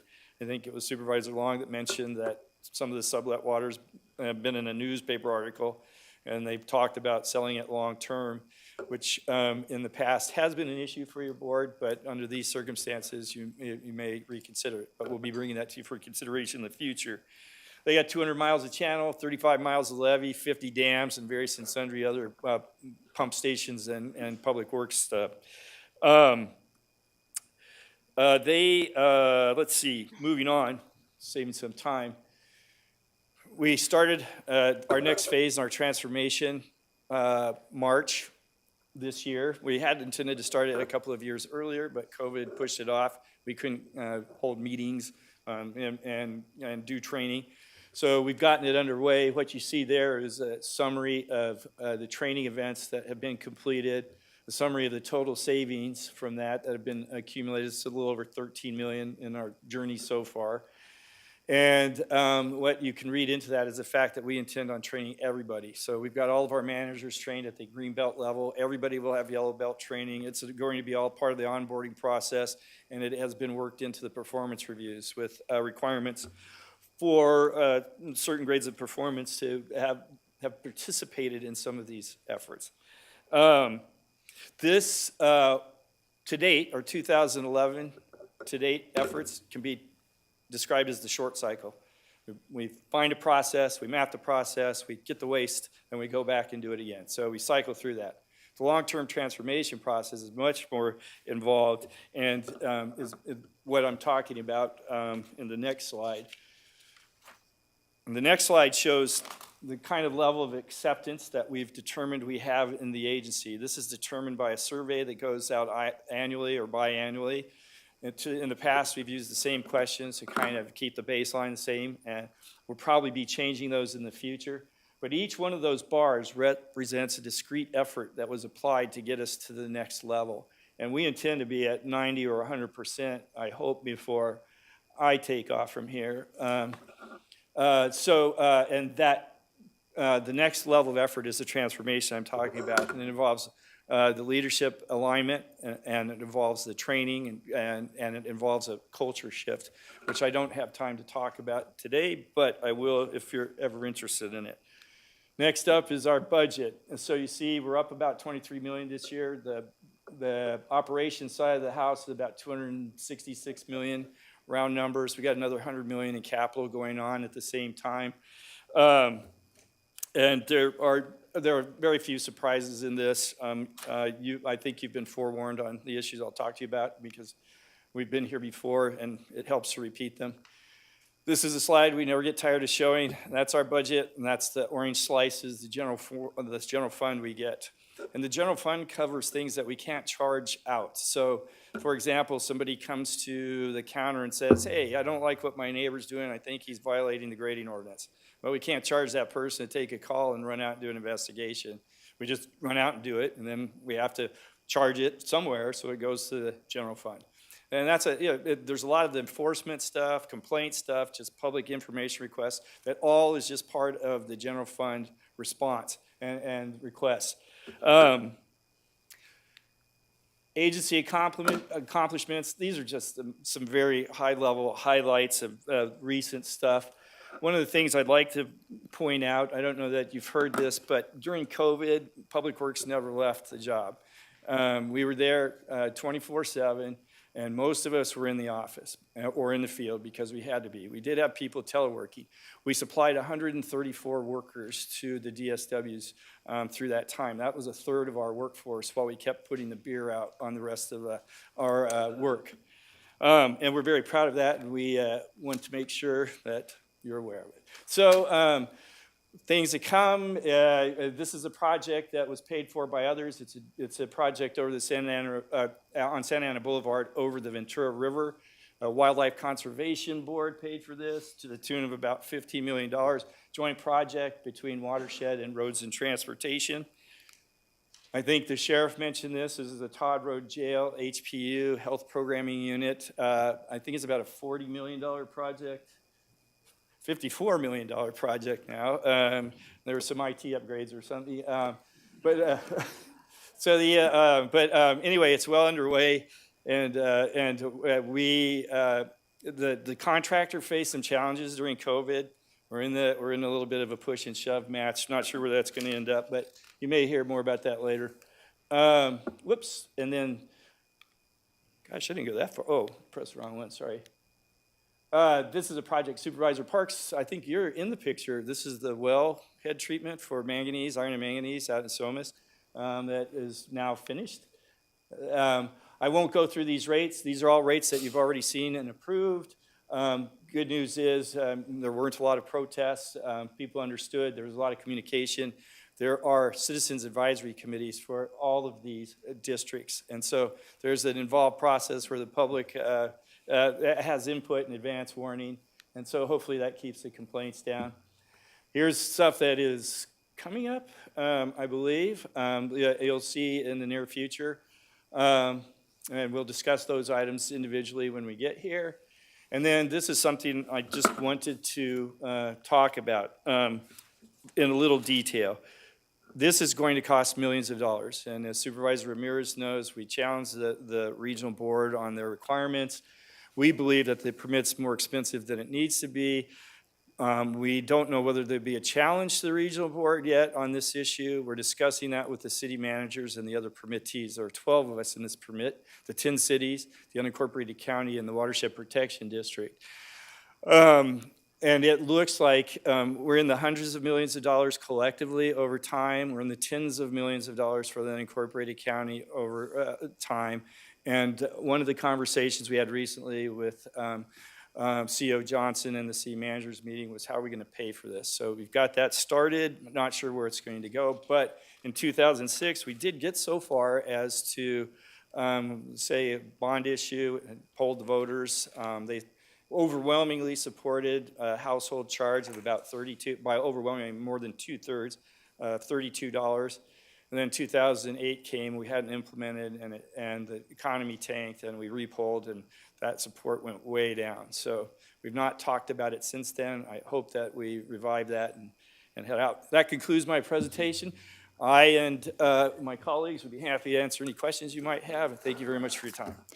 Can I just ask you before you get done? $32 a year added to the property tax, is that right? It That would was be a a separate proposal. charge, and it might likely be charged on the property. They get collectively go on the property tax bill. It's a watershed charge on the property tax bill. But yes, they supported that level of support. And again, it was not just stormwater. It was water supply, stormwater quality, the quality at the beaches, public safety, in other words, funding for flood control that we're completely underfunded on, maintenance. There was a whole ball of issues that they were questioned about, and they supported at over a 2/3 level. But that was pre-COVID? 2006. Oh, When we got the last permit, we were trying to get everybody interested in figuring out a way to pay for it and avoid the requirements that were going to be in this permit. So unfortunately, 2008, the economy went south, and we lost that support. okay. Questions? Supervisors? Yeah. Supervisor Parks? Yeah, we had some pretty aggressive funding for bike lanes in our previous budget. Can you give us a status on where they stand? Mr. Fleisch is an expert on our active transportation plan. Oh, I guess Mr. Kurgan is too. So, Supervisor Parks, the bike lane at Santa Rosa Road is in design in this cycle here for 22-23, as is the Ventura Avenue, to include some pedestrian improvements within that area. Then they're slated for construction in 23-24, so the subsequent year. So I'm just thinking, was it $5 million that we put aside for bike lanes in the previous budget, and how much of that has been funded? And while you're at it, Mr. Fleisch, maybe you can confirm the question we had, if you're now sweeping bike lanes twice a month? Yes. What you're referring to, Supervisor, is the program mitigation funds that the board provided a couple of years ago. I believe it was a total of $7.8 million, of which about $1 million of that comes out of the road fund. There's been several projects underway. We've got, I think, 2 in design right now, but we're programmed to spend all of that money that the board has directed for the Category B projects. And yes, we are sweeping the bike lanes twice a month. So maybe that will be a separate report back you can give to us on how the bike lane program is going in terms of the money allocated, where we stand in the numbers of bike lanes that have been built, how many more are you looking at, that kind of thing. I think it would be good to have that. Yes, ma'am, we can bring that back. Thank you. And the question regarding the sweeping, were you able to confirm that we're doing that twice a month? Yes, we are. Excellent. That's great, because there are areas where there aren't curbs, and you get a lot of gravel and stuff in the bike lane, so that's good to know. And I expect then when you are out there sweeping the bike lanes, you're not just sweeping bike lanes, you're also doing the whole road, or are you just doing bike lanes? Just the bike lanes. Oh, great. Well, I'm glad the bike lanes are going, because that becomes a safety issue. Thank you. Thank you. All right. Supervisor Huber, do you have any questions? No, I do not. At this Thank point in time. you. Thank you. Supervisor Long? Thank you. There's so much that Public Works does, but I really appreciated slide number 13, which is your agency accomplishments. It wasn't just accomplished in one day. No. And there's a lot of work that goes along with it. I know you've got more wish lists of what to do, and appreciate the dedication you've had to continue these projects even through COVID and just keep things moving. So everyone focus on that. page alone just shows you some great accomplishments. Thank you. And I guess one other comment I had too is, as we go through the different departments, your department and a few others are also very much at the forefront of getting us to our climate action plan. And I'm just wondering if maybe that's something you can also, maybe in the future, give us an update on. I know this is kind of an abbreviated version, which we kind of appreciate at this hour, but that would also be great to hear about what things you are doing to help us achieve those goals that we've put together with our climate action plan. We have a plan to come to you, and what we're doing is running it through the public committees that we think you would ask us. Have you run it through them first? We've last visited the Climate Emergency Council, and so we'll be here this summer with that presentation. We'll have two components to it. One, we're going to show your board our read of what's going on with sea level rise and with the changes in the rainfall patterns. And it's very pertinent to the discussion in that where you pick to set the mark is going to determine how expensive our capital projects are in the future. And so we're trying to get it right. We're working with RMA. We don't want to be coming at you with different sets of data. But we will be here. Thank you for that opportunity. Yeah, it does add an extra factor into your determination of your prioritization of your projects, and it's not just the funding, and it's now also the impacts because of climate change, and sometimes you can address those things earlier and maybe not have as big of an impact later. So good, I look forward to the report if I'm around. Thank you. Thank you. Thank Thank you you for the so great much. work. Thank you, staff. Thanks. Our next up is our medical examiner, Dr. Young.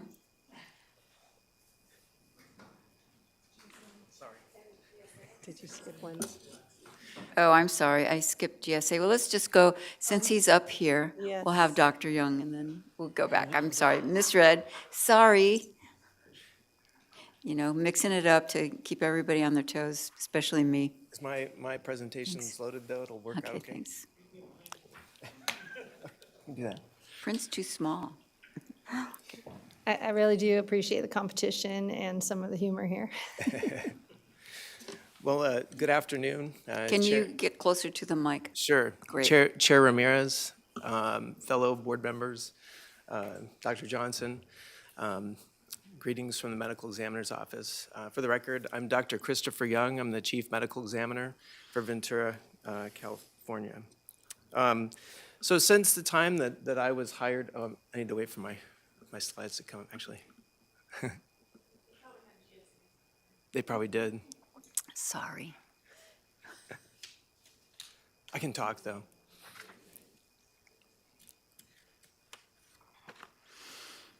Dios mío.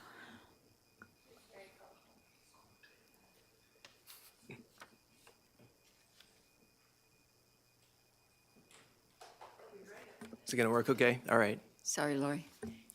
So since the time that I was hired in 2017, I've continued to emphasize the importance of National Association of Medical Examiner accreditation, NAME accreditation. NAME accreditation is an endorsement for a death investigation agency that says that the agency is well-funded, well-supported, and has adequate staffing, an adequate facility, and adequate protocols to do the job to serve their community. Thanks to the generosity of this board and the county, we've made great strides toward becoming NAME accredited over the last 5 years. We've updated our facility. My first slide shows our beautiful building. You can imagine that. It was built in 1996, and it has required some additional workstations.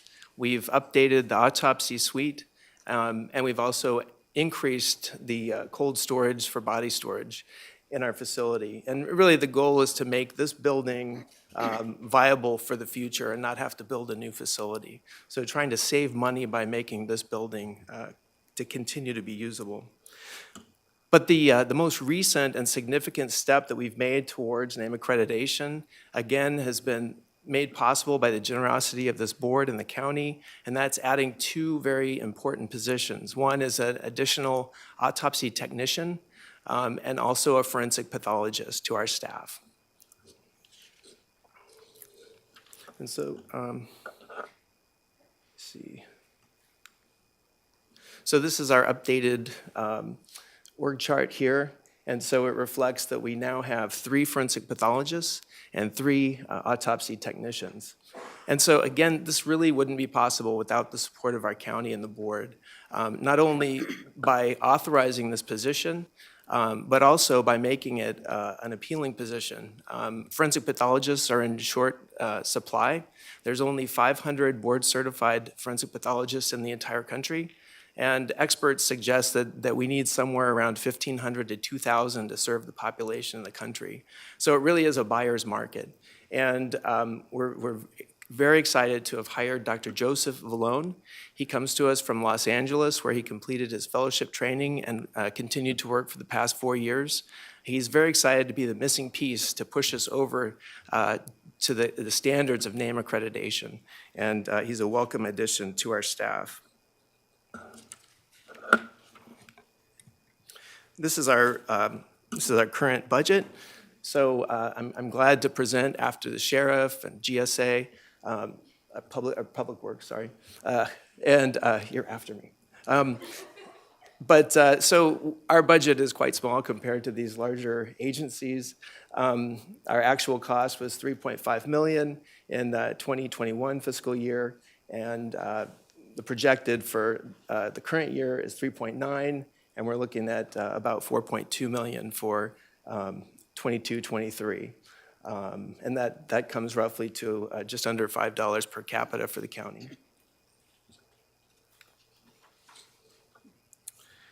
As far as revenue sources, we are entirely general fund, so quite the opposite of what you just saw. We provide a service, so we have very little opportunity to produce revenue, but we also try to be fiscally responsible and find any way that we can collect revenue. So things like physician civil testimony, medical examiner reports, those are things that we can charge for. When One Legacy does tissue donation recoveries at our facility, they're happy to pay for the use of our facility. The California Department of Public Health Services pays us for data that we provide them that comes out of our office. We recently were awarded a Paul Coverdell federal grant, and this is for an internship program to attract bright young people into this field. And one of the things that we've not been able to do in the past that we're hoping to do with the addition of our 3rd doctor is provide autopsy services for local area hospitals and also trauma services. So these would be autopsies that fall out of our jurisdiction, death under medical care in hospitals, but also trauma services oftentimes have deaths where we don't need to perform an autopsy to determine the cause and manner of death, but they're asking for an autopsy for their accreditation purposes. So with the addition of this 3rd doctor, we'll be able to provide these services to our county, but also hopefully recuperate a little bit of money that's being spent on the 3rd doctor at the same time. These are statistics I typically show just to highlight a few things. In the interest of time, all offices across the country are seeing an increase in cases and deaths. And here in Ventura, fortunately, homicides and suicides have remained about the same over the past 5 or 6 years. Unfortunately, accidental deaths and natural deaths have increased, and accidental in large part due to the opiate epidemic. And with increasing cases, we have increasing autopsy examinations, external examinations, increase in scene responses. And in 2020, we saw for the first time our caseload went over 2,000, and in 2021 continued to increase with over 2,100. We're very data-driven in our office. In order to prevent deaths, you have to identify what people are dying from. So the drug statistics are very helpful along those lines. So this graph here shows the overdoses from 2016 through 2021, and you can see there's a significant increase in accidental overdoses in the last 2 years. Specifically, opiate overdoses have increased. Everyone's aware of fentanyl, and you can see in the second column here, fentanyl deaths really climbed in 2021, and it looks like a gradual climb, but what we really noticed in our office is that it seemed like fentanyl arrived in Ventura during the latter half of 2020. And so when we break it down by 6-month blocks here, 2019 in blue, the light blue is the first half of 2019. Darker blue is the second half of 2019. You can see it's a pretty steady rate of deaths due to overdoses until you get into the orange there, the second half of 2020. And that's exactly what our office saw, and that rate has continued through the entire year of 2021. It's slightly higher than that 134 total overdoses for the second 6 months.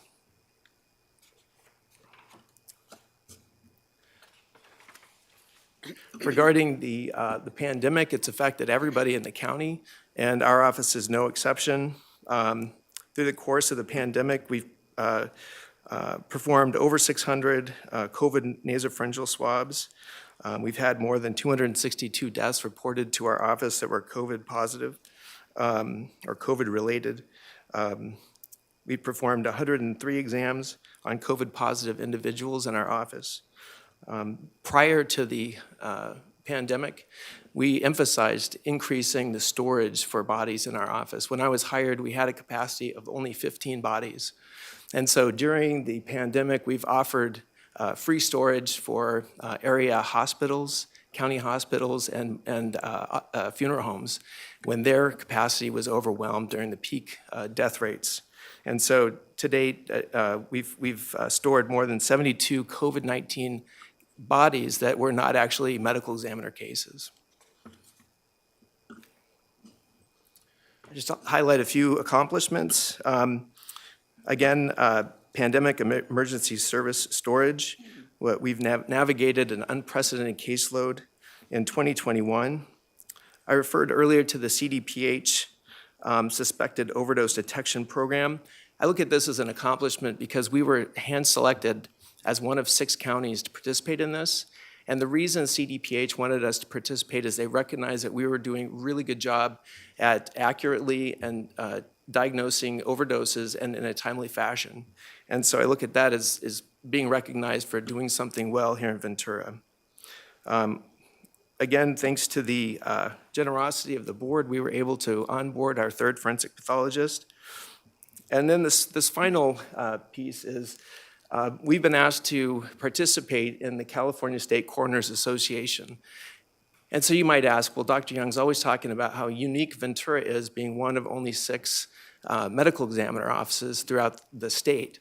But why would we join a coroners association? Well, they're looking to increase their membership and include more medical examiners' offices. And I look at this as a real opportunity to promote best practices in the state and to lead by example. And so I think this is a great accomplishment. This next picture, I think, illustrates how we've already shown our effect in this organization that's largely been made up of elected coroners and medical examiners. And not only were medical examiners in a rarity in this group, but also females. So here's Renee Higgins being sworn in as a new board member. Objectives and challenges. Our facility, we do need to increase storage, so our daily supplies, but also mass fatality, preparedness equipment. We're kind of spilling out into the loading bay with equipment, so we desperately need to increase our storage. Same with parking. We have families, law enforcement, funeral homes all show up on a busy day, and sometimes we overwhelm our parking. We'd like to add increased security. I've already mentioned trauma and hospital autopsies. I'm looking forward to reaching out to hospitals to encourage best practices. So things like retaining admission samples on cases where there might be criminal charges or that might be an overdose, where many hospitals have a policy where they discard admission samples after a few days. And so those samples are very critical for us to be able to perform toxicology. And finally, name accreditation. I started off with that, and I'll end with that. This is something that I've prioritized all along. I'm really looking forward to making this next step, and I'm so appreciative for your allowing us to get this 3rd doctor. Just to put it in perspective, there's only one, according to the NAME website, there's only one county that's fully accredited in the whole state of California out of 58 counties. So my hope is that we can be sustainably accredited for the foreseeable future and continue to be an example to other counties in the state. This is our stepwise kind of progress that I've shown you before. I won't go through these individually, but starting in 27, we've accomplished a lot of ground in a short period of time, and I'm really excited to add another step up there, and hopefully in the next year for name accreditation. And with that, I'm happy to entertain any questions you might have. Let me just ask you, which county is accredited in California? San Diego is the only fully accredited county according to their website right now. So we could beat them, beat the other counties. Perhaps. Okay. Just looking for that. Supervisor Long? Yes, I was very concerned in regards to I really liked your chart, first of all, to just show us what we need to be focusing on in our other departments as well.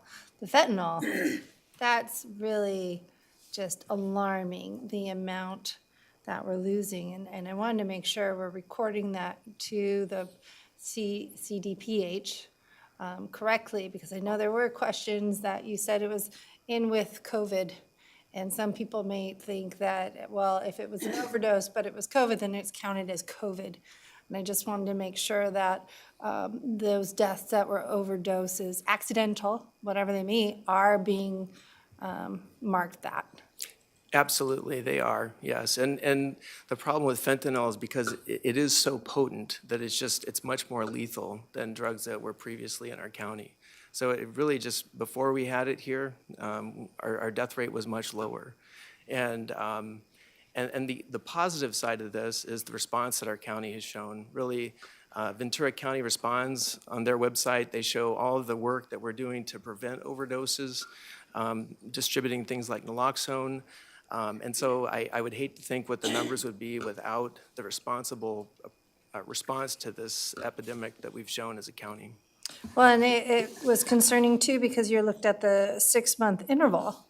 And so the last 6 months was the same as the last before, and it grew another. So I'm so alarmed. It's scary, because that's our kids, that's our friends and families next door. And how do we prevent that? I don't want to fund more storage at your location, and that's so unfortunate that we would need to because of that. It just is astounding. So thank you for all that you're doing and just making sure that our families get closure in what we're doing. And Renee, thank you for being in the board meeting. I'm sure that's probably why you hit the ball at the tennis so hard, because it's frustrating sometimes up at the state. But thank you very much. I really do appreciate all the work that you're doing and taking us to that next level. Thank you. Supervisor Parks? Just a kind of interesting, one would think that the suicide rates went up during COVID, but your numbers aren't showing that. That's correct. And I think there is a lot of national attention to increasing suicide and overdose rates having to do with the COVID pandemic. And really, unfortunately for us, fentanyl showed up at the same time, so our overdoses did increase, but it wasn't entirely due to the COVID pandemic. But I think it's great that the suicide rate has actually gone down during this time. And maybe it's because there's been more outreach. It's hard to say those kind of things, but hopefully the systems we have in place are working a little better. And but it is surprising, because there's been so much attention to increased suicides during COVID, but not here in Ventura County. It's actually gone down a little bit. So. Yeah. Well, thank you. I do appreciate the presentation always, and just an interesting career you have. Supervisor Huber? Yes, I just want to say thank you for the feedback and everybody's time and attention. Much appreciated. Thank you. 2 questions. The suicides, so sad, but is there a breakdown of age? We do have that. I don't have that with me right now, but I'd like to see it. I'll get that to you. Thank you. And the other, fentanyl, do you know, is it Narcan that works to overcome a opioid overdose. Does that also work for, if you know, It work does. for fentanyl It overdoses? It does. Okay. Fentanyl is somewhat unique. It can cause a syndrome called wooden chest syndrome, where people's their muscles lock up and they're unable to breathe. And so it can be less effective in those scenarios that are unique to fentanyl, but it does reverse fentanyl as other opioid overdoses. But I'll also say I had a very minor surgery in the last few years, and fentanyl was what was being used for an anesthetic, correct? Correct. is And it is commonly used for treating pain and during surgery. Yeah, yeah, but very dangerous in the But wrong very- hands. Very dangerous, especially illicitly manufactured and sold. Okay. Thank you so much. Do we have any members of the public who wish to speak on this item? Chair Ramirez, there are no requests to speak for this item. Thank you. Thank you, Dr. Young, and your staff. It's good that we have you there, though, many sad occasions. Thank you. Thank you again for your support. Of course. Mr. Sesek, sorry to mess up the timing here.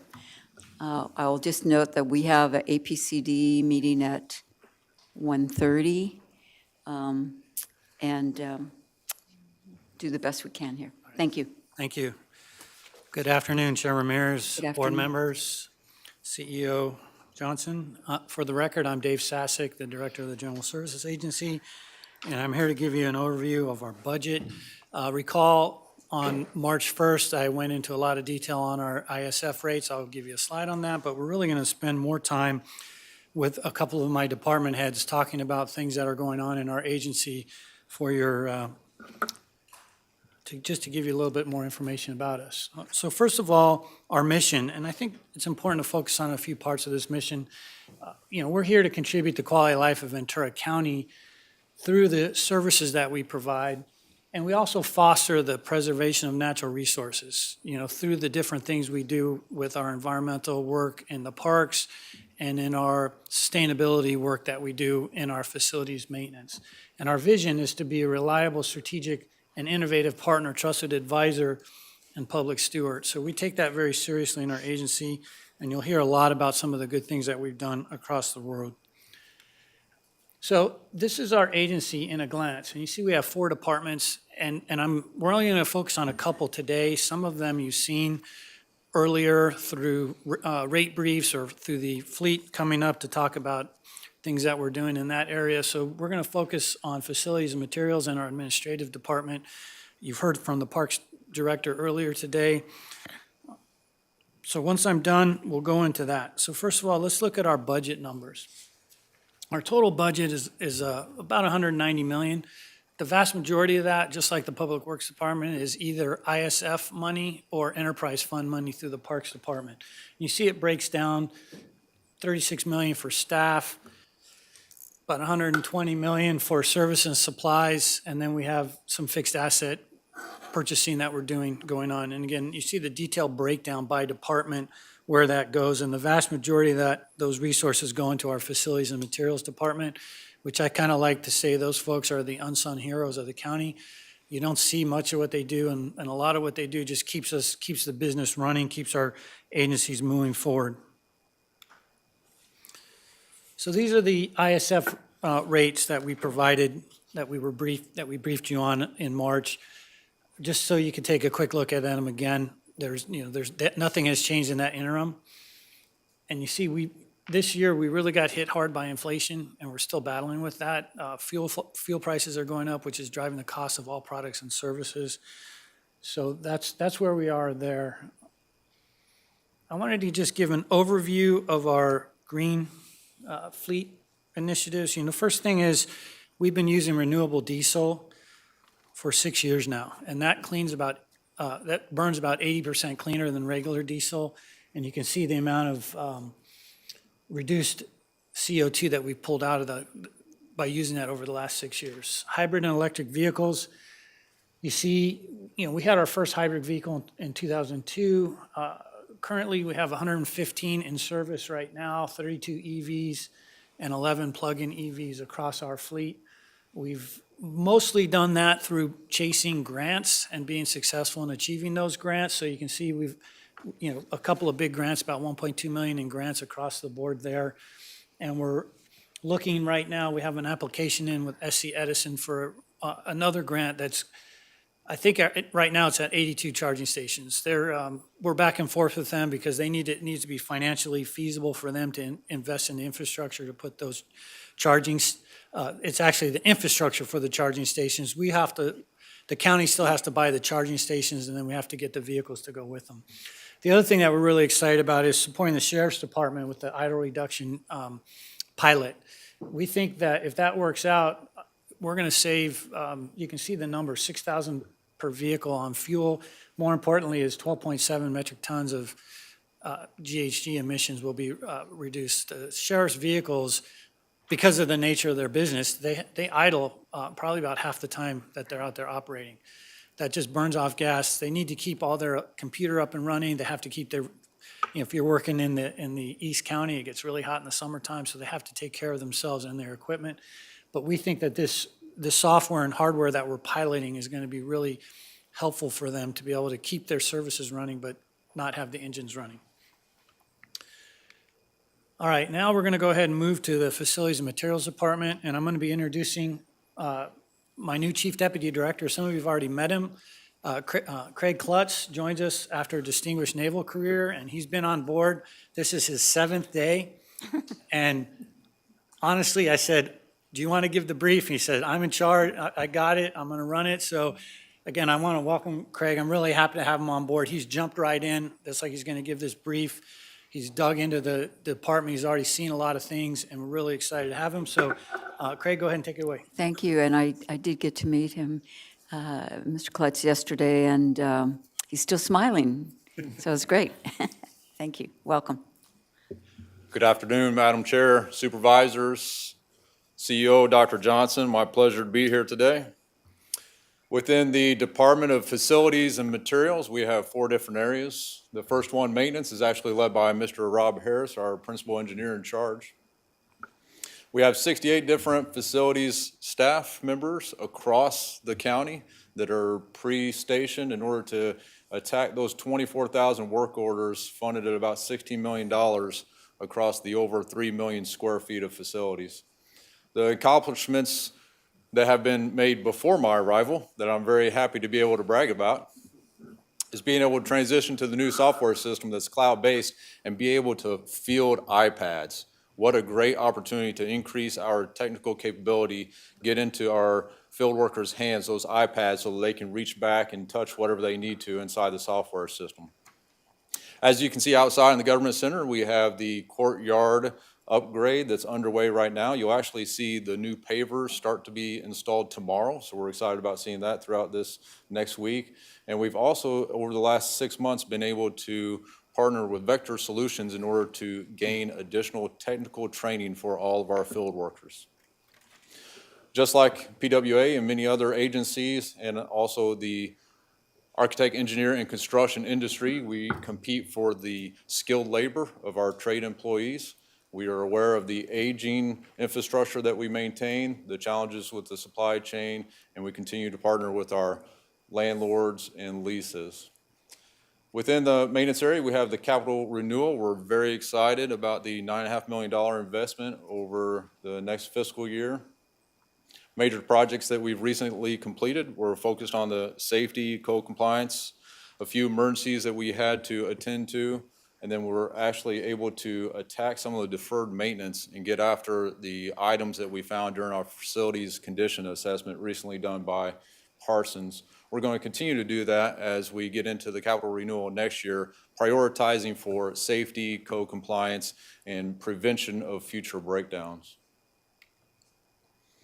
Second group under facilities and materials is the projects group, executing about $18 to $20 million a year in work. Doing this with our partners of the contractors of the local populace. We had several planned improvement projects, most of them focused around the Todd Road Gel. We did have the emergency response at Vanguard, where we were able to get in there, dry it out, mud it out, get it prepared for future use, and several client-initiated tasks that we were able to accomplish. Continuing with many of the reports you've already heard today, we have escalation of construction material costs, the fuel costs, and supply chain issues that we are continuing to watch and mitigate as we can. Several pictures of the work that we were able to complete at Todd Road Jail, Vanguard, and then also some of our client-initiated work, which included the new ceiling on the 4th floor of this building here at HOA. A third area within facilities materials is our security and special services. Whenever folks come to visit the government center, they see our security officers out there keeping us safe. We've been able to not only execute the work 24/7, but also move and change with the COVID pandemic, moving our kiosk outdoors, moving it back indoors, continuing to work with our contractor partner to ensure that the safety and the excellence that our public expects is delivered. We are also working to shift and adapt with the post-pandemic environment. Custodial landscape, they are also forward deployed within our 3 million square feet and our 239 acres, just 39 custodial staff and 8 landscaping staff, making sure that we have a safe and healthy environment for our workforce. Excited about the work in the courtyard here at the government center, completing the 100+ milkweed plants, 150 new trees in the past in 2021, and we are continuing to maintain the 2,000 that we have. Continuing to implement the Senate Bill 1383. We have the increased recycle of food waste and disposal across many of our areas that have their own food service and cafeterias, and we will soon also be introducing smaller containers and break rooms to pilot that program for other use. We have several areas that we continue to work, whether it be the custodial staff retention, water quality, and the drought tolerant plantings that we so much need, as we talked about and heard this morning. The last area, the 4th division within the department, is energy and utilities. Excited that we were able to complete the 3 megawatts of solar work out of the Fillmore station. We're excited about the audit that we completed on 55 facilities, so we're reviewing the energy audit over those facilities so that we can then prioritize where we get the best return on investment and best conservation work. What we are working on is continued upgrades in solar production as well as battery storage for some of our fire stations, 42, 43, 41, Oakview Park, and then also working on a project for 5.8 megawatts worth of solar panels here in the parking lots at the government center. Charging stations will continue to work with PWA, with the other agencies and the fleet in order to make sure we have the right plan. And the next after me, I have the honor and privilege to introduce Greg Bergman, who is the Director of Administrative Services. Greg? Thank you. Thank you, Craig. Good afternoon, Chair Ramirez, members of the board, CEO Johnson. Greg Bergman, I'm GSA Administrative Services Director. Admin services comprises a number of departments that you can see on this board. Over the course of the last year, procurement, for instance, processed 28,000 transactions worth nearly $500 million during one fiscal year. The DSETs running the boardroom behind me overcame a challenging 2 years conducting online meetings, and our fiscal department was 9 months ahead of the new fiscal year in setting rates and budgets. I'm going to introduce Steve Nellis next, who's going to tell you a little bit more about business support services and some of the things that they've done.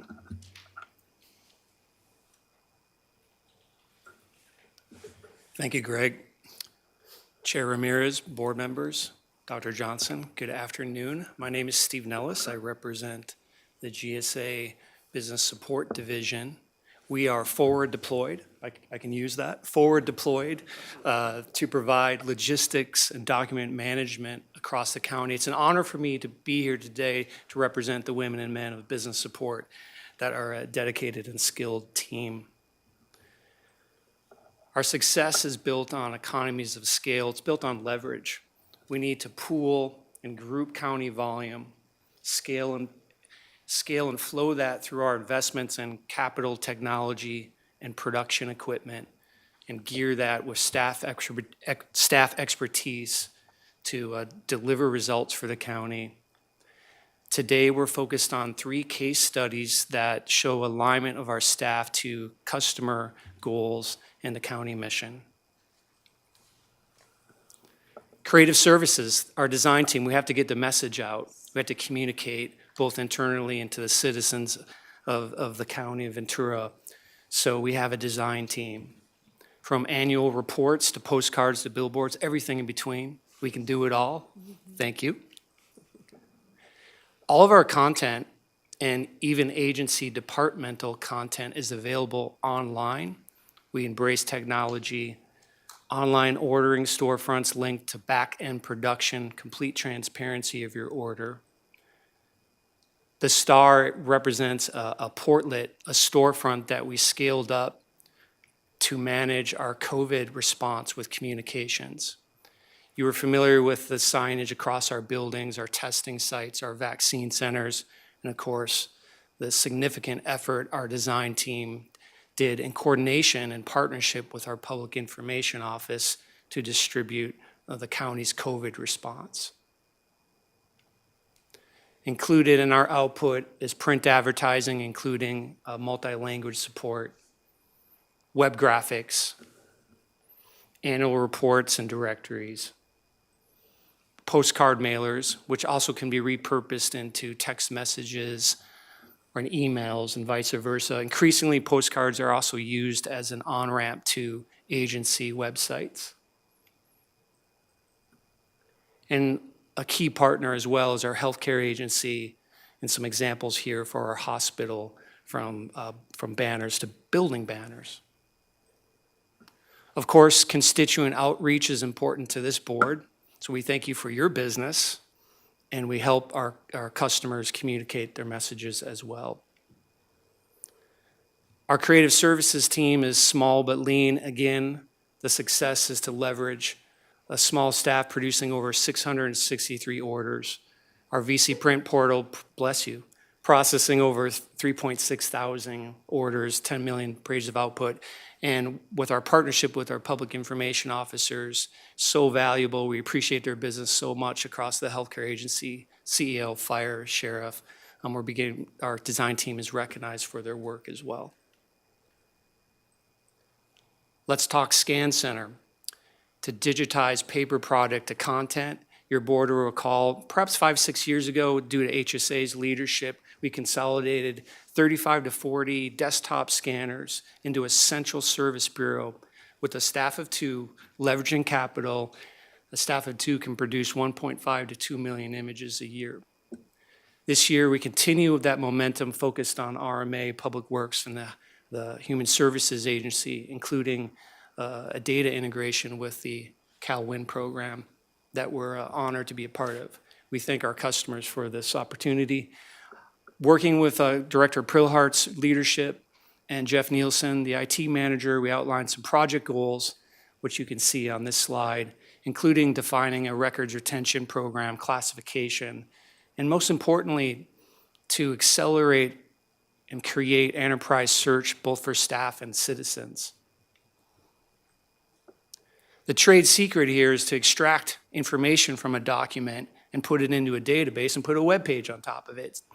If you're going to pull all these rolls of documents out of a physical cabinet and you're going to put it in a digital cabinet, well, you better be able to find it.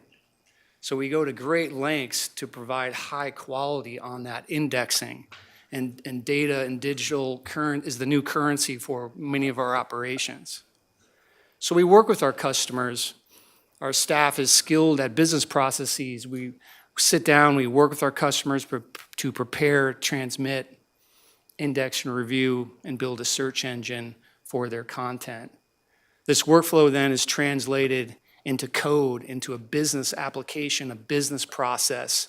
This slide is meant to be confusing and complicated, but what it really is it makes the complicated simple. It's databases that are looking up and talking and auto-populating. It's splitting our stream from exception processing and automating this workflow.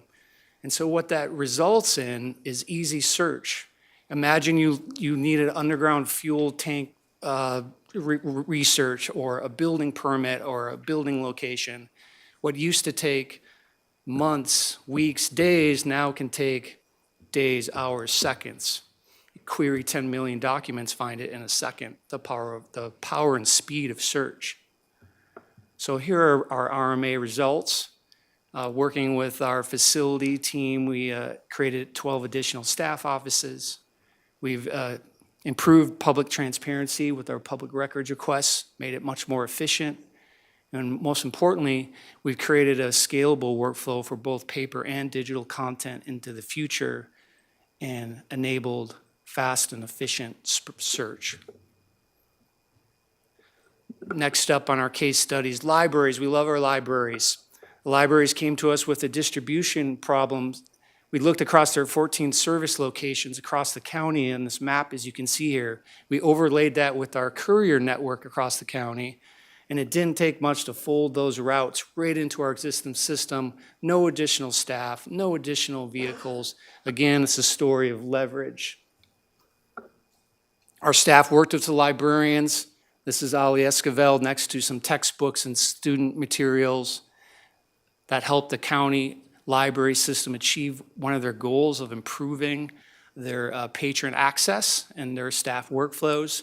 We developed those relationships, defined our schedules, and delivered some results for the library, including improving the delivery across their system, aligning staff to patron services, and reducing a vehicle and the green efficiencies that come with that. As we reopen, as new staff comes into the county, we have challenges, so we have to reintroduce ourselves as we reopen. We need to keep our momentum to earn and keep our business. We thank you for the board's support. We change our narrative from, I didn't know you could do that, to how can I help you communicate? How can I help you distribute, automate, create, and save time? So we have a team of experts that can do this, including our business process team, our couriers, and our entire group. It's my contact information. I'd also notice Charlotte Cubette Serrano is a tremendous business asset for our team. We're available on GSA's website. And finally, the best part of my presentation is to get my customers to talk to my staff. They care about our customers. They care about each other. They're dedicated to the county. They're skilled at what they do. They'll get results. Thank you. Thank you very much. Well, that concludes our presentation. As you can see, there's a lot of interesting things going on in GSA. We only hit the high points. We just completed our annual report. We put our customers first, so this was just off the presses yesterday, so I'm going to give copies of these to the clerk so that each of you can get a copy and bring it back to your staff. As the summary slide says, we have a committed and definitely empowered workforce. We try to push that authority down as far as possible to let our workers really partner with our customers to achieve their mission. That's why we're here. We're here to support the other agencies in the things that they need to do, they're called to do. We look for greater value for the customer. I think Steve's presentation really brought that out, and some of the things that we achieved through the things that he did. We look to leverage technology. We heard a little bit about that from Craig. And we definitely push for sustainability, driving for natural resource preservation and infrastructure support. So I'm open for any questions. I know that you only have a few minutes, or actually it's time for the next meeting, but we're here for you. Thank you so much. I You're really short and sharp. appreciate it. You're saving taxpayers money as well, because we're doing it more efficiently with your attention to detail. So really do appreciate that. Supervisors? Just a real quick question, since this is your budget presentation, and looking at the potential of the Lewis Road barn, and knowing that we have it pegged for ARPA funds, would that not be a GSA project? And is that part of this coming budget? That project would more than likely be executed through the Public Works Department. Oh, not GSA? No, I think, Sorry, I wasted your time yesterday. no, it wasn't a waste of time. It was really great to see the concept, because we do have the park there. So we do have a play in that, and we'll inherit the utilities when they come in and all those other things. So the actual execution of those ARPA dollars right now, it's Okay. currently tracking towards the Public Works Agency. Okay, thank you. I'll look for it there. Thank you. Supervisor Long? Yes, the dedication for making sure we're transparent and getting our documents up and readily accessible to people is just such an asset that I think people don't appreciate as much. We're expected that technology is there and that all the information we have is at our fingertips, but it's the people behind it to make sure that we can find it and get it there. Thank you so much for following up with the parking lot solar. That project is going to be fabulous, and I'm really excited to make sure that that gets going. There's a whole bunch of other items that you guys have highlighted and just appreciate it. I love seeing new faces as well. My commanding officer that was from GSA was my chief of staff, so I'm a little biased for GSA. But thank you for all that you're doing. Really appreciate it. Thank you. Yeah, good presentation, Greg. Thank you. I was going to call upon Supervisor Huber, but I think he's left for his commitment, his appointment, correct? So, well, he'll be back here later. So, do we have any members of the public who wish to comment on this item? Ms. Martinez, do you know? Chair Ramirez, there are no requests to speak on All this right. item. Well, thank you very much. Things look quite beautiful as well. I should say colorful and beautiful, and that grabs a person's attention. So appreciate all the work that you do. Thank you, gentlemen. Thank you. Thank you. Chair Ramirez, Yes. can we get a motion to receive and file? Oh, that's right. We presentation? need to do that. Thank you. Thank All you. motion, please, to receive and file. Thank you. I'll second. So let's have a vote, and thank you for reminding me what the process is here. Supervisor Parks? Yes. Supervisor Long? Yes. Supervisor Huber? Stepped away. Chair Ramirez? Yes, thank you very much. We're going to adjourn to the Air Pollution Control District meeting, which our clerks need about 10 minutes to set up. So we'll be ready in about 10 minutes. Thank you. I would say after, because we got to get to APCD. So we'll adjourn for now. Thank you.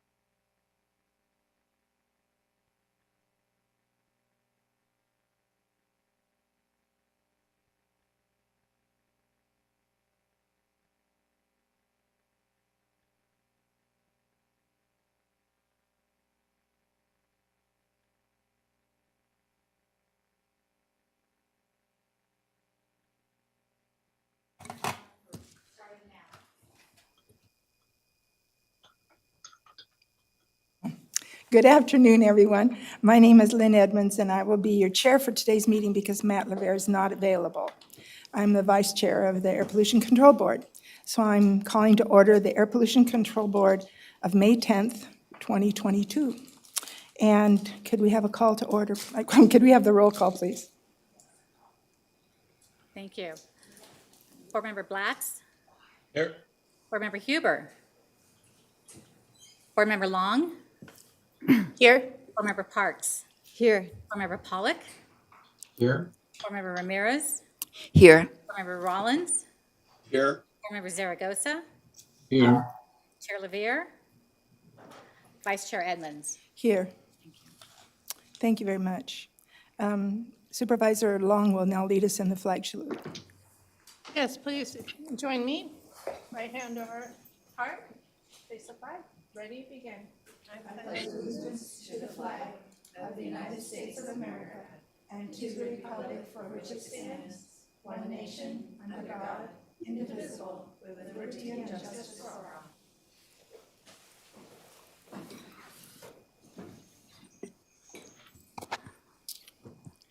The next item is the minutes of the meeting of the Air Pollution Control Board. Did everyone have a chance to look at it? Are there any corrections or additions or thoughts to it? Motion to approve? Second. Can we have a roll vote, please? I'm sorry, that was Board Member Long who motioned and Ramirez second? Yes. Thank you. Board Member Blatz? Yes. Board Member Long? Yes. Board Member Parks? Yes. Board Member Pollock? Yes. Board Member Ramirez? Yes. Board Member Rollins? Yes. Board Member Zaragoza? Yes. Vice Chair Edmonds? Yes. And moving right along, we're going to the agenda review. Are there any revisions or changes to the agenda that anyone knows about? Then can I have a motion to approve the agenda? So moved. Second. The motion was made by Ramirez, was the second by Pollock? Thank you. Sure. Okay. Board Member Blatz? Yes. Board Member Long? Yes. Board Member Parks? Yes. Board Member Pollock? Yes. Board Member Ramirez? Yes. Board Member Rollins? Yes. Board Member Zaragoza? Yes. Vice Chair Edmonds? Yes. And do we have any public comment on items not on our agenda? Vice Chair Edmonds, we currently do not have any public comment. However, I would like to remind members of the public who wish to address the board today would like public comments on any agenda item, please visit ventura.org/review/APCD for participation information and instructions. If you are participating in person, please check in with the faculty clerk at the entrance of the boardroom. For remote public comment, you will need to be connected via Zoom or telephone. Requests to make live public comments on an agenda item will be accepted until the public comment period for each agenda item is complete. If you wish to make comments, you must be in the boardroom, or if you are participating remotely, you must be connected to the meeting via Zoom or telephone prior to the close of the public comment period for that agenda item, and your name will be called in the order the registration was received. Thank you. Thank you very much. Do we have any board comments? Nobody here? Anybody on Zoom that wants a board comment? No. Is that no, Rich? No, Rob. All right. Then moving on to the Air Pollution Control Officer report, Mr. Ali Gassemi. Good afternoon. Good afternoon. Good afternoon. Yes. It's working. Vice Chair Edmonds, members of the board, Ali Ghassemi, interim APCO. I have few items to report. I'm happy to report that all of the divisions are running smoothly and there has been no issues or concerns for reporting. Second, we have been very busy filling 3 vacant positions at the staff level. One of them was a supervising air quality specialist working in enforcement division. Then there were two vacant air quality technician one positions that we already completed the interviews, and we are in the process of going to the hiring process at this time. Also, we have applied and awarded about $500,000 from Carl Moyer State Reserve Fund. This fund will be used to replace a commercial diesel landscaping equipment, land and garden equipment, to electric ones. So that's something that we are right now. We are doing a planning and coming up with the implementation procedure that how we're gonna start funding that. Lastly, as part of Ventura County 2040 General Plan, we have started working with the Ventura County Agricultural Commissioner staff, creating a joint effort to move agricultural operation combustion equipment to renewable energy zero emission equipment. That's another item that I wanted to report it to the board. With that, I don't have anything else to report except, and I'm ready to take any question you may have. Any questions of Mr. Giussemi? Thank you very much. I always enjoy reports because I love to hear how we spend our money. So thank you. Thank you. We're going on to the regular agenda now, and the first is item number 9, the adoption of the resolution authorizing remote teleconference meetings of the Air Pollution Control Board for a 30-day period according to AB 361. Do I have a motion? I'll move the recommended action. Thank you. Second. Who was the second? Zaragoza. Okay, thank you. And can we have a vote, please? Remember Blatz? Yes. Remember Long? Yes. Remember Parks? Yes. Remember Pollock? Yes. Remember Ramirez? Yes. Remember Rollins?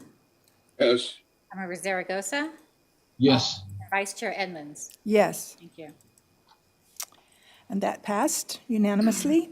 We now have item number 10, which is the adoption of the resolution to delete one vacant full-time equivalent position classified as an APCD supervising air quality specialist, and switch that to a full-time equivalent position classified as an air pollution control district supervising air quality engineer.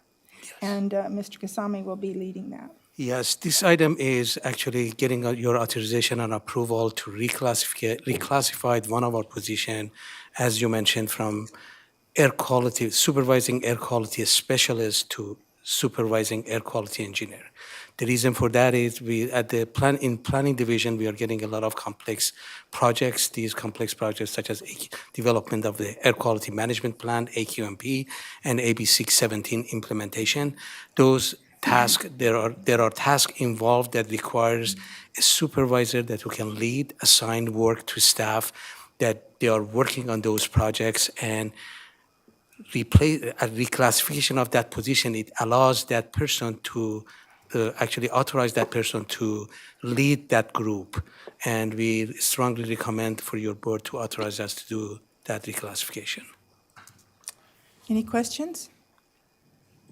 Do I hear a motion? I'll make the motion. Thank Long you. will second.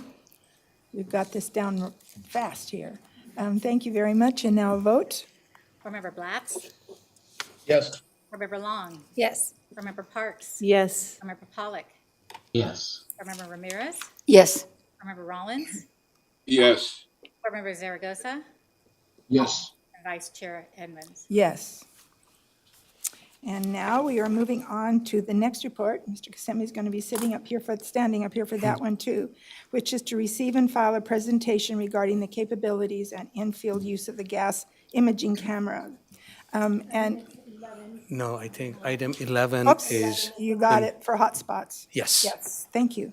The public hearing regarding approval of the 2021 annual report on air toxic hotspots. Thank you. This is a hearing, so this will be the open hearing for that. Thank you. For this one, I have to provide you with the background of the program, what the program is, what are the requirements of this program, and what would be the outcomes of that. To provide you with that information, I have few slides that I would like to share with you. Would you go to slide number 2? Oh, sorry. I got it. All right. AB 2588 is a state program. It was established in September of 1987, and it was amended a few times. The primary goal of this program is for us to identify facilities that they have a significant health impact on the surrounding communities. There are 4 basic steps in this process. One of them is quantification. We are required to quantify about more than 500 toxic compounds. And with that, after we collect that inventory, we are supposed to assess the health impacts of those toxic compounds to the surrounding neighborhood. Then facilities that it happens to have a significant impact, there is a notification requirements that should happen. And after that, they are supposed to reduce their health risk to below the acceptable level. This is a flow chart of how the process works. We usually get the emission inventory from the facilities. All of the facilities, they are supposed to report to us the total emissions and their toxic compounds. When we receive those, we call it prioritization process. It goes to the prioritization process. This is a process that it comes with the numeric numbers, that those numbers specify, for example, those numbers, it is based on the potency of the compounds, how much emissions they have, and how far away is from the receptors or residents or sensitive receptors. So we assign a number to that. If these numbers, if it is more than 10, that or greater than or equal more than 10, that's a significant health impact. If it is between 1 and 10, that's intermediate. And then if it is less than or equal 1, that's a low impact. So it goes through that prioritization. Based on that prioritization, we categorize them in low, intermediate, and high. For low, the facility does not have to do anything else. They are done. When it comes to the intermediate category, every 4 years they have to update their inventory, and we have to reevaluate them again. It goes through the same process to see if they're going to change their category. For high facilities, category facilities, there is a requirement of they have to prepare a health risk assessment. This is a detailed health risk assessment that the facility is supposed to actually perform and provide the result. The result of this health risk assessment now is being evaluated, and we categorize them again in the low, intermediate, and high. And this is based on the risk assessment guideline that specify which category significant is for significant health risk impact, which category is for intermediate. And these are, again, is numbered.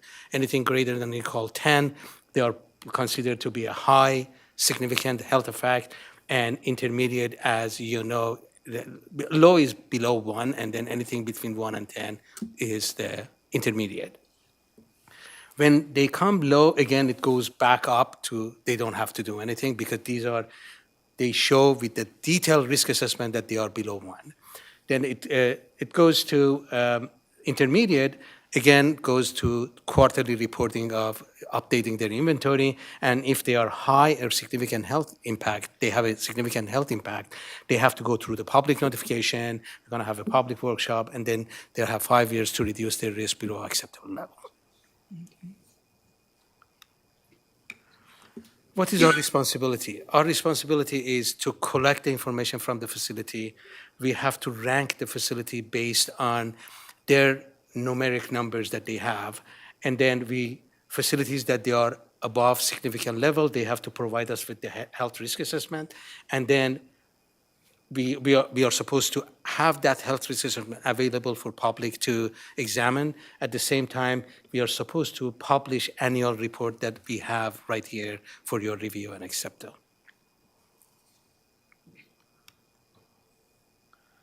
What is the current status of all of our facility that we have in our system? We have about total of 53 toxic facilities that they are subject to this toxic hotspot program, which is a state program. It's a voluntary program.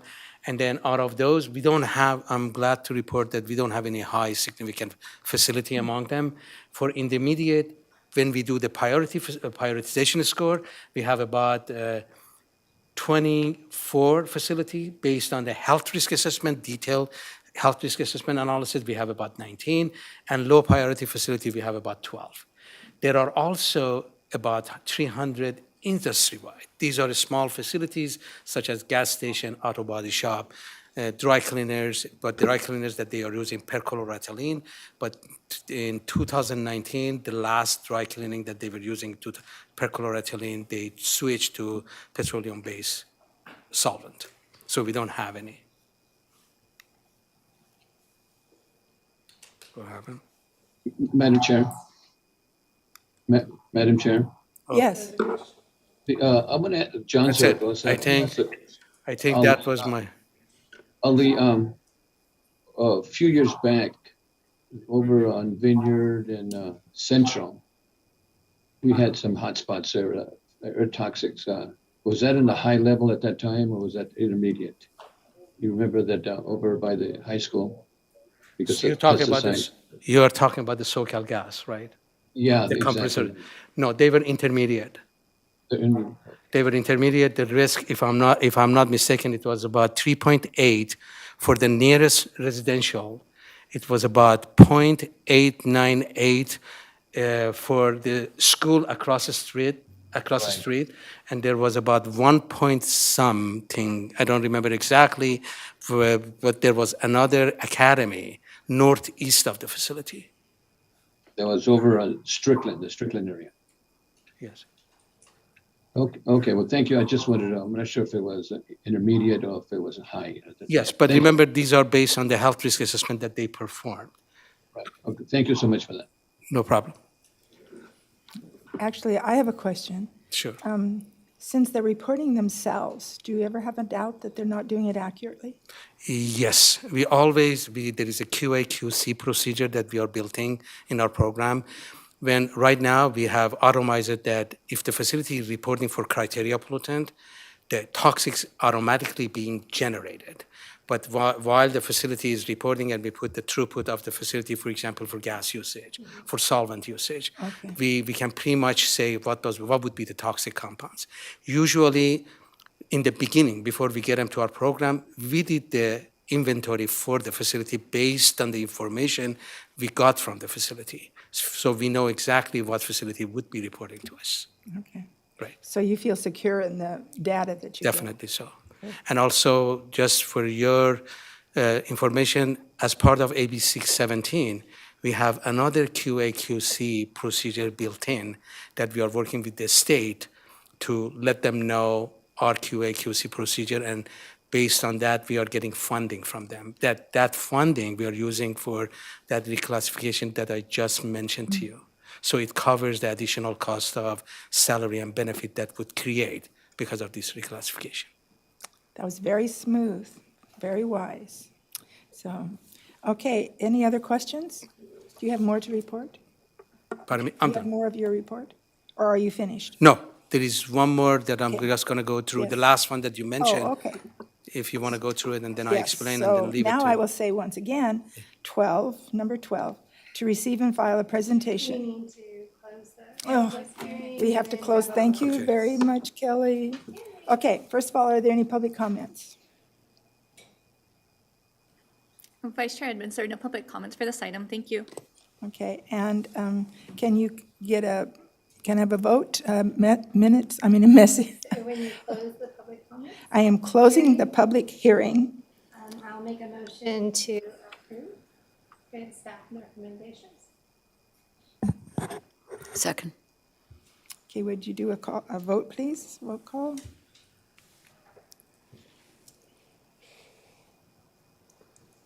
Board Member Blatz? Board Member Blatz? Yes. Board Member Long? Yes. Board Member Parks? Yes. Board Member Pollock? Yes. Board Member Ramirez? Yes. Board Member Rollins? I wanted to say yes, but I did want to make an extra comment to the public. My image is not able to be seen because the host has disabled the video part of me. So I will vote yes on this, but I just wanted to let you know. Thank you very much. Board Member Zaragoza, Yes. and Vice Chair Edmonds. Yes. Thank you. And now I finally get to do number 12. Mr. Gasami?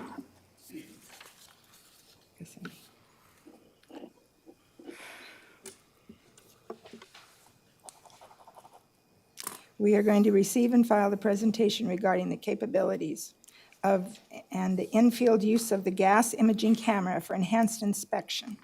Yes. This item actually is a receive and file, and it is based on the request and interest of Supervisor Parks on showcasing our IR camera, infrared camera. I'm going to ask our Manager of Enforcement, Keith Macias, to provide you with a small, actually a few slides that include some small videos, very short videos of how the camera works. At the same time, we brought the camera over here to showcase it to you guys. If you are interested, it is right here. You can see how sensitive it is. And with that, we safely, we can inspect facilities. We don't have to go even inside. We can, from 100 meters away, we can see if there is any leak of gas anywhere. So with that, I'm going to leave it to Mr. Macias to explain about the IR camera. Thank you. Thank you, Mr. Kasemi. Good afternoon, Vice Chair Edmonds and members of the board. As already mentioned, my name is Keith Macias. I manage the compliance division at the APCD. Today, I'd like to give you just a brief presentation of our experience with our new FLIR optical gas imaging OGI camera, and some of the experience and some of the videos that our inspectors have taken. One of our inspectors here, Zach, is here, who has the camera. He's going to set it up, and at the end, if anybody wants to see it and use it, it's a very interesting tool to look at and look through. And I'll go ahead and give a brief talk about our vision mission, camera use capabilities, and then what our inspectors have seen in the field, conclusion, and any questions and answers at the end with demonstration if you have the time.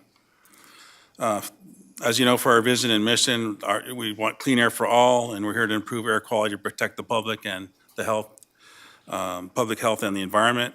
And as part of that mission, we recently purchased the OGI camera, which is going to help us enhance our inspection capabilities and efficiencies in crude oil, natural gas processing facilities, tank farms, and landfills.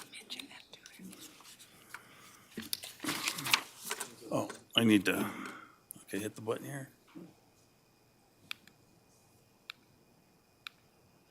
So what is optical gas imaging?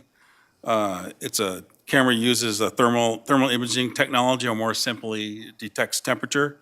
And it detects on a wavelength that's in order to detect specifically methane, other hydrocarbons, VOC emissions that use a similar wavelength.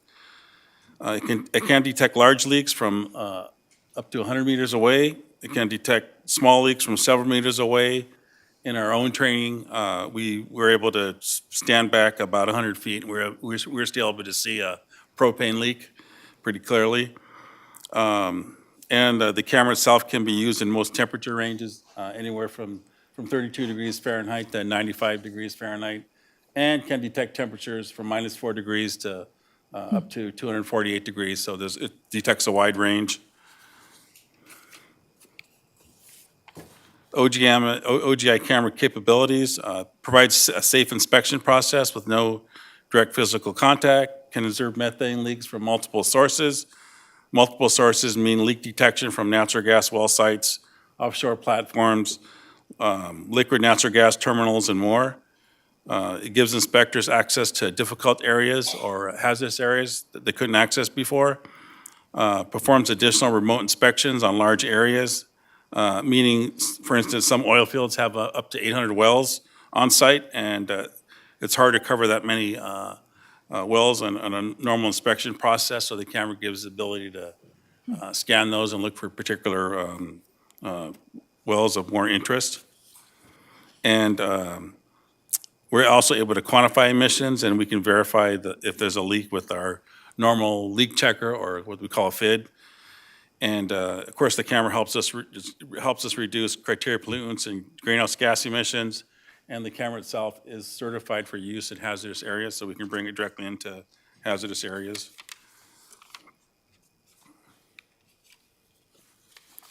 So our APCD OGI camera use, our inspectors' findings found that it provides a higher degree of confidence that the leaks have been caught, ability to scan and check everything, cover more components, scan all areas, including areas outside of the fence line, beyond our authority in some cases, and areas that are not accessible.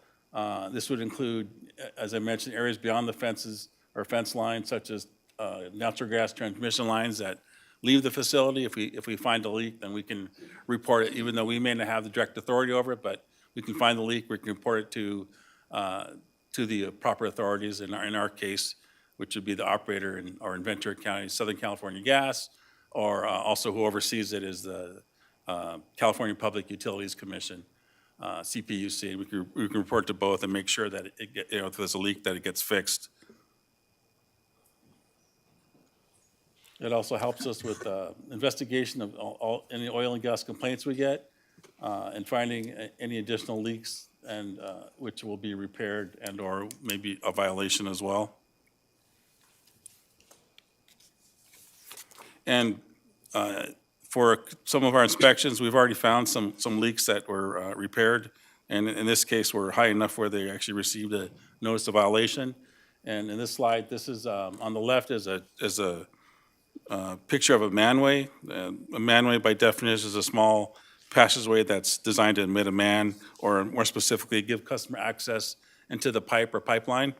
And on the right is actual video footage, which I'll show you in a second here, of the leak that one of our inspectors. Okay, there it goes. Check it out. So it goes to enhanced mode. So if you see what looks like smoke, that's the actual leak.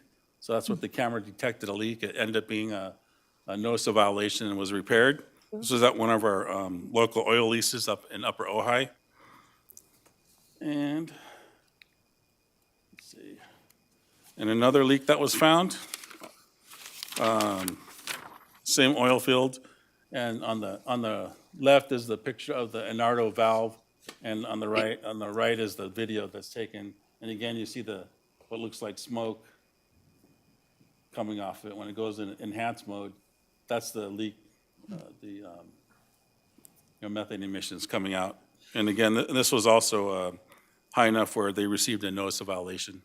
Well, this, just to state, I love the visual, because I don't think that the companies want it leaking as well, right? It's a win-win for everybody. It is a win-win for everybody. We even had one of the landfills had an issue with a newer component that was leaking. Mm-hmm. They knew it was leaking, and it was under a warranty, but and they had to keep getting. Anyways, they asked us to come out, so Zach went out there and took a picture of it, and they were amazed at the leak, and they sent it back to the manufacturer saying, "Hey, there's a problem with your product. It keeps leaking after 4 or 5 or 6 weeks." So it helped them with that process. And the other part of the process is that the these entities, or the oil fields and landfills, they know that we also have a OGI camera now, and a lot of them also find it very interesting, amazing, and a lot of them are in the process. They're also in the process of purchasing a camera itself, because we have the ability now to check areas where we couldn't check before, very easily. And we would, of course, follow that up with our own, leak checker, FID check, to verify that leak and to verify it's a violation or not. But it'll force it to be repaired. I just think that's great for the advance in technology. That's Yeah. really good. Technology. Very helpful. If directors, if you're doing this remotely, if you'd like to raise your hand if you have any questions. Zaragoza has a question. I know you haven't completed yet your report, but I also wanted to mention to Director Rollins that his camera is backwards. So you might want to change your camera around so that we can see your face. So thank you. Thank you, Vice Chair. And Mr. Zaragoza has a question. Would you like to finish first? Yeah, just got Wait 1 second, Mr. really one more slide. So just in conclusion, just want to note that the tool has further enhanced Ventura County's APCD's oil and gas landfill inspections. We're able to check and scan unsafe and inaccessible areas now. We can scan and check more facility fugitive components. We found additional leaks and had those leaks repaired. And again, and this has helped our mission to reduce methane emissions and ozone precursors. Thank you. Thank you, and if you have any questions, I can take any questions, and Mr. Zaragoza? we do have a camera here with us, you're welcome to look at it. Thank you, as Madam well. Chair. The question I had, Mr. Macias, was that those leak detections and prevent fires and explosions from those facilities? As opposed to just to reduce the emissions and ozone? Yeah, I didn't catch all of that. Can you repeat that, please? But the detection, do that reduces potential fires or potential explosions from those facilities? From the camera itself, or? No. No. If we did not have the detection and we have leaking methane or materials, in other words, if we don't find the leak that caused an explosion or a fire, am I misunderstanding the whole process? It seems like there's a little problem with the audio of Yes. the remote. Mr. Maybe just turn it- Zaragoza, I think actually the tool that we have, there is a range of leak rate that we can detect. But if you are asking if it detects, if it's going to be explode, like at the level that the explosion is going to happen, we don't have that information here. And I don't know, for example, what level of rate that we should have to see that explosion. But remember, this is good. We are using this camera for leaks that they are not observable by naked eye. So if the leak that you are referring to happens, most likely it's so obvious that everybody right away, they see it. There is going to be some warning, and I'm sure that they are set in place for those kind of action. So this camera is not built to do such a thing. It's just, it's going to, when the naked eye cannot see any leak, this camera is giving you the ability to see that kind of a leak. Ali, thank you. That's what I wanted to find out. Thank Sure. you for that explanation. Yeah, and we have in our own tool, our leak checker I mentioned earlier, that's designed to determine what the ppm emissions are, typically for what we call a minor leak and a major leak. And a major leak would be over 50,000 ppm. So if it's we'll know it's high, but if it's higher than that, we don't have an exact number. We just know it's high, and that it would be something that would need to be immediately repaired. My guess is you're pleased about that. Yeah. My guess is that the organization's pleased with this, that you're pleased to have the new Oh, facility. yeah. We found it very helpful. We've already found, those videos I showed, we already found some leaks. One of which we discovered the leak with the camera itself, not just with our own normal process, using our leak checker. And I can tell you, and I've spoken with our inspectors, and they found that to be very useful. Now it's a normal part of our inspection process for oil fields and landfills. Well, thank you. Yeah. Technology sometimes is very challenging for me, but it's always exciting when I see someone knows how to use it and does it well, and it improves our situation and our environment. So thank you very much. Sure, thank you. Thank you for your time. Oops, is there a question over here? Any more? I didn't see those. Yes, thank you. I have a question about whether or not you can smell the leak at all. I haven't been close to one, so I'm just curious. Well, with the camera, you're allowed to be a little bit of distance away. I can answer that question because I had the personal experience, actually.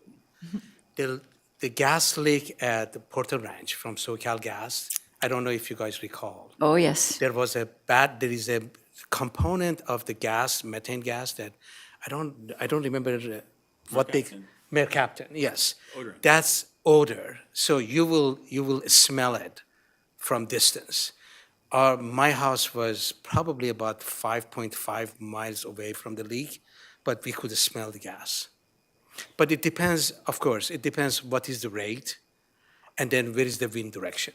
You always have to have those factors, and if you are in the direction that the wind is going, of course, you're gonna smell it. I know I have someone close to me who lived near, and it wasn't a smell, it was impact on their breathing and that kind of thing, stinging eyes, but not necessarily a smell. I just wondered also, because I remember the methane link at Aliso Canyon. Yeah. We saw on television the news reports, which look similar to this. Right. Is that the same technology, or is that something different? At that time, South Coast Air Quality Management District, they have a portable, actually, it is much fancier than the one, much expensive, more expensive than one we have. We have, it's like a hand camera, handheld camera. But with them, it's a machine. That we had a truck that it was so fancy, like, I just saw it and it was amazing. And then you go around and then you can go around refineries and it detect any leak, anything that's going to the atmosphere. That's more advanced. We don't have it, but I know that even Santa Barbara has something portable that they give actually to facilities for a while to use even. Last time that I was in Santa Barbara District at APCD. Thank you. I hope it helps. Supervisor Parks? Yeah, I think this is just fantastic. And it was Aliso that inspired the push that we get one, and I'm glad that we're able to.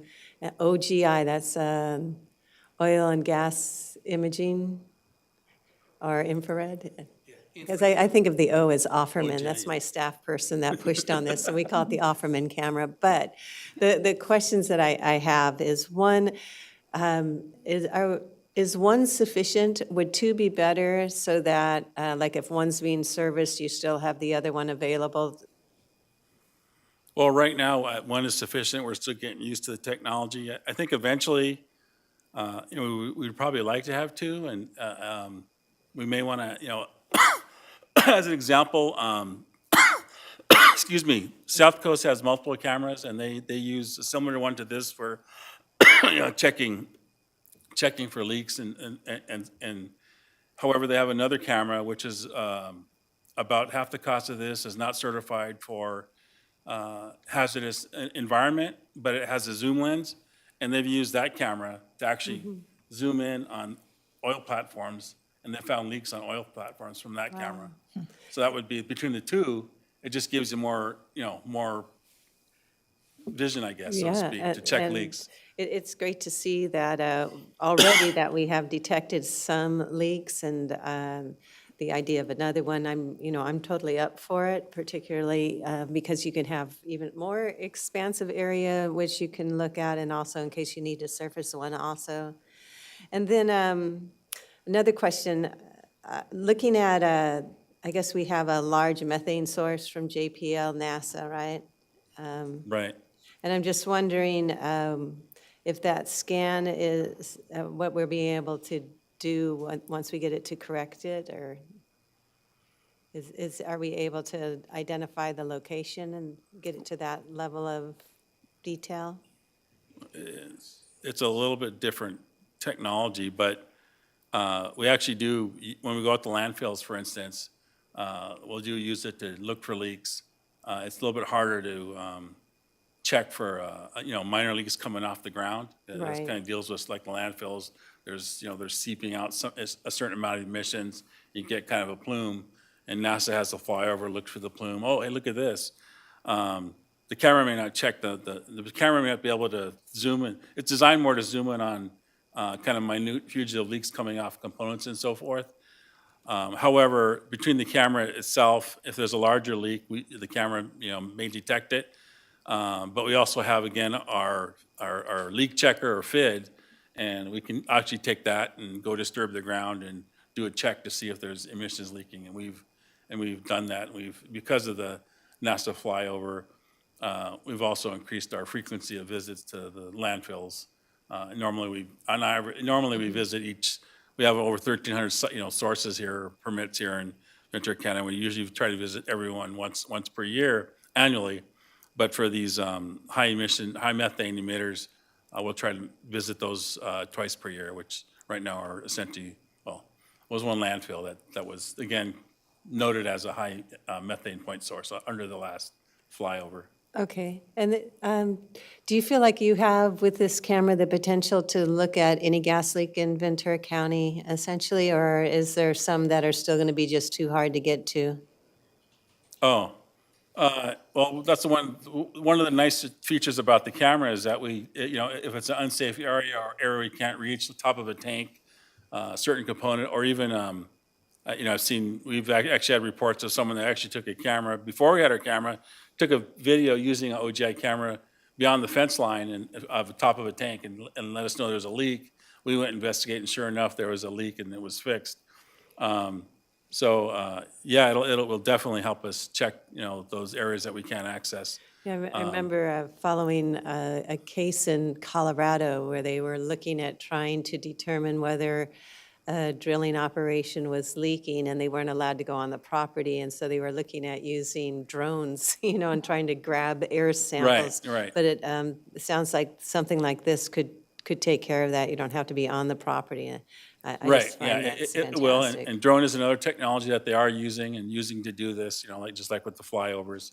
But the camera it does give us that ability to, look beyond, like I mentioned earlier, look beyond the fence line, look at areas we can't access or get to. Yeah, this is just very exciting to me. The fact that you can also do, like you're saying, large areas all at once, and so that's going to save time. It's more effective, it's efficient. Right. And in the long run, it makes it safer for all of us. And when you were describing, I was thinking the industry should have these, the oil industry, so Right. they can detect their own leaks. So when you were saying now that we have it, they're thinking they should get one too. So to me, that just ups the bar on Right. our, insistence that they do not leak. And so now that we have the ability to find them, they need to find out if they're leaking so they don't get fined in the end. So I just think this is really neat to see and really glad to see that it's already having an impact. And if you find that another camera would be helpful and make it even more efficient and potentially find more, and then also those situations where you need to fix, maybe service one, or if you want the extra zoom, those kind of things, I think you should consider that, because when we have these grant funds available, I think those are something, it's definitely worthy. So exciting. Thank you. Yeah, thank you. Okay, Supervisor Long? Thank you. Just for confirmation, what is the cost of one of these cameras? This particular camera, they're usually right around $100,000. And this particular camera, we actually got a promotional deal on it. So we got the camera with the package promo, which was the camera, tripod, an extra tablet it's going to help us check for emissions that come out, but we still would have to check it with our own leak checker to verify, emissions. In total, I think with tax, it was about $118,000. Okay, And- I appreciate that. Just Yeah. giving a ballpark when you're talking budget. Yeah, and- ballpark, so they're about $100,000. And I mentioned another camera earlier that South Coast uses. That one's about half the cost because it's not certified for hazardous use. However, it has the zoom ability. And I know South Coast have actually used it to issue a notice of violation for the derricks, offshore, that they've, That's- zoomed in that's- on and looked at it. Yeah, that's great. And I think that if you have a combination or, you get grant funds and we can do this and help our companies to be better, environmentally friendly as well and work together, I think that's great. I just want to make sure if our public is asking, well, some people buy a camera, it's only $1,000. It's a little bit different. Right. Not everyone has $100,000 to go buy a camera because then you Right. could have every home go get one. Right. So appreciate you being transparent on that, and I'm sure if there's a need that you'll be bringing it to us at a different time, so thank you. It does seem like it's worth every cent. And do you have the camera here that we could see? Yeah, too? they showed it. Well, I think Is if it we on? don't have any more questions. It's on, if anybody wants to give it a try, it's pretty And interesting. one more, You and can I do a would test, but- suggest also, this is a great opportunity for a press release. I just think, it says a lot for the district, so I would consider that too. So if I have no more questions Okay, from the sounds good. directors or from population, no public comments, right? Anyone else up here? Okay, then I'm closing this meeting, and the next meeting will be, Can I make a motion to receive and file this presentation? oh, I didn't think we had to, but go. Second the go for it. motion, Pollock. You don't have to, but that's okay. Is it important to do a motion on this one? Do we need it? Usually we do. Yeah, it's a practice to do Okay. a receive and file. Okay, thank you. So who made the motion? You did, Kelly? I did. And second? A second, and I want to see the camera. Okay, great. And then I will Worth it. close, after the vote, I'll close it so, and we'll have 10 minutes between now and Okay. and the closed session so that those who want to can enjoy the camera. Thank you. Oh, and Chair, Yes. Jeff Barnes, County Council, I'm sitting in for County Council Jacqueline Smith. Just for the record, there will not be an announcement out of closed session. Right. And so that's fine to adjourn out of closed session when that's done. Oh, okay, thank you. All right, go for the vote. Thank you. Board Member Blatz? Yes. Board Member Long? Yes. Board Member Parks? Yes. Board Member Pollock? Yes. Board Member Ramirez? Yes. Board Member Rollins? Yes. Board Member Zaragoza?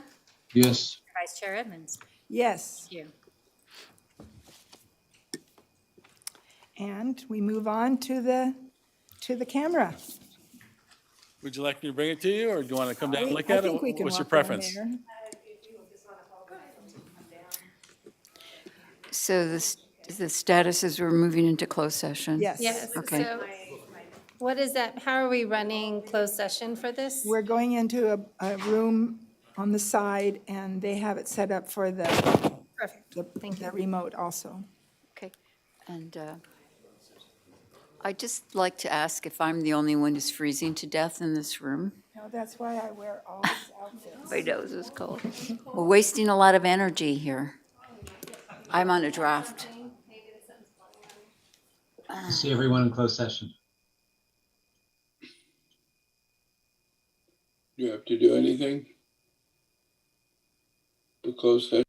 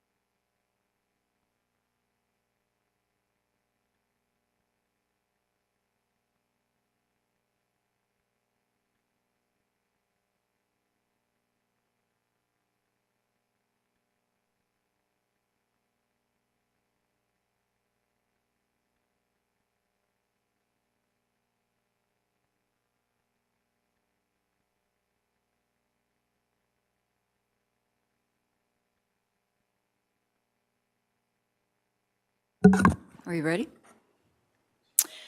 I'm going to go live in a moment.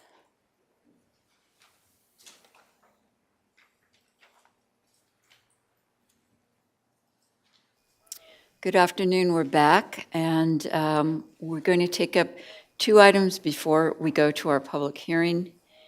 And we're going to take up item 28. And I see Ms. Mand approaching. This is adoption of a resolution providing for the issuance and sale of 2022-23 tax and revenue anticipation notes, et cetera. Ms. Mand, welcome. Thank you. Good afternoon, Chair Ramirez, board members. Dr. Johnson, K. Mann from the CEO's office. Last week, your board approved moving forward with the annual issuance of our trans borrowing for cash flow purposes in an amount not to exceed $200 million. And the item before you now is approval of all of the legal documents that are necessary in order to actually issue the trans. These include a resolution, a notice inviting bids, and a preliminary official statement, among others.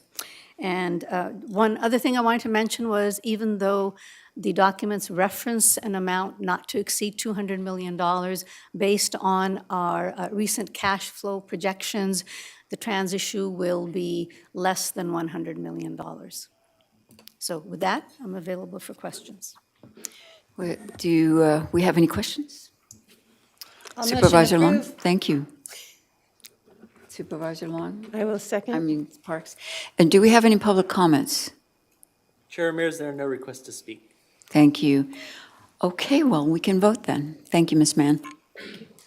Supervisor Parks? Yes. Supervisor Long? Yes. Supervisor Huber? Yes. Chair Ramirez? Yes, thank you very much. On to item 29, receive and file annual report of transit services provided in the unincorporated areas of Ventura County through Transportation Development Act funding. Affects all of our districts. And Mr. Kurgan, you're going to present. Welcome. Thank you. Thank you very much. Good afternoon, Chair Ramirez, Supervisors, CEO Johnson. For the record, I'm Chris Kurgan, the Director of Roads and Transportation for the Public Works Agency. Today's presentation, as noted, will cover transit service through the unincorporated county. These services that the county sponsors provide are funded with the Transportation Development Act, and they are allocated directly from Gold Coast Transit District through the Ventura County Transportation Commission. For this presentation, I will hit the highlights for the sake of time, and I will highlight interests or concerns relating to the COVID pandemic. These are the transit services that the county sponsors participate in across our area. Since the county operates transit outside the Gold Coast Transit District service area, we submit a claim annually to Gold Coast Transit District for fiscal year 21 and 22 and 22 and 23. The claim was approximately $1.1 million.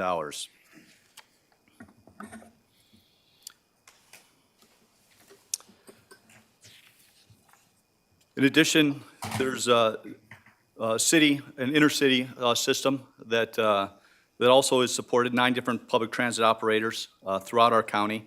At times it can be confusing.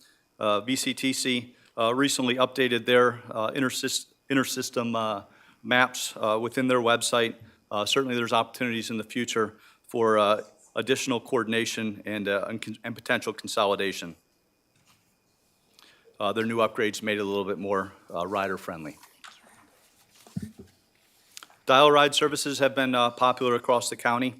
A pretty equal distribution of ridership between our senior population as well as our ADA population, and then the other half being general purpose.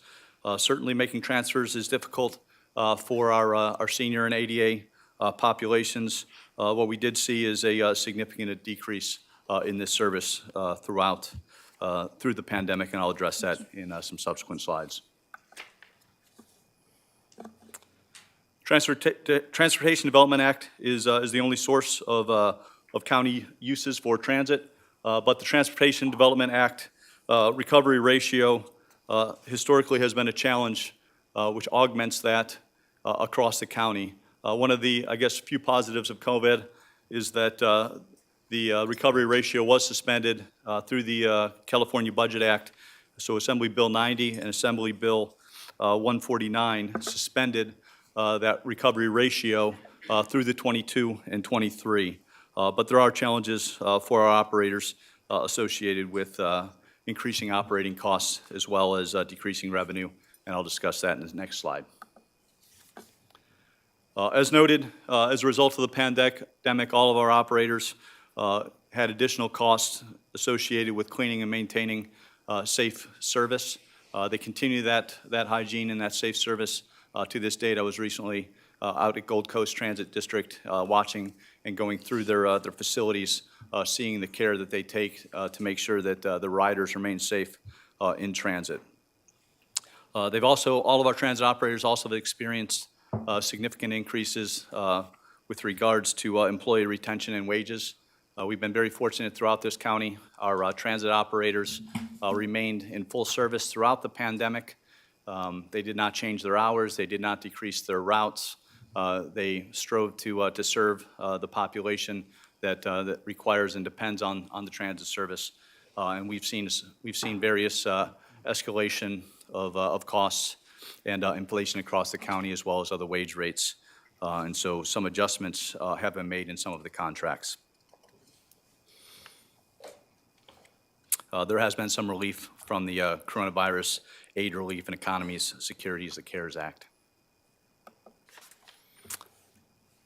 This is a chart really of the heart of right through the pandemic. No surprise looking at the chart. The decrease in riderships through the winter months correspond directly with increase in COVID cases and COVID reporting. We'll also note that the chart is pretty much about a 50% cut of the annual ridership across the county for about all services. And so certainly our transit took a significant decrease in the amount of riders willing to take transit throughout the pandemic. Gold Coast Transit District normally serves about 4 million riders per year. During the pandemic, it was down to 1.9. They're trending to end this budget year at about 2.5 million. Throughout the pandemic, they also improved their website and their customer experience, trying to add more clarity and communications to the route, as well as to the hygiene and safety requirements for public transit. They also added a late-night service ride throughout the pandemic, and that served many of the service industry workers that served the second and third shifts. Gold Coast Transit District, again, makes up a preponderance of our transit, serves Ventura, Oxnard, Ojai, Port Hueneme, and any city in Ventura. Certainly may join. Expansion is based on a city request as well as an agreement. Approximately 3 years ago, there was a pilot program to look at service coordination between the Camarillo Area Transit and Gold Coast Transit District. That pilot proved to be successful even during the COVID pandemic. It eliminated the need to transfer from Gold Coast to the Camarillo Area Transit. Many of the riders from Camarillo were able to have access to St. John's Hospital and the medical facilities with reduced travel times, reduced delays, and reduced hardships, all at a premium of $6 fare. And this program was very well received and continues. The Ojai Trolley within the Gold Coast Transit District service area, but operated by the city of Ojai, not Gold Coast. Their ridership prior to the pandemic was 72,000. It's down to the pandemic and went down to about 33,000, and even throughout this year, it's looking to stay at about 33,000. It has not regained a lot of traction at this point. They do have 3 of their 5 trolleys that are beyond their life cycle, so future budget requests will include recapitalization of those trolleys. The Valley Express has been very successful. It serves Santa Paula, Fillmore, Pairu. Throughout the pandemic, we saw a decrease, but a very rapid increase. The ridership prior to the pandemic was right around 20,000. Right now, it's trending at 15,000 and continuing to increase. And so this service is operated by VCTC, but also we're seeing good strength and return to this service. East Coast Transit Alliance serves the East Coast, the cities of Camarillo, Moore Park, Thousand Oak, and Simi. The Connect service eliminates the need for dial ride users to transfer between the various East Coast operators, except for the Camarillo, as I previously discussed. The fare collection resumed for this service in January 22 at $6 each. This service remains down below 50% of pre-pandemic levels, and certainly the ridership in the unincorporated areas has decreased further than that for the East County Transit Alliance. Throughout, they are currently working to add a Sunday service to be added later this fiscal year.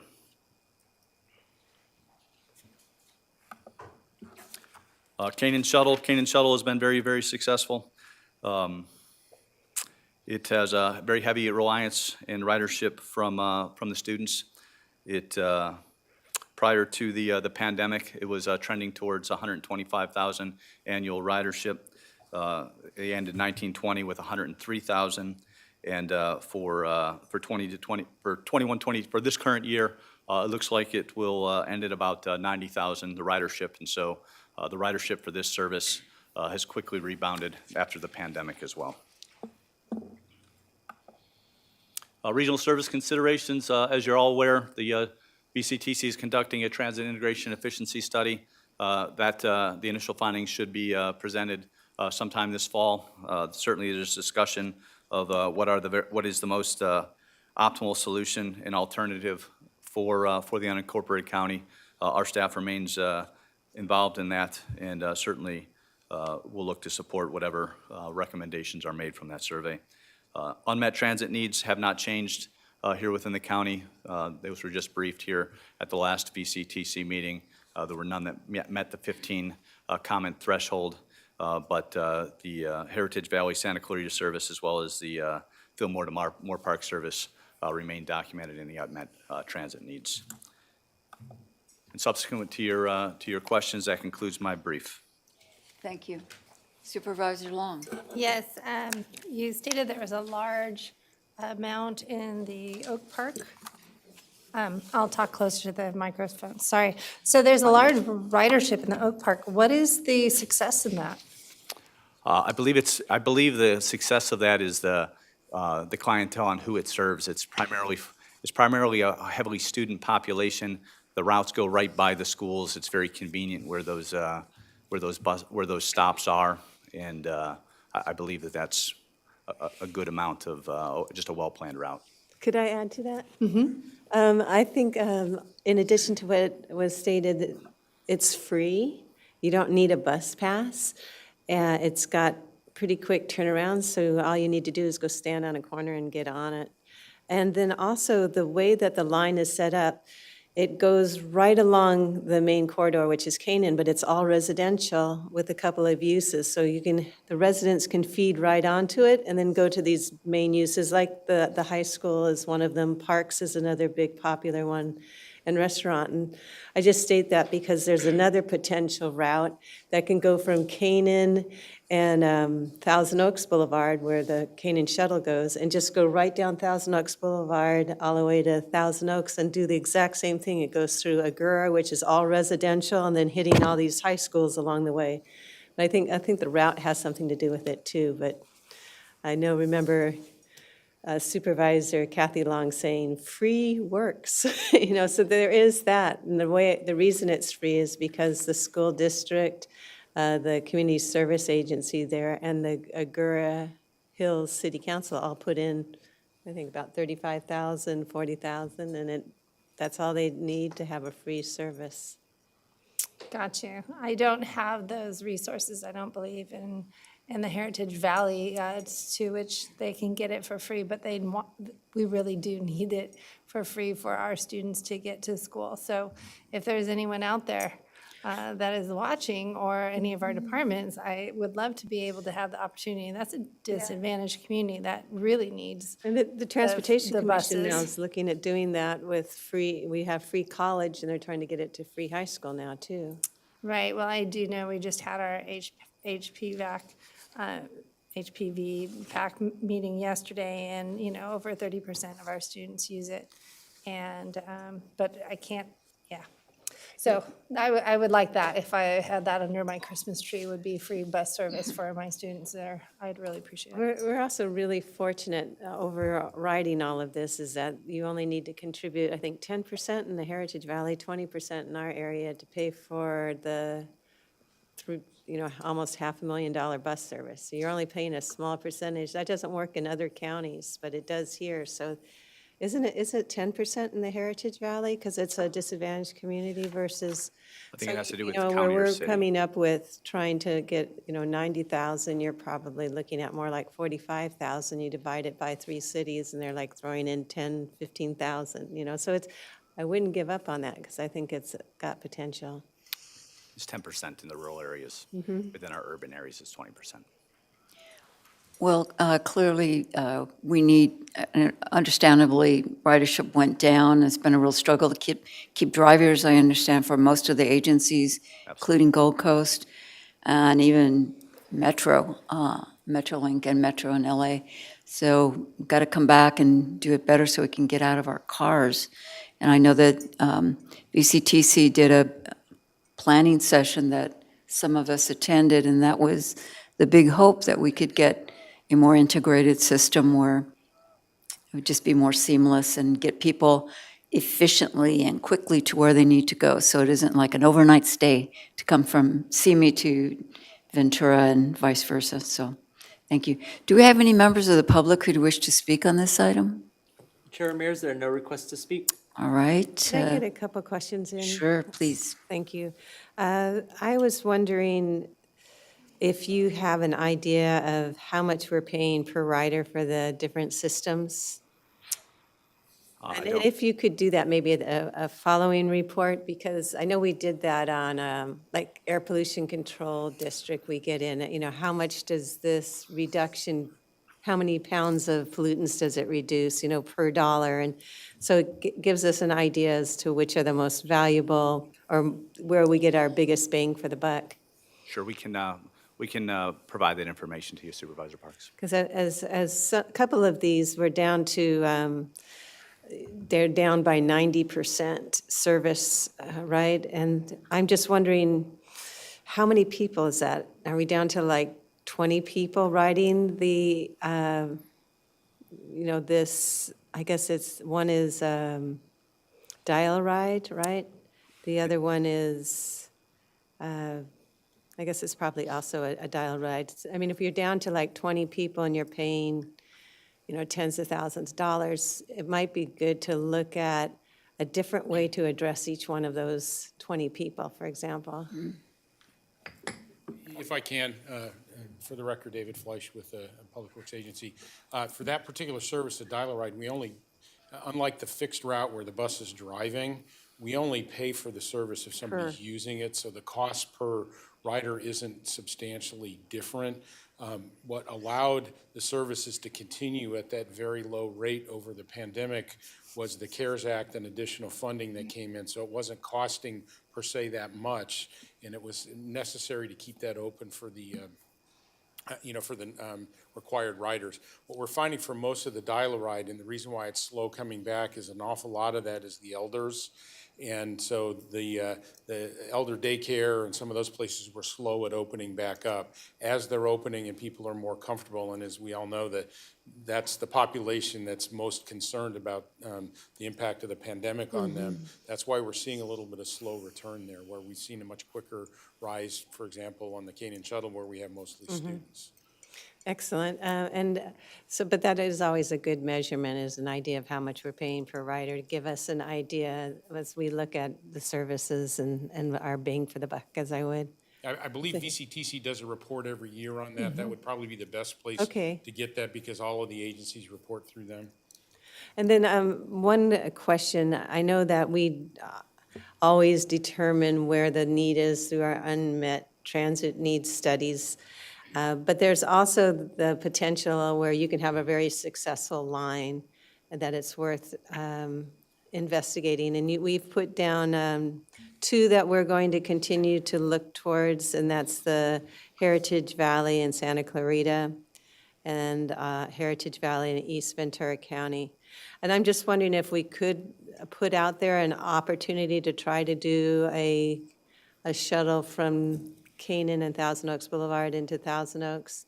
It would take the collaboration of at least 3 entities, which would be 2 cities and the county, 3 cities, I think. So it's more difficult. I know we were saying the same thing with water earlier today. The more government agencies, the longer sometimes it takes. But I would be willing to assist with that if we want to try that, because I just see that as nothing but successful. I think there's a good opportunity, again, as this fall, the transit integration study with VCTC, certainly to raise that dialogue and, challenge all the assumptions and look at the most optimal solutions for transit within the county. Certainly, I think we have a All good right. opportunity to do that this fall. Okay, I'll try there. Thank you. I'd like to ask Supervisor Huber if you have any questions. No, I just I have no questions, but I agree with the recommendation of staff that received and filed the annual report of transit services provided in the unincorporated areas of the county. Thank you. So that was a motion? Am I correct? Yes. Yes. Thank you. Do we have a second? I'll second. Let's vote. Thank you, Mr. Kurgan. Thank you. Supervisor Parks? Yes. Supervisor Long? Yes. Supervisor Huber? Yes.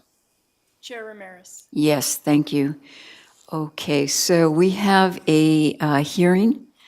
It's the time-certain matter that is item 41. It's a de novo hearing to consider the granting of a conditional use permit to authorize installation, operation, maintenance of a 65-foot tall ham non-commercial radio facility at 2065 Kayeking in unincorporated Lynn Ranch area. And I see that, is it Mr. Chafee? Hello. You'll be presenting. But first, I have to ask County Council to make a brief statement regarding legal principles. Mr. Barnes?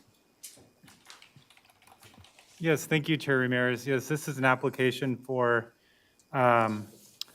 the authorization to install a ham radio tower in a residential community. The staff's recommendation is to deny the permit request, and staff will get into that. And so kind of the legal point to make is if your board is inclined to approve the project, the staff report and materials are not set up for you to do that today. So I just want to make that clear going into that, and I can answer more questions about that later. And I'm sure Thomas will get into that in his presentation. And if, so could you say if we aren't inclined to follow the recommendation, it has to come back?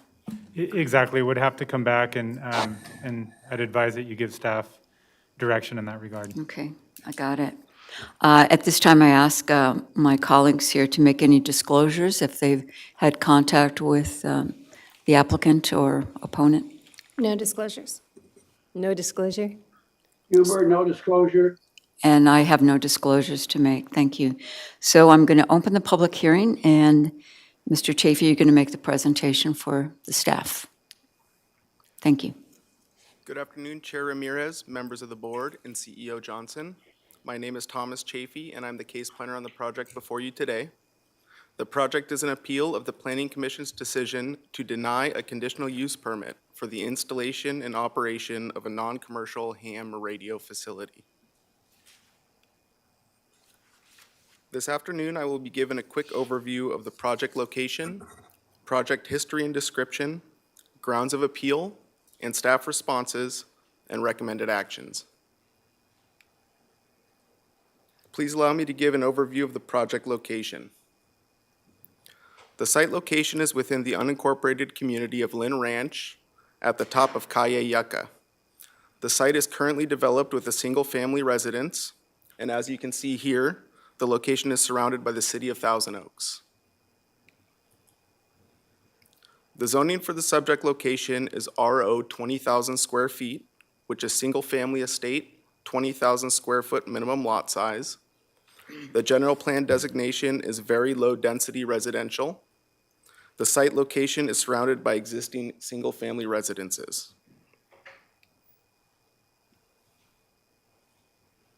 Here's a picture of the subject property from the street view. Oh, okay. Here's a picture of the subject property from the street view of Cayegas, showing the existing setting.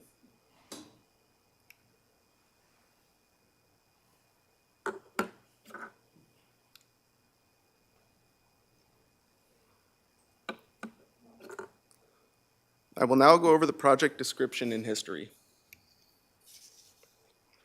For some context, let me explain what the zoning ordinance allows. The Ventura County Non-Coastal Zoning Ordinance states that a non-commercial antenna may be constructed up to a 40-foot height limit with a ministerial application. Any antenna proposed over 40 feet, up to a limit of 75 feet, requires discretionary review and a conditional use permit. The applicant requests a CUP for the installation, operation, and maintenance of a ham non-commercial radio antenna consisting of one collapsible 55-foot tall antenna support structure and 10-foot galvanized mast on top for a combined total of 65 feet above grade.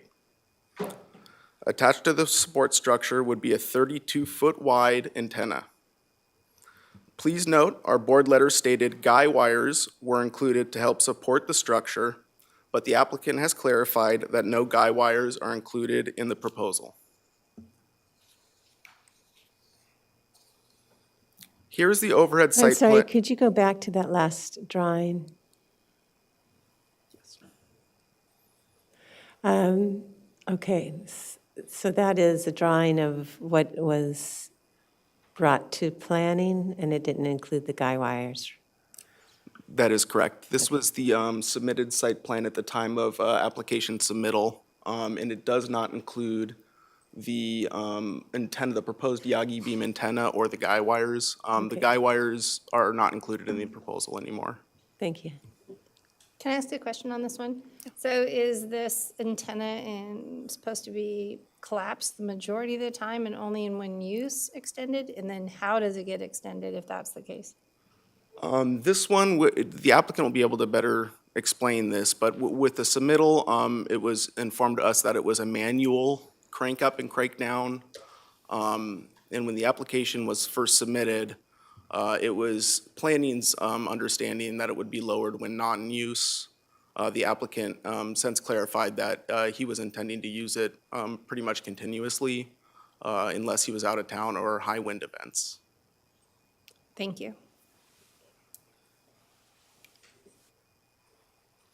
Here's the overhead site plan and bird's eye view of the subject parcel. The antenna support structure would be located at the rear of the existing residence within an existing planter. A planning director hearing was held on August 19th, 2021, and at that time, staff was recommending approval of the project. Due to the number of public speakers and limited time, the hearing was continued until September 2nd. The planning director took all comments into consideration, and after attempting to work out a solution with the applicant, the planning director denied the project on October 12th, 2021. A timely appeal was then filed on October 21st to the Planning Commission. The Planning Commission hearing was held on January 20th of this year, and they denied the project 3-2. The applicant has since appealed this decision to your board.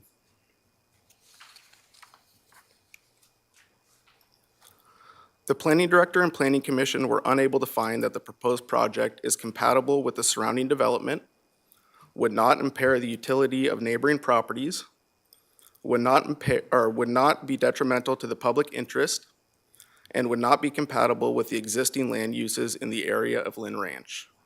We will explain later in the presentation why these findings could not be made.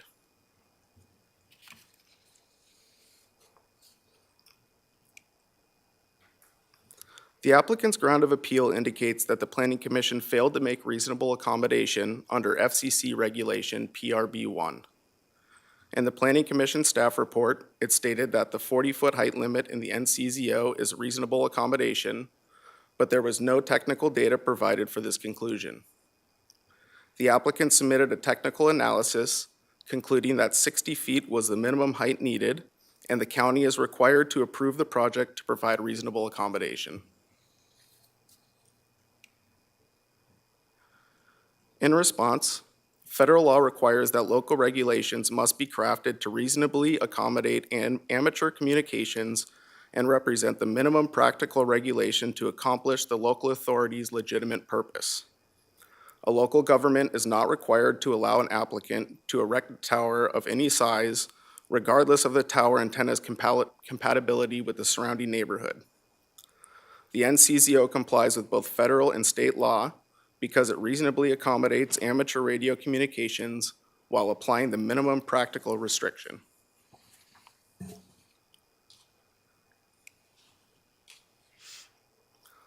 The Planning Division attempted to work with the applicant to make the facility compatible with the surrounding community.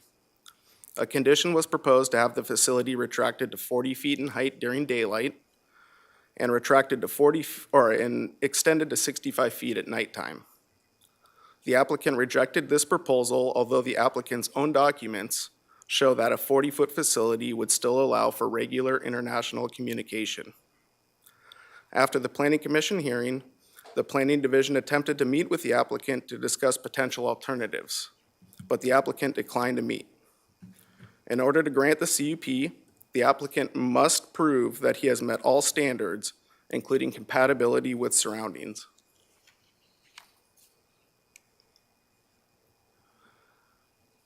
Under ground of appeal number 2, the applicant asserts that the Planning Commission engaged in the improper balancing of the view rights of neighbors.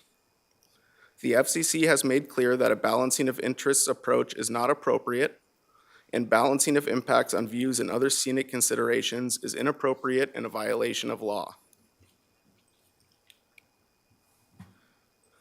In response, the county is not prohibited from regulating facilities based on health, safety, or aesthetic consideration.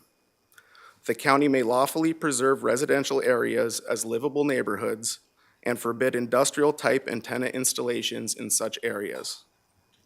The FCC has recognized that these are all valid local concerns that factor into the reasonable accommodation process.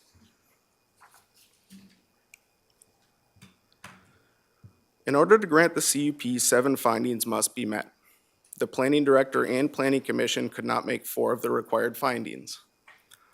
These are that the proposed development is compatible with the character of the surrounding development, would not impair the utility of neighboring property, would not be detrimental to the public interest, and would be compatible with existing and potential land uses in the area.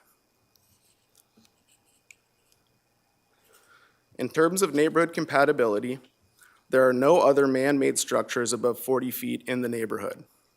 The proposed 65-foot antenna would also be visible from both public and private vantage points in the residential community and would negatively impact scenic views.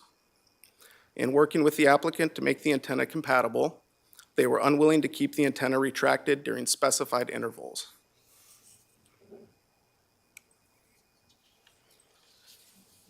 Here are some recent pictures of the surrounding community from public viewpoints. As shown, there are no other man-made structures exceeding 40 feet in the vicinity. Planning Division staff conducted further research regarding the facility and the neighborhood in which it would be located. Planning Division staff performed a balloon height analysis by floating a 2-foot diameter helium-filled balloon on a 63-foot tether to demonstrate the ultimate height of the proposed facility at 65 feet. Please note in our board letter, we inadvertently indicated a 65-foot tether, but it is a 63-foot tether attached to the 2-foot diameter balloon for an ultimate height of 65 feet.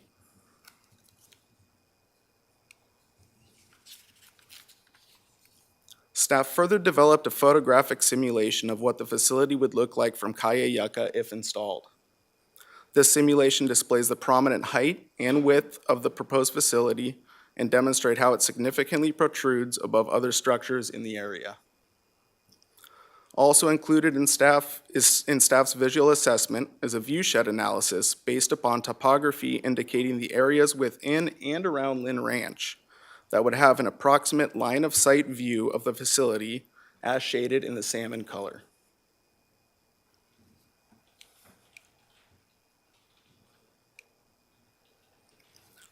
Based on these findings, staff recommends your board deny the appeal and the conditional use permit. I am available for any questions you may have. In addition, the appellant and his attorney would also like to give a presentation. Thank you. Okay, I'll ask if there's any questions from the supervisors. I And just Supervisor was Huber. wondering, you showed that one picture of the balloon at 65 feet, and what are the palm trees? Like roughly 40? We actually are not 100% sure on the height of the palm trees. It looks like the smaller one may be a little bit shorter than 65 feet, where the other two may be a little taller. Okay, thanks. I just was trying to get some optical understanding. Thanks. Supervisor Huber, do you have any questions? No questions at this Thank time. you. All right, we'll go on then to the applicant's presentation, and applicant will have 15 minutes. Thank you, Mr. Chafee.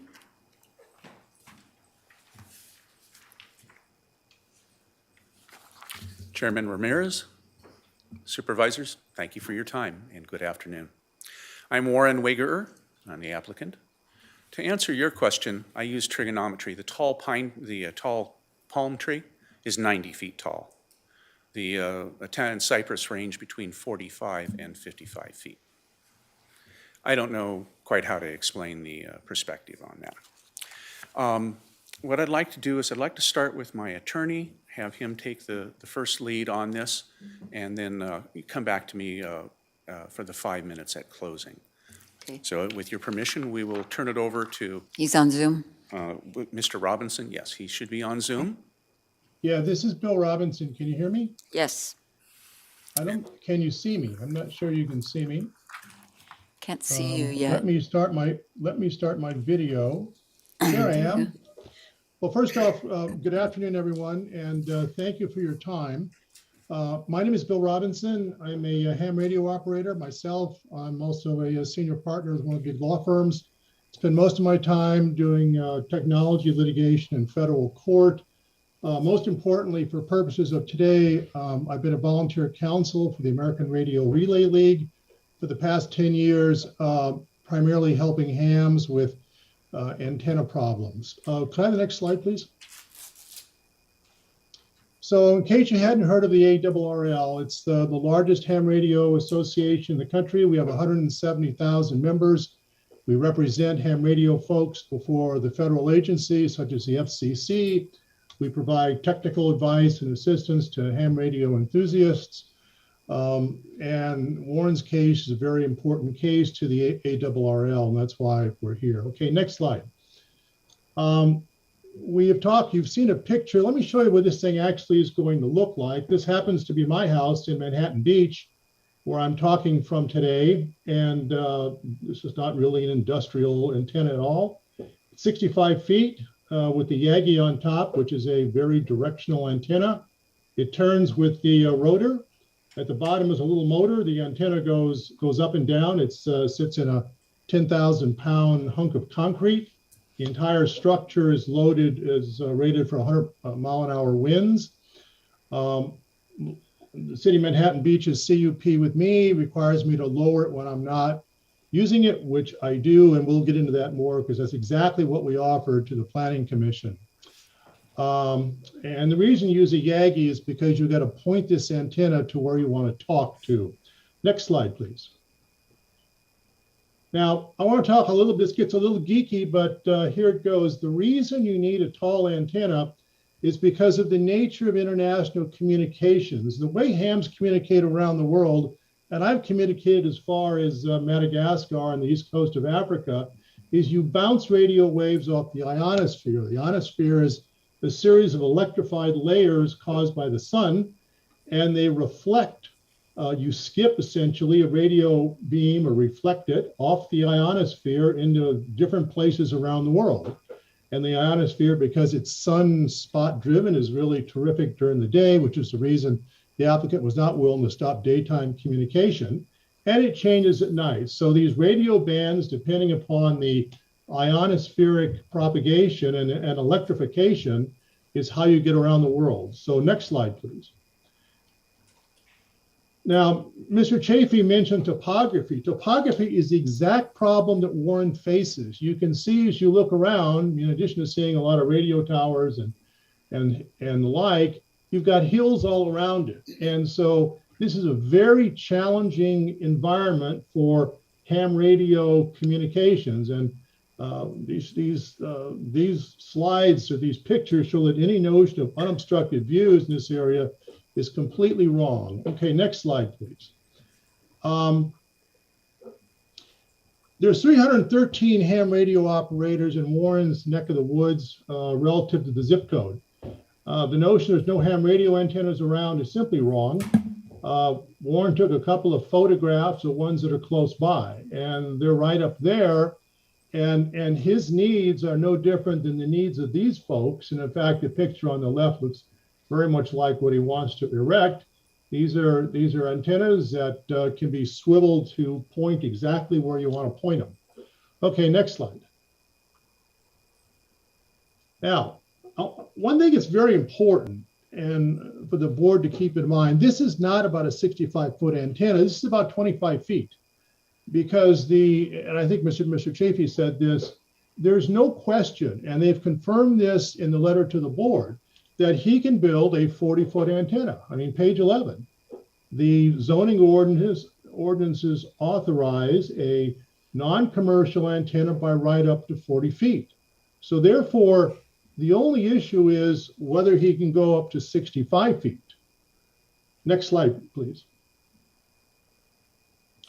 Now, phase 2 of this. There is no evidence, and certainly Mr. Ward cites to none, as to any different aesthetic impact for a 40-foot versus 65 feet.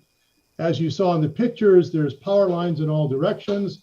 This notion that on page 9 of the letter, it's obnoxious and would impact previously unobstructed residential and public views is simply pure speculation. You've seen from the pictures, there's no different impact of a 65-foot than a 40-foot. And there's no unobstructed views. There's ham radio towers, there's transmission towers, there's everything else. And while Mr. Ward also states that, and I think Mr. Chafee said this, it's somehow incompatible, 65 feet is no different from compatibility than a 40-foot. I mean, some of the neighbors, and I would note in the public responses, 7 of the 12 are for the antenna, only 4 are against. So there's no real substantial difference between a 40-foot and a 65-foot tower relative to visual impacts. I mean, quite frankly, there's no such thing as a pretty antenna or a cell phone tower or a power line tower or a telephone pole. The notion you're only going to see little trees there in this area is simply wrong. Next slide, please. Now, I want to say, no, go back. Before I get into this, I want to say that the planning division people have been very nice. Mindy Fogg's been great in particular, but, these people are not techies. I mean, I have a BS and an MS in electrical engineering just to my law degree. I am a techie. They're not experts when it comes to ham radio, which I think causes them to inappropriately focus on non-techie issues like views. Next slide, please. Now, the letter you've seen contains, that is from Mr. Ward, some things that are simply not right. I mean, Mr. Chafee talked about the guy wire is wrong. Go back. This notion we refuse to cooperate with them is really wrong and really annoying. We had several conversations with them over the phone. I was on it. We said we would lower it to 40 feet when we weren't using it for a substantial amount of time. In other words, if you're not using it for a couple of days, fine, we'll lower it. That's what I have to do here at Manhattan Beach, and it works out great. And then they raised the issue about potential CEQA issues on page 9. Again, we've told them, we've cited the case law to them, that CEQA has never been applied to ham radio antennas. And then on page 9, they say there's no above ground electrical poles, utility lights, anything else, such as ham radio towers. Again, just look at the pictures. There are. Okay, next slide, please. Now, this notion we wouldn't meet with them is another thing that I find, I mean, we really tried, a little annoying. They asked us to meet, and I came back and said, particularly given you're not a techie, give us some questions or we'll give you some, answers and we can proceed that way.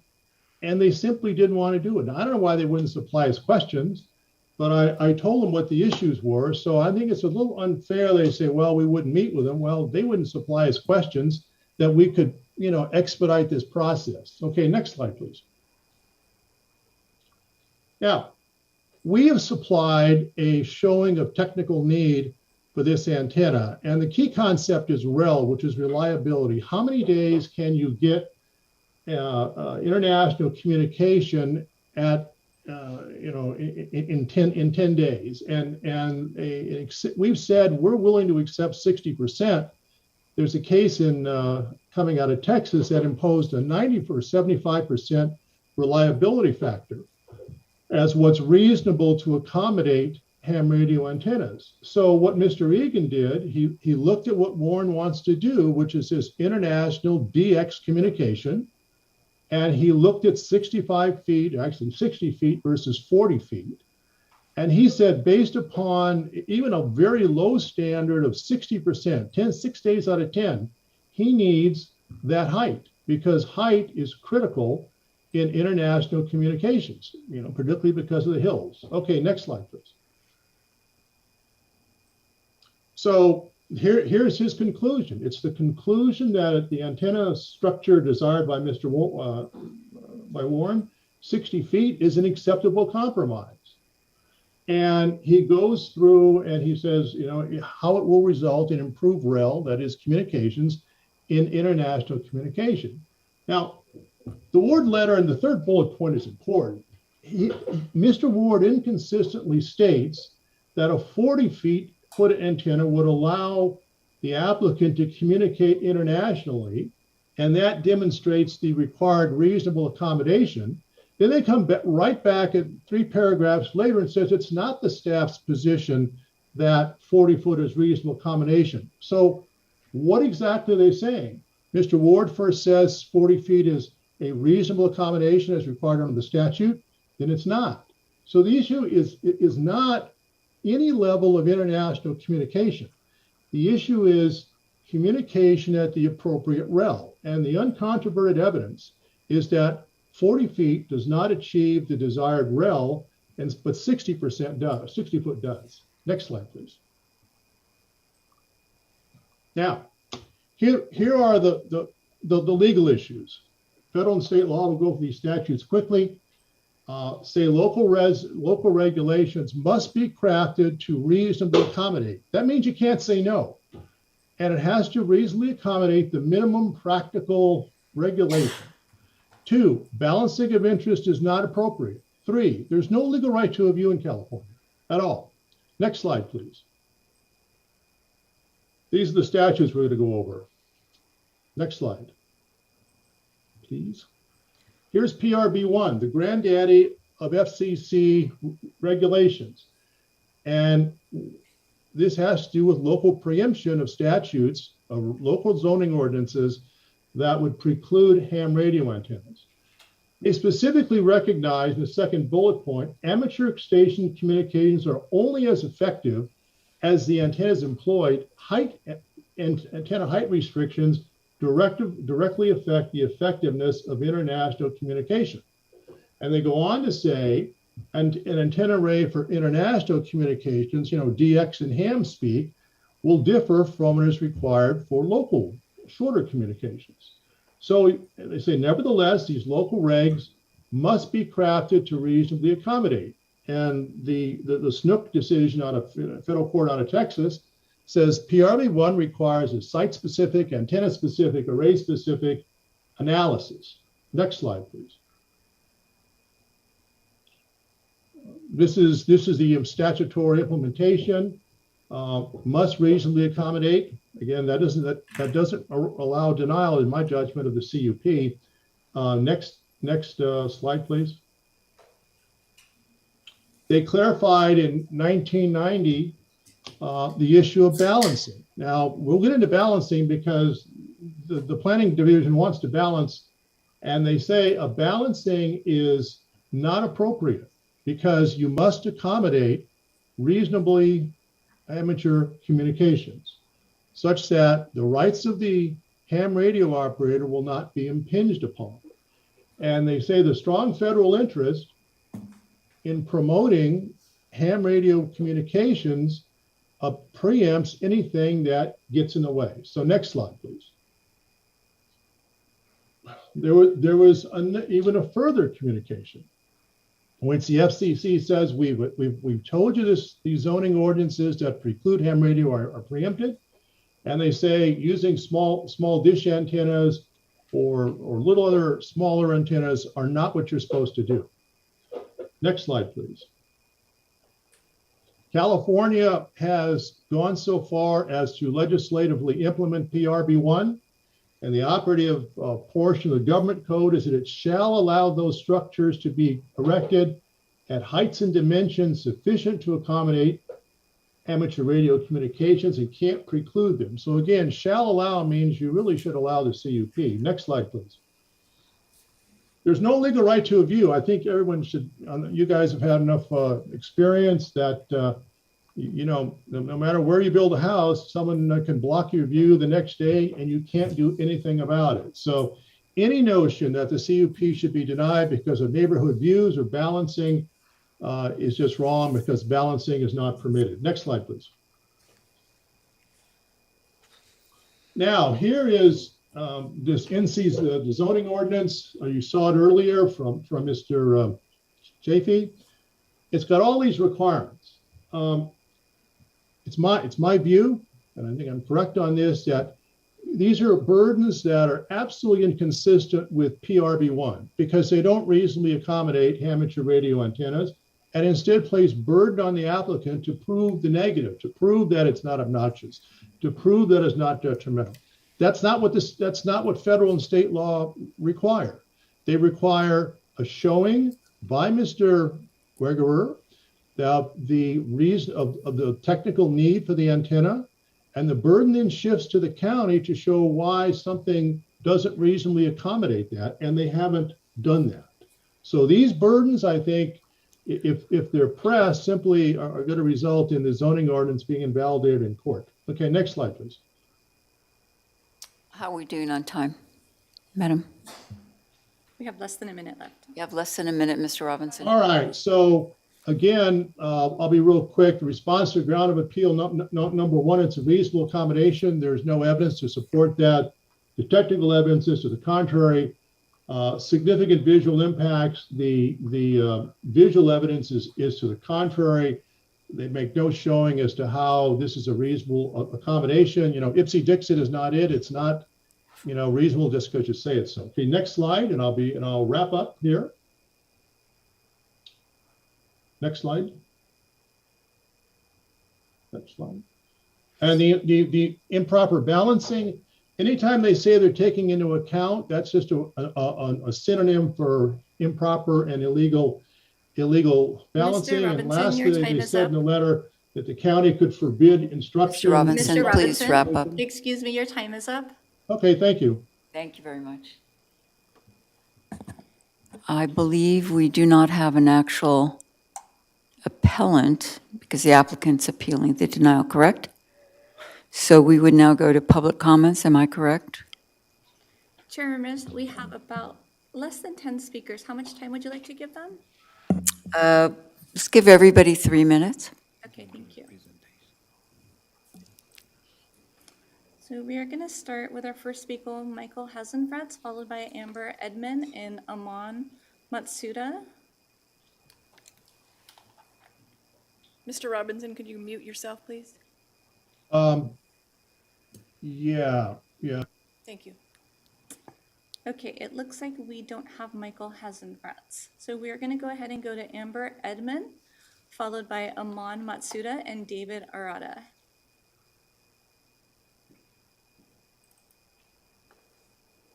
Hey, Amber, you'll have 3 minutes.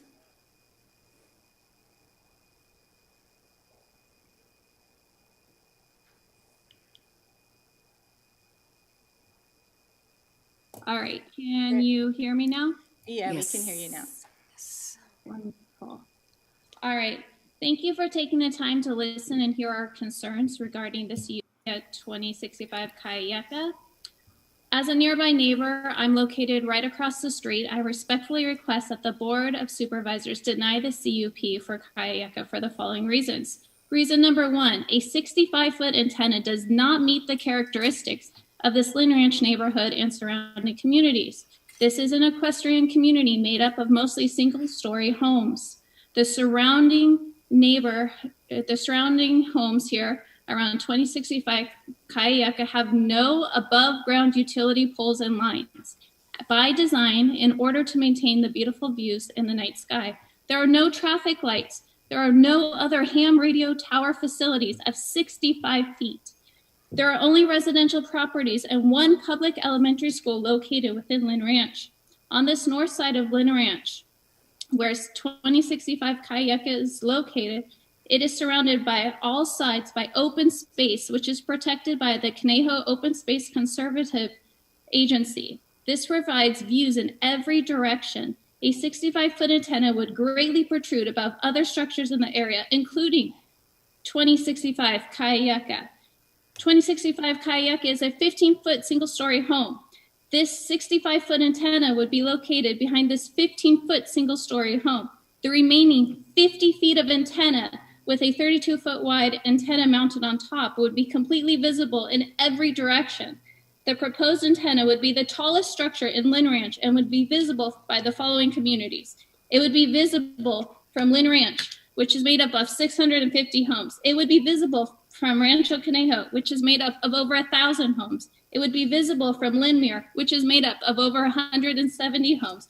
And it would be visible to all the open space trails, which is located just 4 houses down from 2065 Kayeka. Reason number 2, it should be denied for health and safety reasons. Right here in Lynn Ranch, we are in an extremely high fire zone.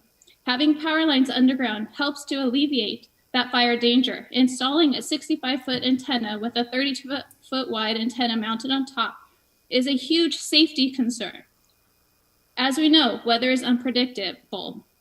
We have had fires and strong wind events. I've personally seen established trees fall here at Lynn Ranch. Another concern is having a 65-foot tower across the street from me, which could also fall in the wind events. This should be denied because this is going to be extremely detrimental to the community. It's also going to be loud and obnoxious based upon how it will be used day in and day out, and it needs to be rotated and adjusted. Hi, Amber, your time is up. Thank Can I you. have a few more minutes? I'm sorry, no. Our next speaker is going to be Aman Matsuda, followed by David Arata and James Fortney. Hi there, my name's Aman Matsuda. I'm joined by my wife, Clara. We live a few lots up the hill from Mr. Weger's property. A few comments in addition to echoing what Amber just said. Without being a lawyer, listening to Mr. Robinson's comments, it's clear that the statutes in place are intended to support and promote amateur radio communication, not necessarily international radio communication. So there's no obstruction to Mr. Weger's ability to pursue his hobby with the previously established agreement that allows him to put up a 40-foot antenna. There's also no regulation requiring Mr. Weger to live where he lives. He's chosen to live in a place where the surrounding hills make it difficult to pursue the hobby in the way that he would like to. there's no regulation preventing him from moving to a location that allows him to get better access to the international communication that he desires. I'll speak quickly about the other items where this antenna would not be compatible with the character of our neighborhood. And it would not be compatible with existing and potential land uses. It would create an industrial and a commercial feel to our community. It does not harmonize with the background of any of the landscape in the area. In fact, the pictures that were shown by Mr. Robinson in the presentation were zoomed in to an excessive amount, showing hills that are far away in Newbury Park and hills that are farther away that are still visible, yes, but not even close to the impact of a 65-foot antenna that would be, less than 100 feet or so from a number of homes. It would also be extremely obnoxious to the utility of neighboring properties. Utility of a property includes the valuation of a property, and therefore the fact that it would have an impact on home values for people who would prefer to pay more for non-obstructive view indicates a negative impact on utility. And lastly, the request should show that it's not detrimental to the public interest or welfare when in fact it is. The only impact would be negative. And the standard for acceptance, as I understand it, rests not on whether there's a positive impact from the antenna, but only in showing that there would not be a negative impact. So all the points that Mr. Robinson made about having an antenna that allows for intercontinental communication is a positive benefit to Mr. Weger that has no bearing on the decision. It's simply a matter, in my opinion, of showing that there would be no negative benefit or no negative impact. And I think in the comments that you'll hear as well from other neighbors, you'll hear the same. So I respectfully request that the county uphold the previous decisions and deny the CUP. Thank you very much. Thank you. Thank you. Our next speaker is going to be David Arata, followed by James Fortney and Robert Shank.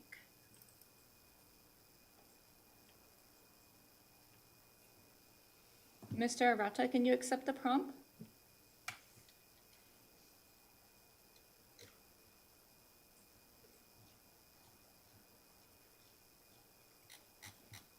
Mr. Arata, please unmute.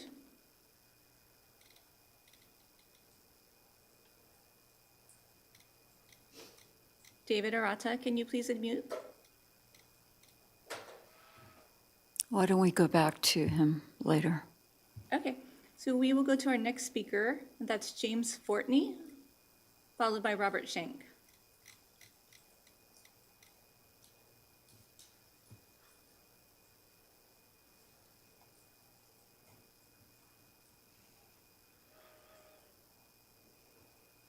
Mr. Fortney, please accept your prompt to.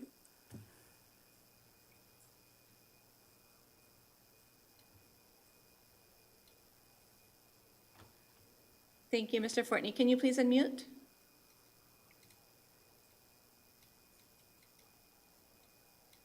Good afternoon, and thank you. I'm sorry the acceptance of the prompt there took a few moments. My name is Jim Fortney, and I need to make it clear from the beginning that I am, despite the fact that I have spent 55 years in Ventura County working on planning and various issues, I am in fact now a resident of the state of Arizona. My wife and I moved about 5 years ago. But I choose to join the meeting because I think I was very actively involved in the majority of the legislation that has been quoted here. And I think it is very important that we talk to the Board of Supervisors and the community about working together and the value of amateur radio and the importance of having the kinds of facilities we're talking about here. I got involved in the late 60s with a family that I know, the Hubers were there, and we created a thing called the City of Simi Valley. And we were always very proud of that because we worked as a team. And I will tell you that there were a number of amateur radio operators that were involved in that process. typically the amateur radio operators in a community are the leaders. Today, the city of Simi Valley has a large number of amateur radio operators that provide very high reliability video for both the sheriff's department and the fire department. Every time it looks like there might be a fire or something like that. Amateur radio is critical to the neighborhood, not only the facilities, but the people. In 1990, my wife and I moved to the Santa Rosa Valley and got established our amateur radio operations there. Everybody needs to understand that although ham radio is a tag, that's just a name that goes along with the amateur radio activity.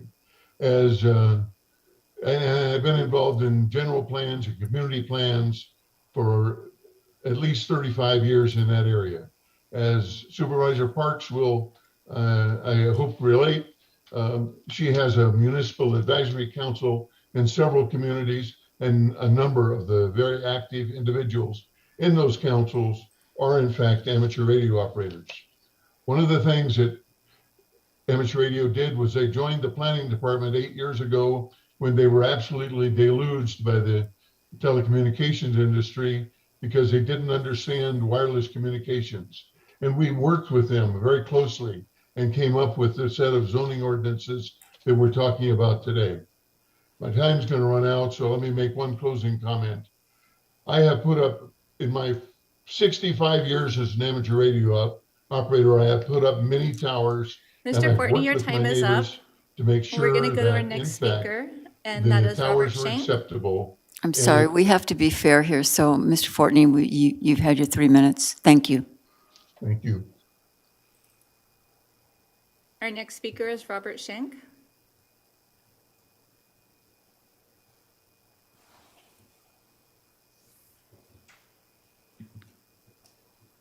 Mr. Shank, please unmute. There we go. My name is Robert Shank. Thank you, Chair Ramirez and the Board of Supervisors. And hopefully you can hear me. Yes. Thank you. I'm an amateur radio operator. My call sign is KM6RSS, and I'm the president of the Ventura County Amateur Radio Club. I'm also a member of the Auxiliary Communication Service, which is managed by the Sheriff's Department and reports to the Governor's Office of Emergency Communications. I have a number of other activities that I do, including acting as a volunteer examiner with a group that actually provides ham radio examinations. And I understand and appreciate the Board of Supervisors going to be on June the 7th, issuing a proclamation designating June as Amateur Radio Month. So I appreciate the board for doing that. Since Warren K6WKW is applying for approval to install an amateur radio antenna as private property and hopefully can be in compliance with all the requirements, I think that it's important for you all to know that he is one of 750,000 federally licensed amateur radio operators in the United States. And these operators donate millions of dollars per year of emergency and public service with communications, and they do that tax-free. Since they're amateurs, that means they cannot collect any money for doing it. At my house, which is in the city of Ventura, I have a 60-foot tower. Well, we even call it a tower. It's a 60-foot antenna. I got the city to provide a permit for me after doing all of the requirements, and I had letters of support from my neighbors to help with that application. And I'm in an area of the beach location, so I had to work with a lot of different agencies. But I recommend and support your approval of his application, and thank you for your time and attention to my comments. Thank you, Mr. Shank. Our next speaker is going to be Catherine Gregory, followed by Karen Lovelace, and then we'll try David Arata again.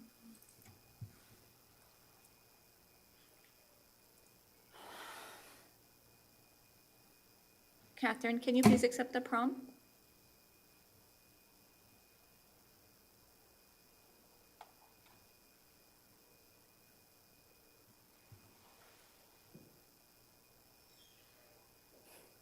Catherine, can you accept the prompt to be promoted?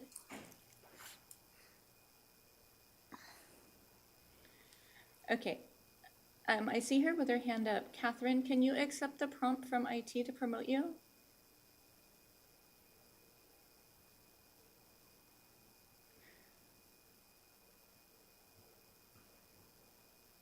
Thank you, Catherine. Can you please unmute your mic? You'll have 3 minutes.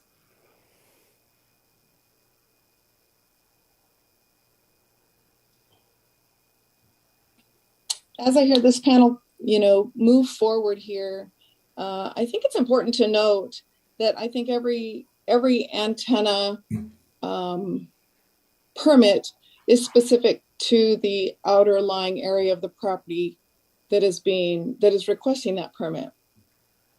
And I'm all for all ham operators to be able to pursue their hobbies just as all of us, but not at the expense of others. And I think that the problem that I'm having is I've heard that Mr. Werger did potentially move to Lynn Ranch in this section of the ranch because of discrepancy with homeowners association guidelines. And previously, I believe he was in Westlake Village on the island and was denied being able to have something of this height there. But when he chose this area, he's almost butted up. He's across the street from being butted up to a hillside that's pretty much solid rock. I climb it all the time, and I know what it's consisted of. So he's kind of bought something that puts him in a fishbowl, along with being no foliage but those 3 palm trees in the front, which I would disagree that they're 90 feet tall. But there's some cypress, but there's nothing that he's trying to do to try and keep this from vision of those around that are going to be overlooking this continually. And it's just not conducive to this area. Also, there are no power lines, as previously stated. There's nothing industrial in this neighborhood that sticks up like this. And again, 40 feet, I understand that that's his prerogative, and that, nobody's standing in his way for the 40 feet, but tell you what, the 65 is unreasonable. And the 35 or 32 on top of that going, horizontally, that's just icing on the cake. It's horrible. So, I really hope that you deny this. I think Mr. Matsuda was extremely eloquent in explaining all the things that come into play here. And this is just completely incompatible for the area, and it's reasonable accommodation for the 40 feet. So thank you very much for your time. Thank you, Catherine. Our next speaker will be Karen Lovelace, and then we will try David Arata again.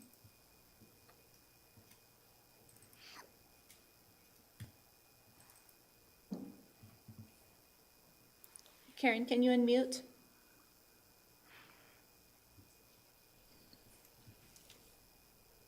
Hi, can you hear me? Yes. We can hear you. Please proceed. Hi, thank you. First of all, I would like to send kudos out to my neighbors. I live at 1350 Camino Cristobal, right around the corner from Mr. Wegener's residence. And I'd like to say that Mr. Matsuda and Ms. Gregory hit the nail right on the head as far as I would like to also join in commenting. I moved to Lynn Ranch about a year ago, and I feel as though this sort of a structure doesn't meet the aesthetics of the neighborhood in any way. We do not have power lines. One of the reasons I purchased the home in this particular location is for that reason, not only for the prevention of fire, but also because it improves the aesthetics of the neighborhood, which has an influence on property values.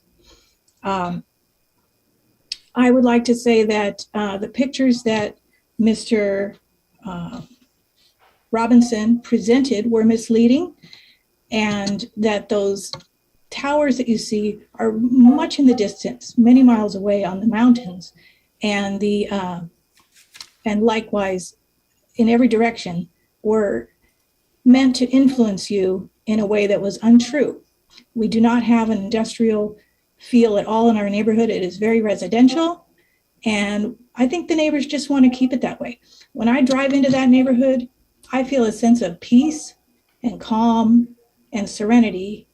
And that's what we're trying to preserve. The 40-foot tower, I think, would be somewhat of a visual interruption. Imagining another 25 feet on top, I do believe would have a significant influence on creating an industrial feel to our residential neighborhood. So I just wanted to add that point. Thank you. Thank you, Karen. We are going to try David Arata again. And Mr. Arata, if you can hear us, could you please unmute your mic?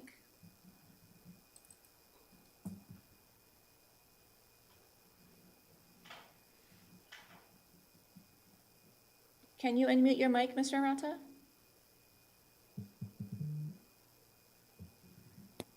Can you hear me now? We can hear you now. Please proceed. Yes, I think Mr. Robinson's presentation was very complete, and I think he made an excellent case for allowing this antenna support structure to be erected as Mr. Wegener has requested. I see no reason that they can get around PBR1. PBR1 says make reasonable accommodations. And Mr. Robinson made an excellent case. That's all I have. Thank you. Thank you for your comment. Chair, we also have Michael Hasenfrat, who we tried earlier, and he is not on Zoom. I also have a registration for a Kat Gregory, and I have a Catherine Gregory who already spoke, who is raising her hand. Yeah, I would guess Catherine Gregory is Cat Gregory. That makes sense. Okay, then that concludes our public comment for this item. Thank you. Thank you very much. So we've had our public comments.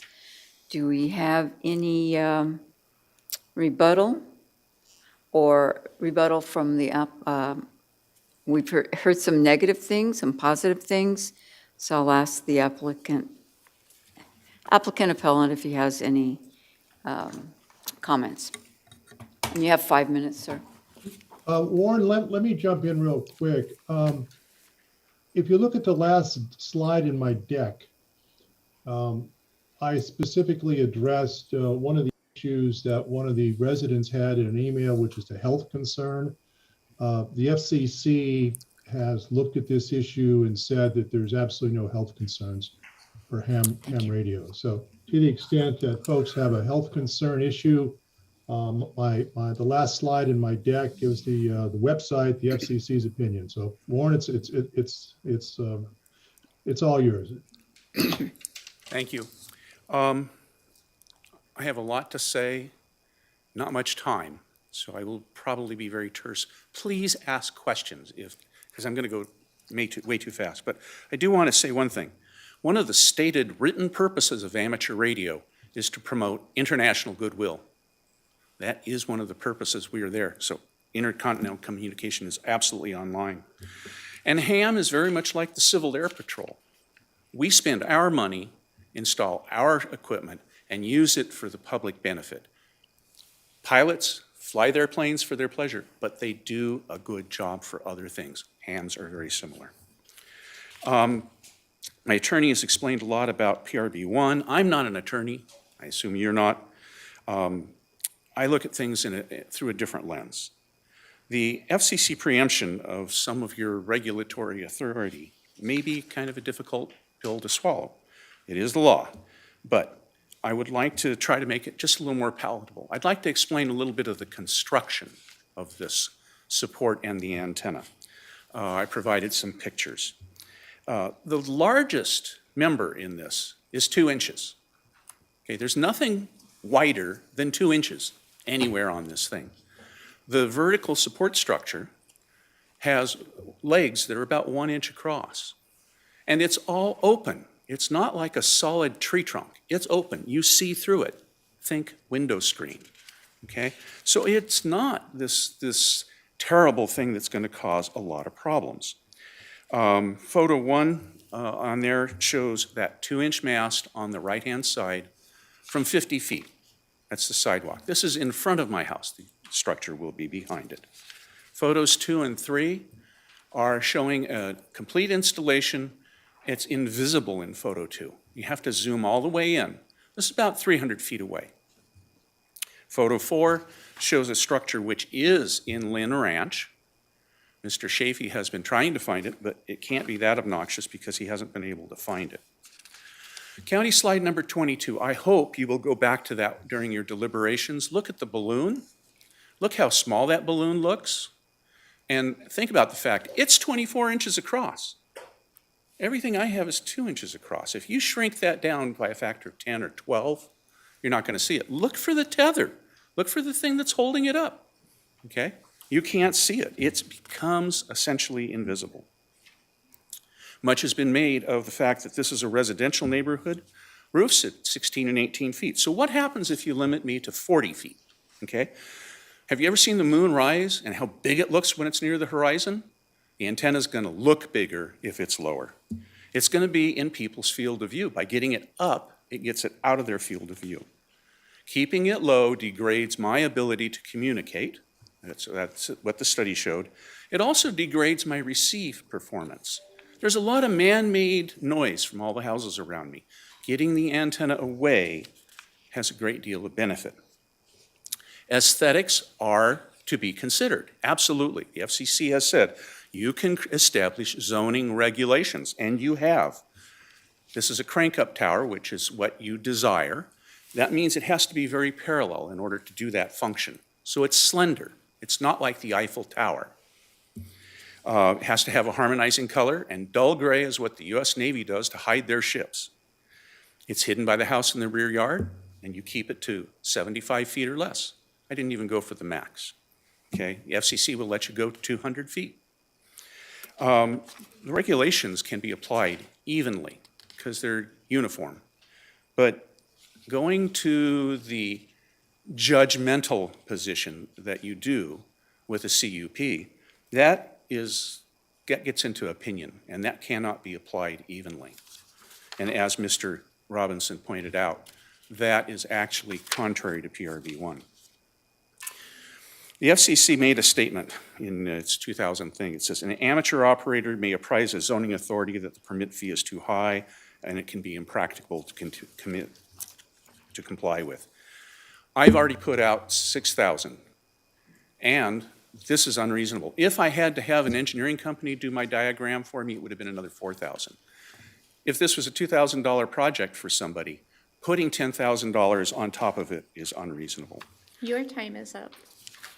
And I would, if I may say one more sentence. One more sentence, please. Thank you. I'd like to ask you to ask Director Ward. We've had a pandemic, so I didn't have an opportunity to go talk to all my neighbors. I would like to know if there had been no negative comments offered, would he have approved this conditional use permit? Thank you. Thank you. I'm sorry I was so Thank you very fast. much. Okay. All right. This is the time for, actually, I think, questions or closing comments by staff. I was going to ask, do you have any questions for me? I do not. Thank you. Let's see if my colleagues. Yes, I just had a question. So your lawyer stated that you didn't want to keep it down lower than 40? You want to keep it at 65 all the time? The antenna, the frequencies that this antenna operates on are most useful during the day. And the director asked me to keep it down from 1 hour before sunrise until 1 hour after sunset. So it effectively makes the antenna, it just makes it non-effective. Okay. That's why we said that during periods of substantial non-use, we'd lower it. Yes. Day or night. If I'm going to You go can't on have it down vacation, during the day. I can lower it. That's not a problem. And you That's use easy. this, And you use this on a particularly daily? if it's motorized like mine, just press a button. Mr. Robinson, can you I'm please sorry. hold your comments? Mr. Robinson. Yes, it helps if I Sorry. have one person speak at a time, Okay. because we can't understand, or at least I can't. But, so you use this antenna 24 hours a day, or what is the service of this? I use it intermittently. well, I don't have it right now, obviously. Or what is your You know, goal? I expect I would use it daily and on and off during the day. I'm not a broadcaster, but I would use it on and off during the day and sometimes in the evening too. I just was curious. Understand? Supervisor Huber? Yes, thank you. I have a question to either the applicant or the council. Just to clarify, will a 40-foot antenna work to allow the applicant to communicate with other ham radio operators internationally on their property? This is Bill Robinson. Let me answer that. The Egan study says no if you apply the appropriate, the rel factor, the reliability, which is 6 days out of 10. 40 feet doesn't do it. 65 feet, barely does it. So that the question is not whether he can communicate internationally at some time if he gets lucky. The question is, can he communicate reliably at a 60% level? Like I said, the court in Texas required a 75% reliability factor in analyzing the antenna. We're happy with 60, but it should be higher.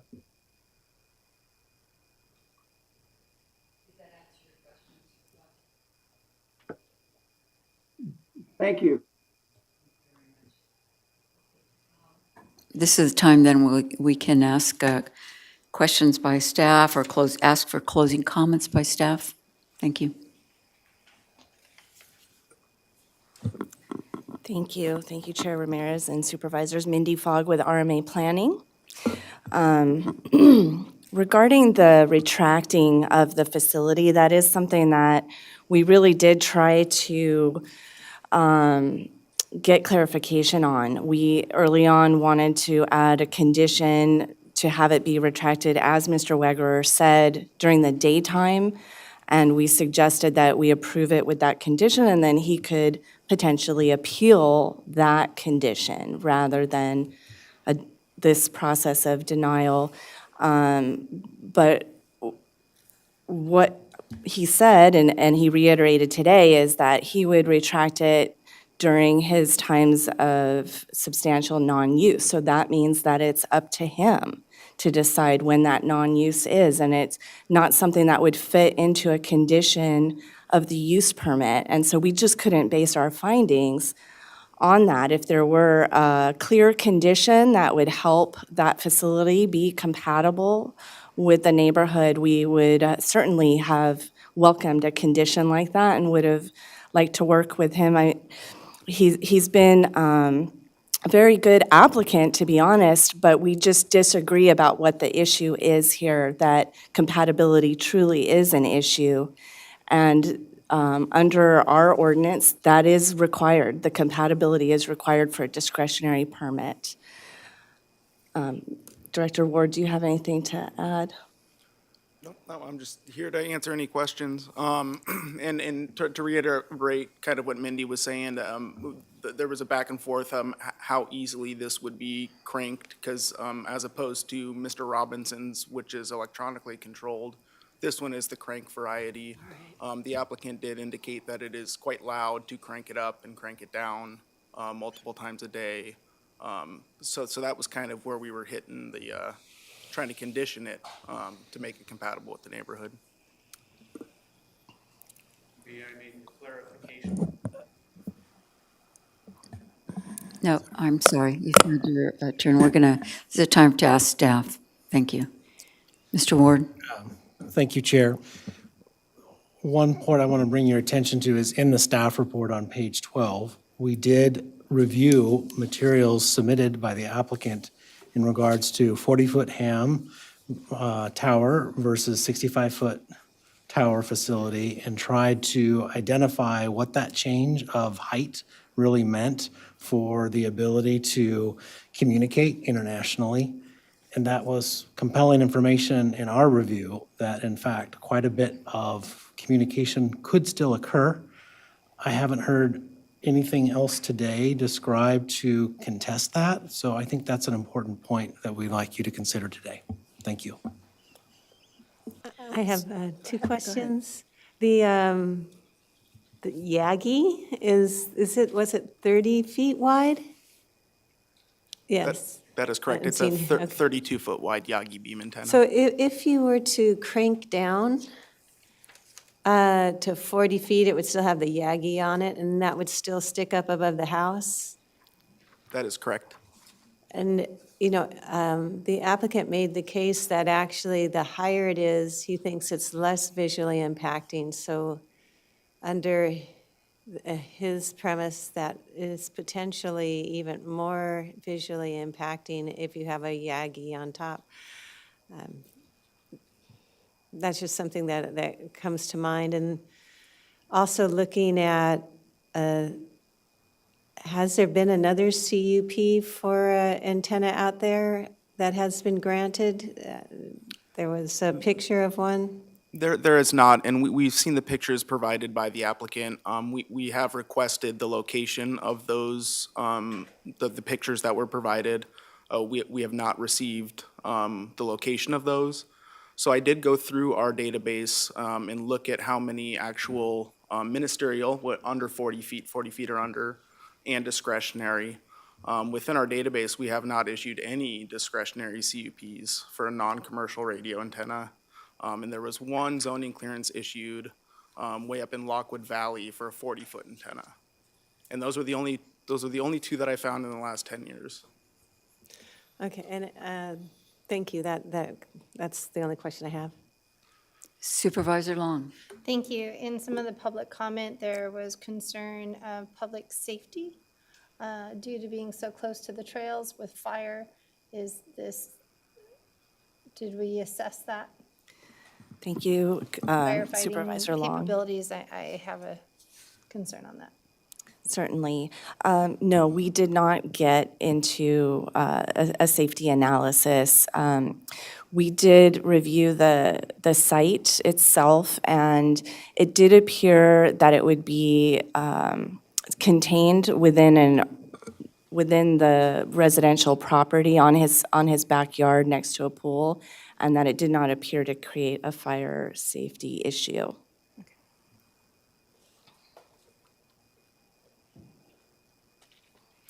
Oh, well, I have a question perhaps for council, because there was discussion of the FCC's rulings here about balancing of interests, and the appellant has put forward that FCC has made, quote unquote, made clear balancing of interests approach is not appropriate. And county's response is that the FCC recognizes their valid local concerns. Could our council comment on that? Yeah, of course. Thanks for asking, Chair Ramirez.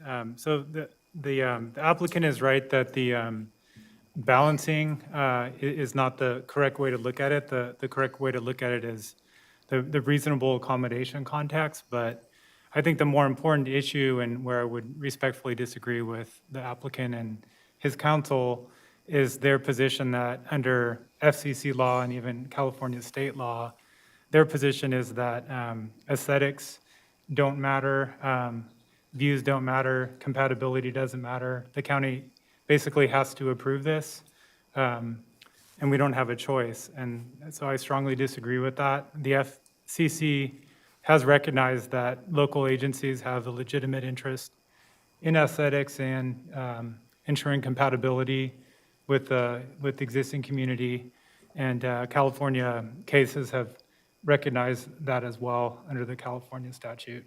And so that's, my advice is that those are legitimate considerations, and your board does not have to approve the tower as proposed. There is a description of the antenna as industrial type. And can you explain more what that means? What is an industrial type versus non-industrial as a way to judge this? Thank you, Chair Ramirez. That is a very difficult assessment to make, and that is why staff prepared that visual assessment showing the photo simulation, the balloon, and the view shed analysis, to combine those things together to support the idea that it doesn't quite, again, goes back to compatibility, it doesn't match the surrounding environment. So if this were a community that had street lights, power poles, one could argue that another antenna in the mix would not be incompatible. But when Thomas and I went to the neighborhood, that simply was not the case. There were no structural elements other than homes and landscaping. And so when you compare that, an antenna appears to be much more industrial than in another location. Okay, I got it. Thank you. Did you want to add something, Mr. Ward? Thank you, Chair. Thank you. Other comments, questions?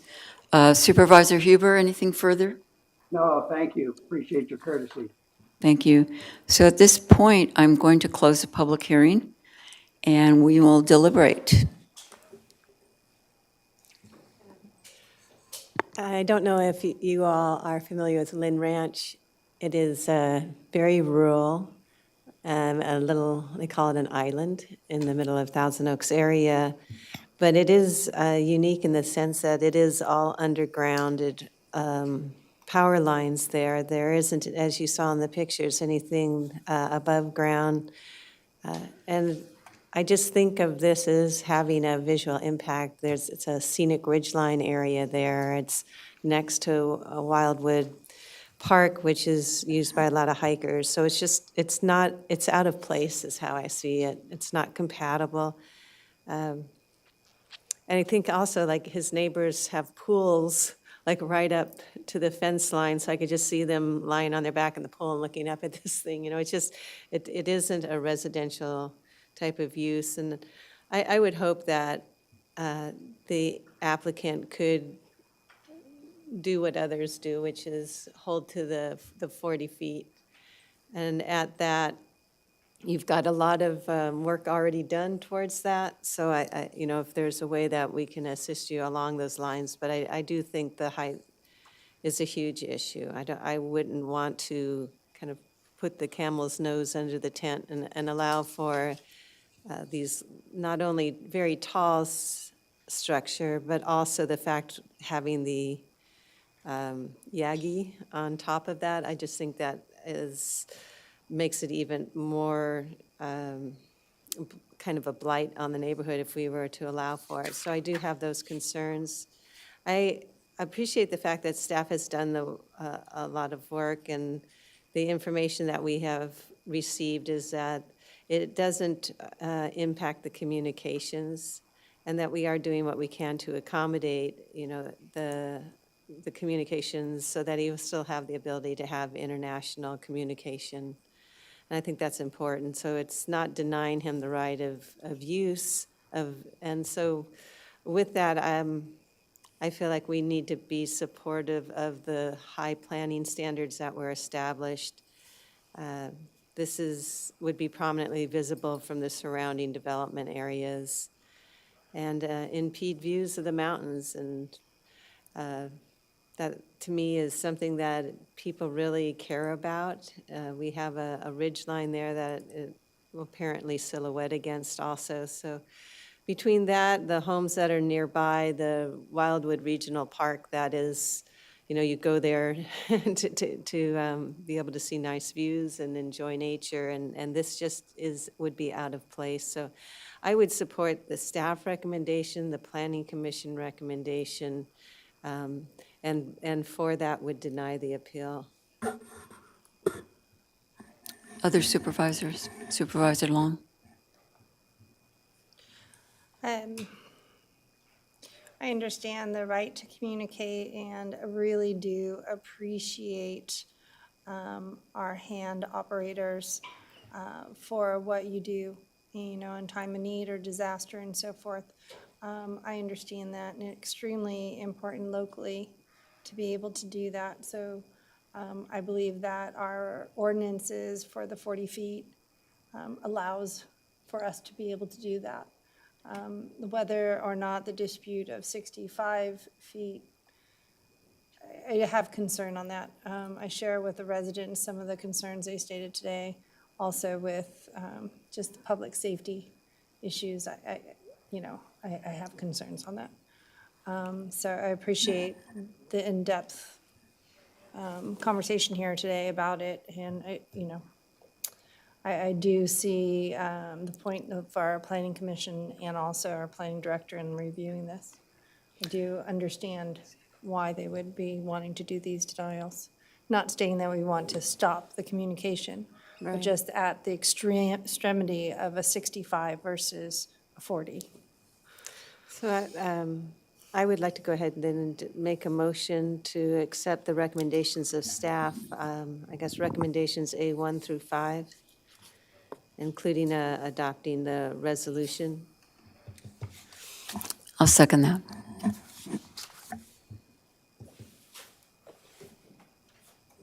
So we can vote.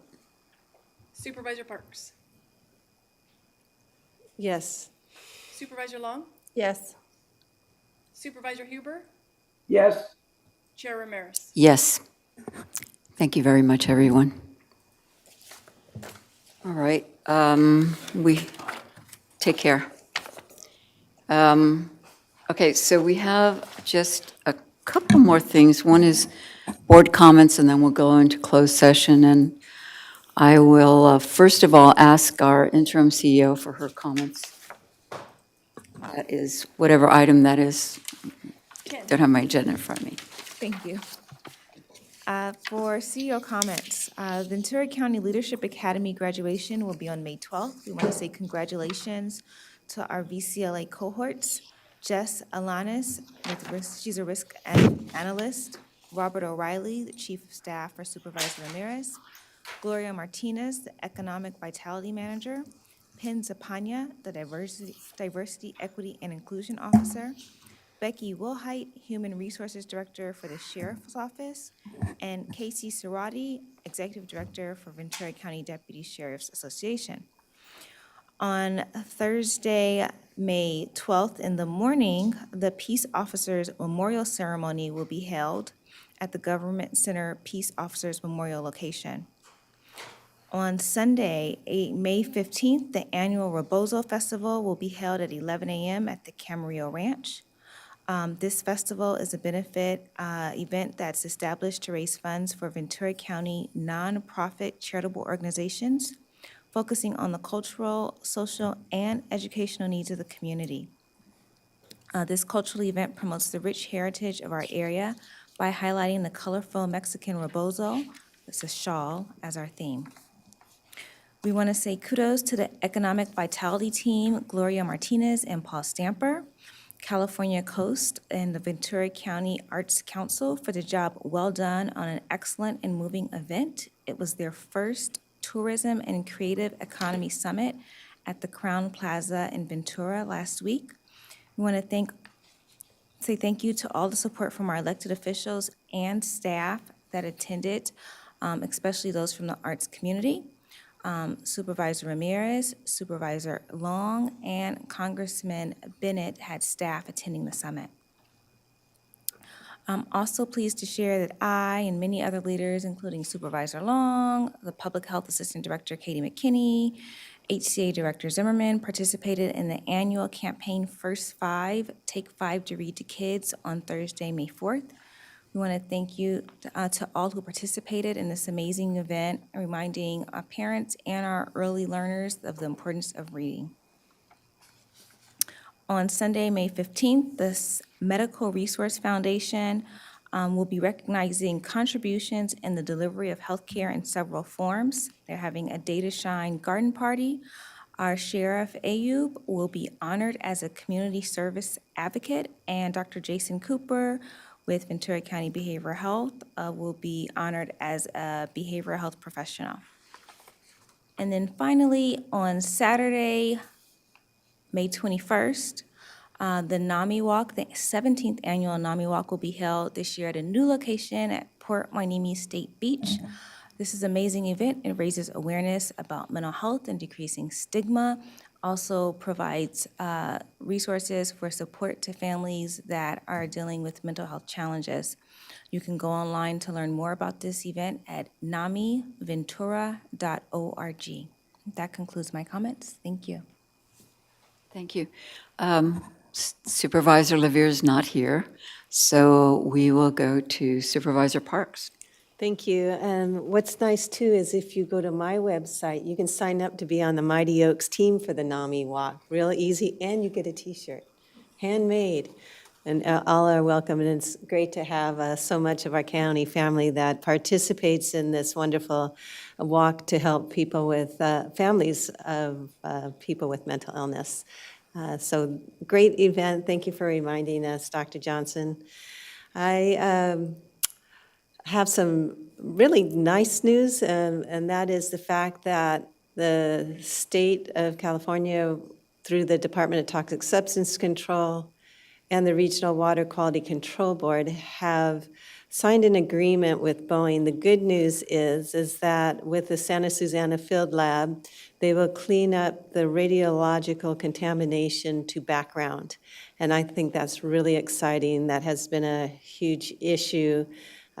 Just recently, there was a study found that some of the dust and smoke that came from the Woolsey fire actually from that location had gone quite far and had some radionuclides in that. So just the idea of getting all the radiological contamination on the Santa Susana Field Lab gone to where it was at pre-pollution levels is very exciting.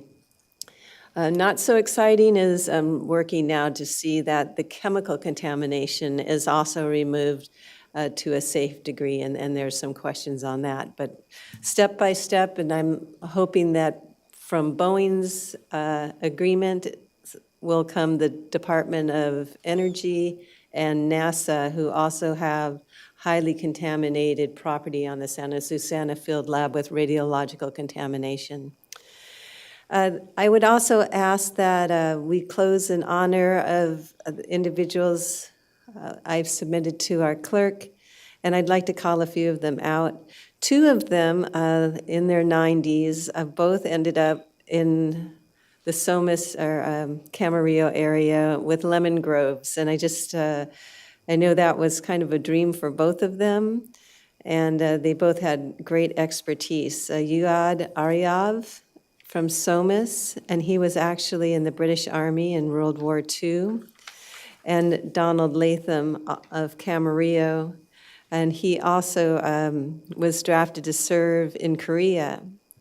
And he built a dream home and overlooking his lemon groves, and was a rancher and sun-kissed grower. He was also a volunteer fireman. And then Lois Conrad from Newberry Park was a teacher at Thousand Oaks High School who did so much in her years teaching there. Everything from teaching, which was chemistry and physics, and doing college prep AP and working out arrangements with Moore Park College to get articulation.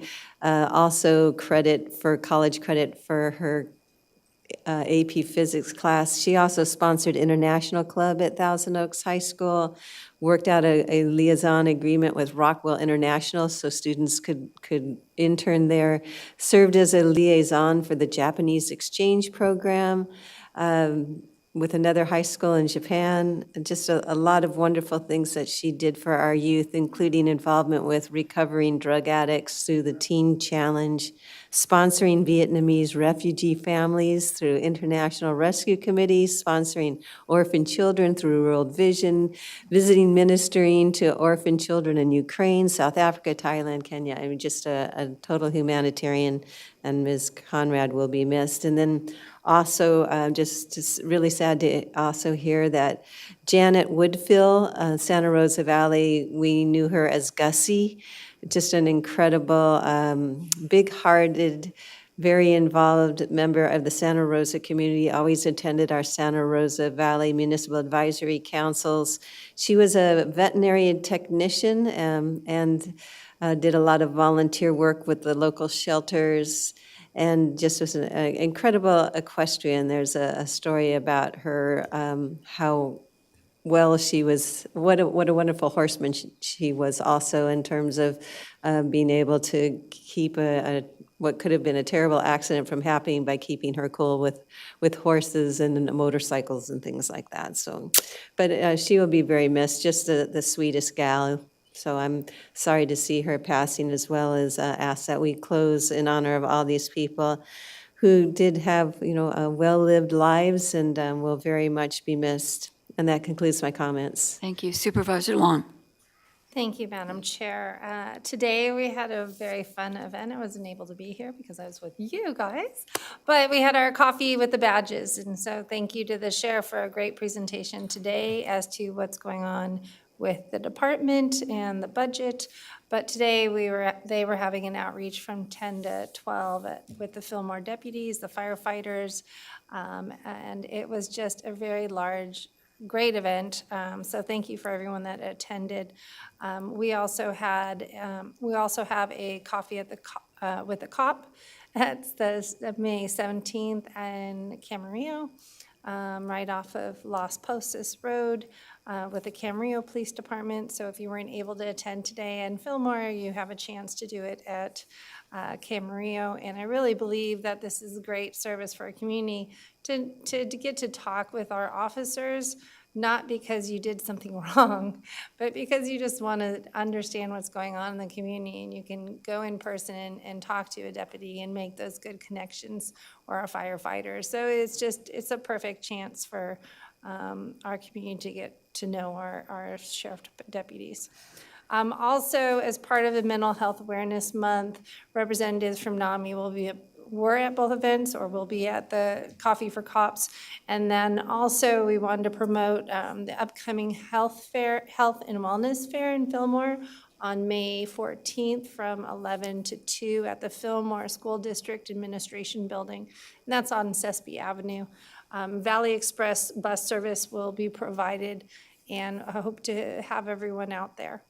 Thank you, Interim Dr. Johnson, for talking about Take 5. It only takes 5 minutes to make such a substantial effort and impact with our students for reading. I know Chief Gardner has been out there reading with our kids, and so many others of us, all of us have been, and it's just impactful. I really enjoyed my day out there. And then I also wanted to report back, our board made a great decision to support an item that came to this board last week, and I wanted to bring up the slide. I had staff build it. And so we got a report back, and I want to really say thank you to Commander Eric Tennyson, our Public Works, our trash, everybody.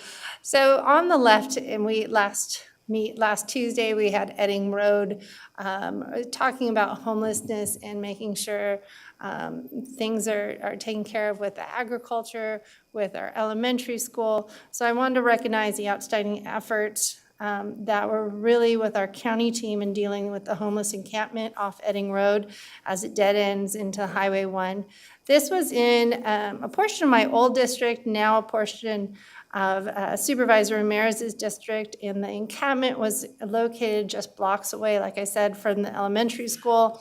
And our office received, I know Supervisor Ramirez's, numerous complaints with the parents, the administrators, as well as the public and our ag industry, because they were working, there was 2 working agriculture fields which presented many problems when harvesting, and just sanitary issues, a lot of sanitary issues. So again, I just want to say thank you to Sheriff's Department, and in particular Eric Tennyson, our Public Works Agency, Healthcare Agency, and Human Services Agency, who assisted in remedying this situation.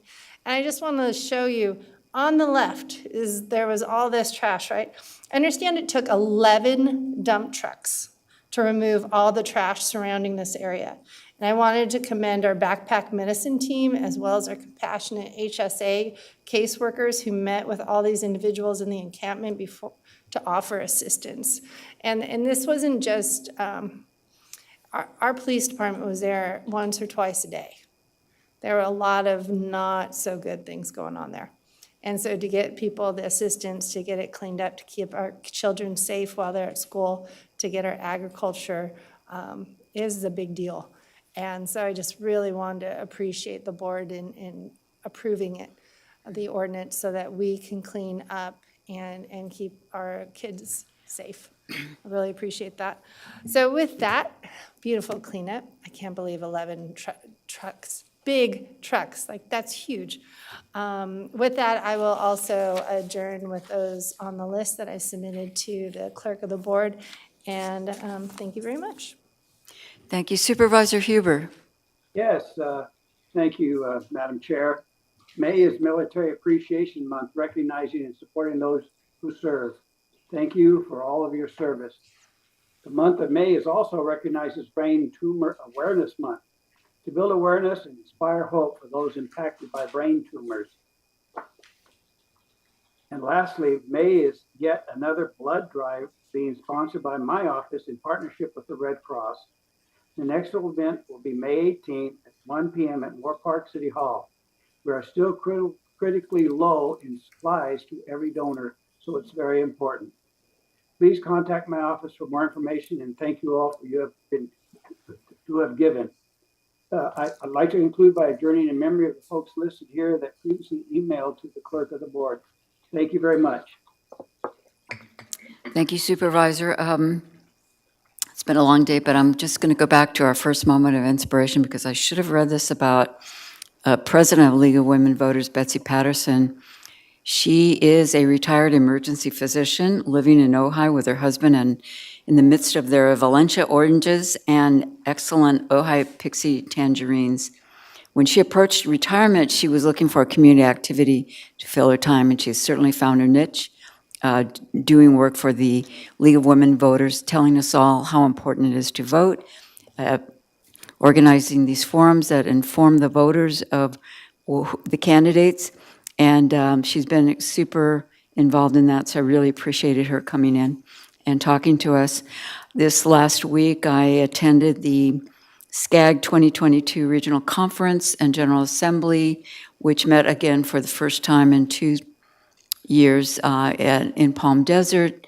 I had the privilege of being ratified as the first vice president of SCAG. SCAG is a regional group of 6 counties, 191 cities, and 19 million people. And so it is a tremendous responsibility to help find regional solutions for all of the challenges, many of which we hear about today and at the county and our cities, unsheltered folks trying to get good transit, public health, and what are we going to do about water. So it is a privilege and an honor and a lot of work, and I appreciate the opportunity. John Quinones, who is a news reporter journalist with ABC, did our keynote, and he talked about his just wonderful history and really was about ethics, and he has a program called What Would You Do, trying to explore what people do when people aren't watching. Do you really walk over that person who's in the street who needs help, has collapsed, or do you call 911 and try to assist? It was really a wonderful event. I also will be attending the Oxnard Police Memorial tomorrow, and then the very next day we'll have our county memorial here for fallen officers. I will also be attending the Rebozo. Once again, Rebozo Festival does amazing work providing charitable contributions. Are you going, Kelly? Yeah? Great. Great. I believe one of my staff members will be there. Great. We'll see you there.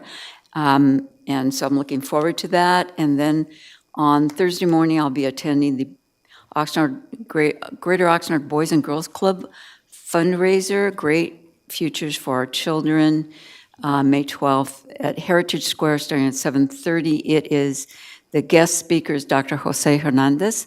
Come and listen to him. He's very inspiring. He is an astronaut, and he wanted to be an astronaut as a little boy in a Spanish-speaking farm worker family in the Central Valley. It's very inspiring. So I'm really, it'll be great to see him again. He was at CSAC, right? Yes, he did We a saw him at great CSAC. presentation. And he sells books, kids' books and adult books about his journey.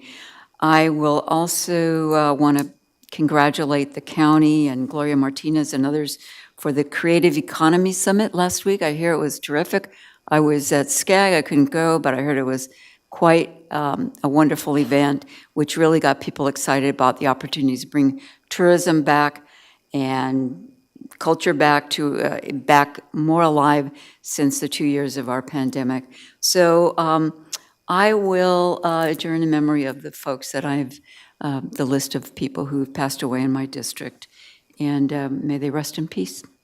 So with that, we're going to I have... just want to congratulate you on becoming the second vice chair. First vice chair. First vice president. It's a big deal. It's a And the big idea that next year you will transition to become the chair of SCAG is amazing. And I'm just, we're very fortunate at our county to have you in that position. And I know that you will gain a lot from it, but I know that we will too, as well as SCAG. And your leadership there will definitely enhance SCAG, and I'm so glad that you are able to achieve this, so congratulations. Thank you, Supervisor. Appreciate that. And how many counties are included in Southern California? 6 counties, Orange, LA, San Bernardino, Riverside, Imperial, and Ventura County. And that also includes all the cities?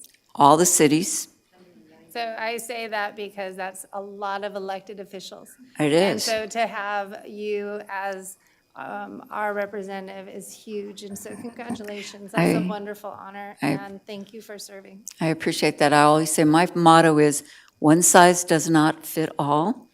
All of our counties and cities have their unique history and culture and beauty and challenges, and we have to try to find a way to work together because the water, air, and the traffic, they don't stay within city boundaries or county boundaries, and Southern California has a lot to offer the world and our economy, and we got to help make it thrive. Thank you very much. Appreciate that. So, Madam Council, County Council, you have an announcement for us. We're going to go into closed session. Yes, thank you, Chair. We will now head into closed session as indicated on the agenda. In agenda items 42 and 43, there will be no reportable action, so the board may adjourn out of closed session. Thank you. Thank you very much. Long day. We got a lot of work done. Thanks.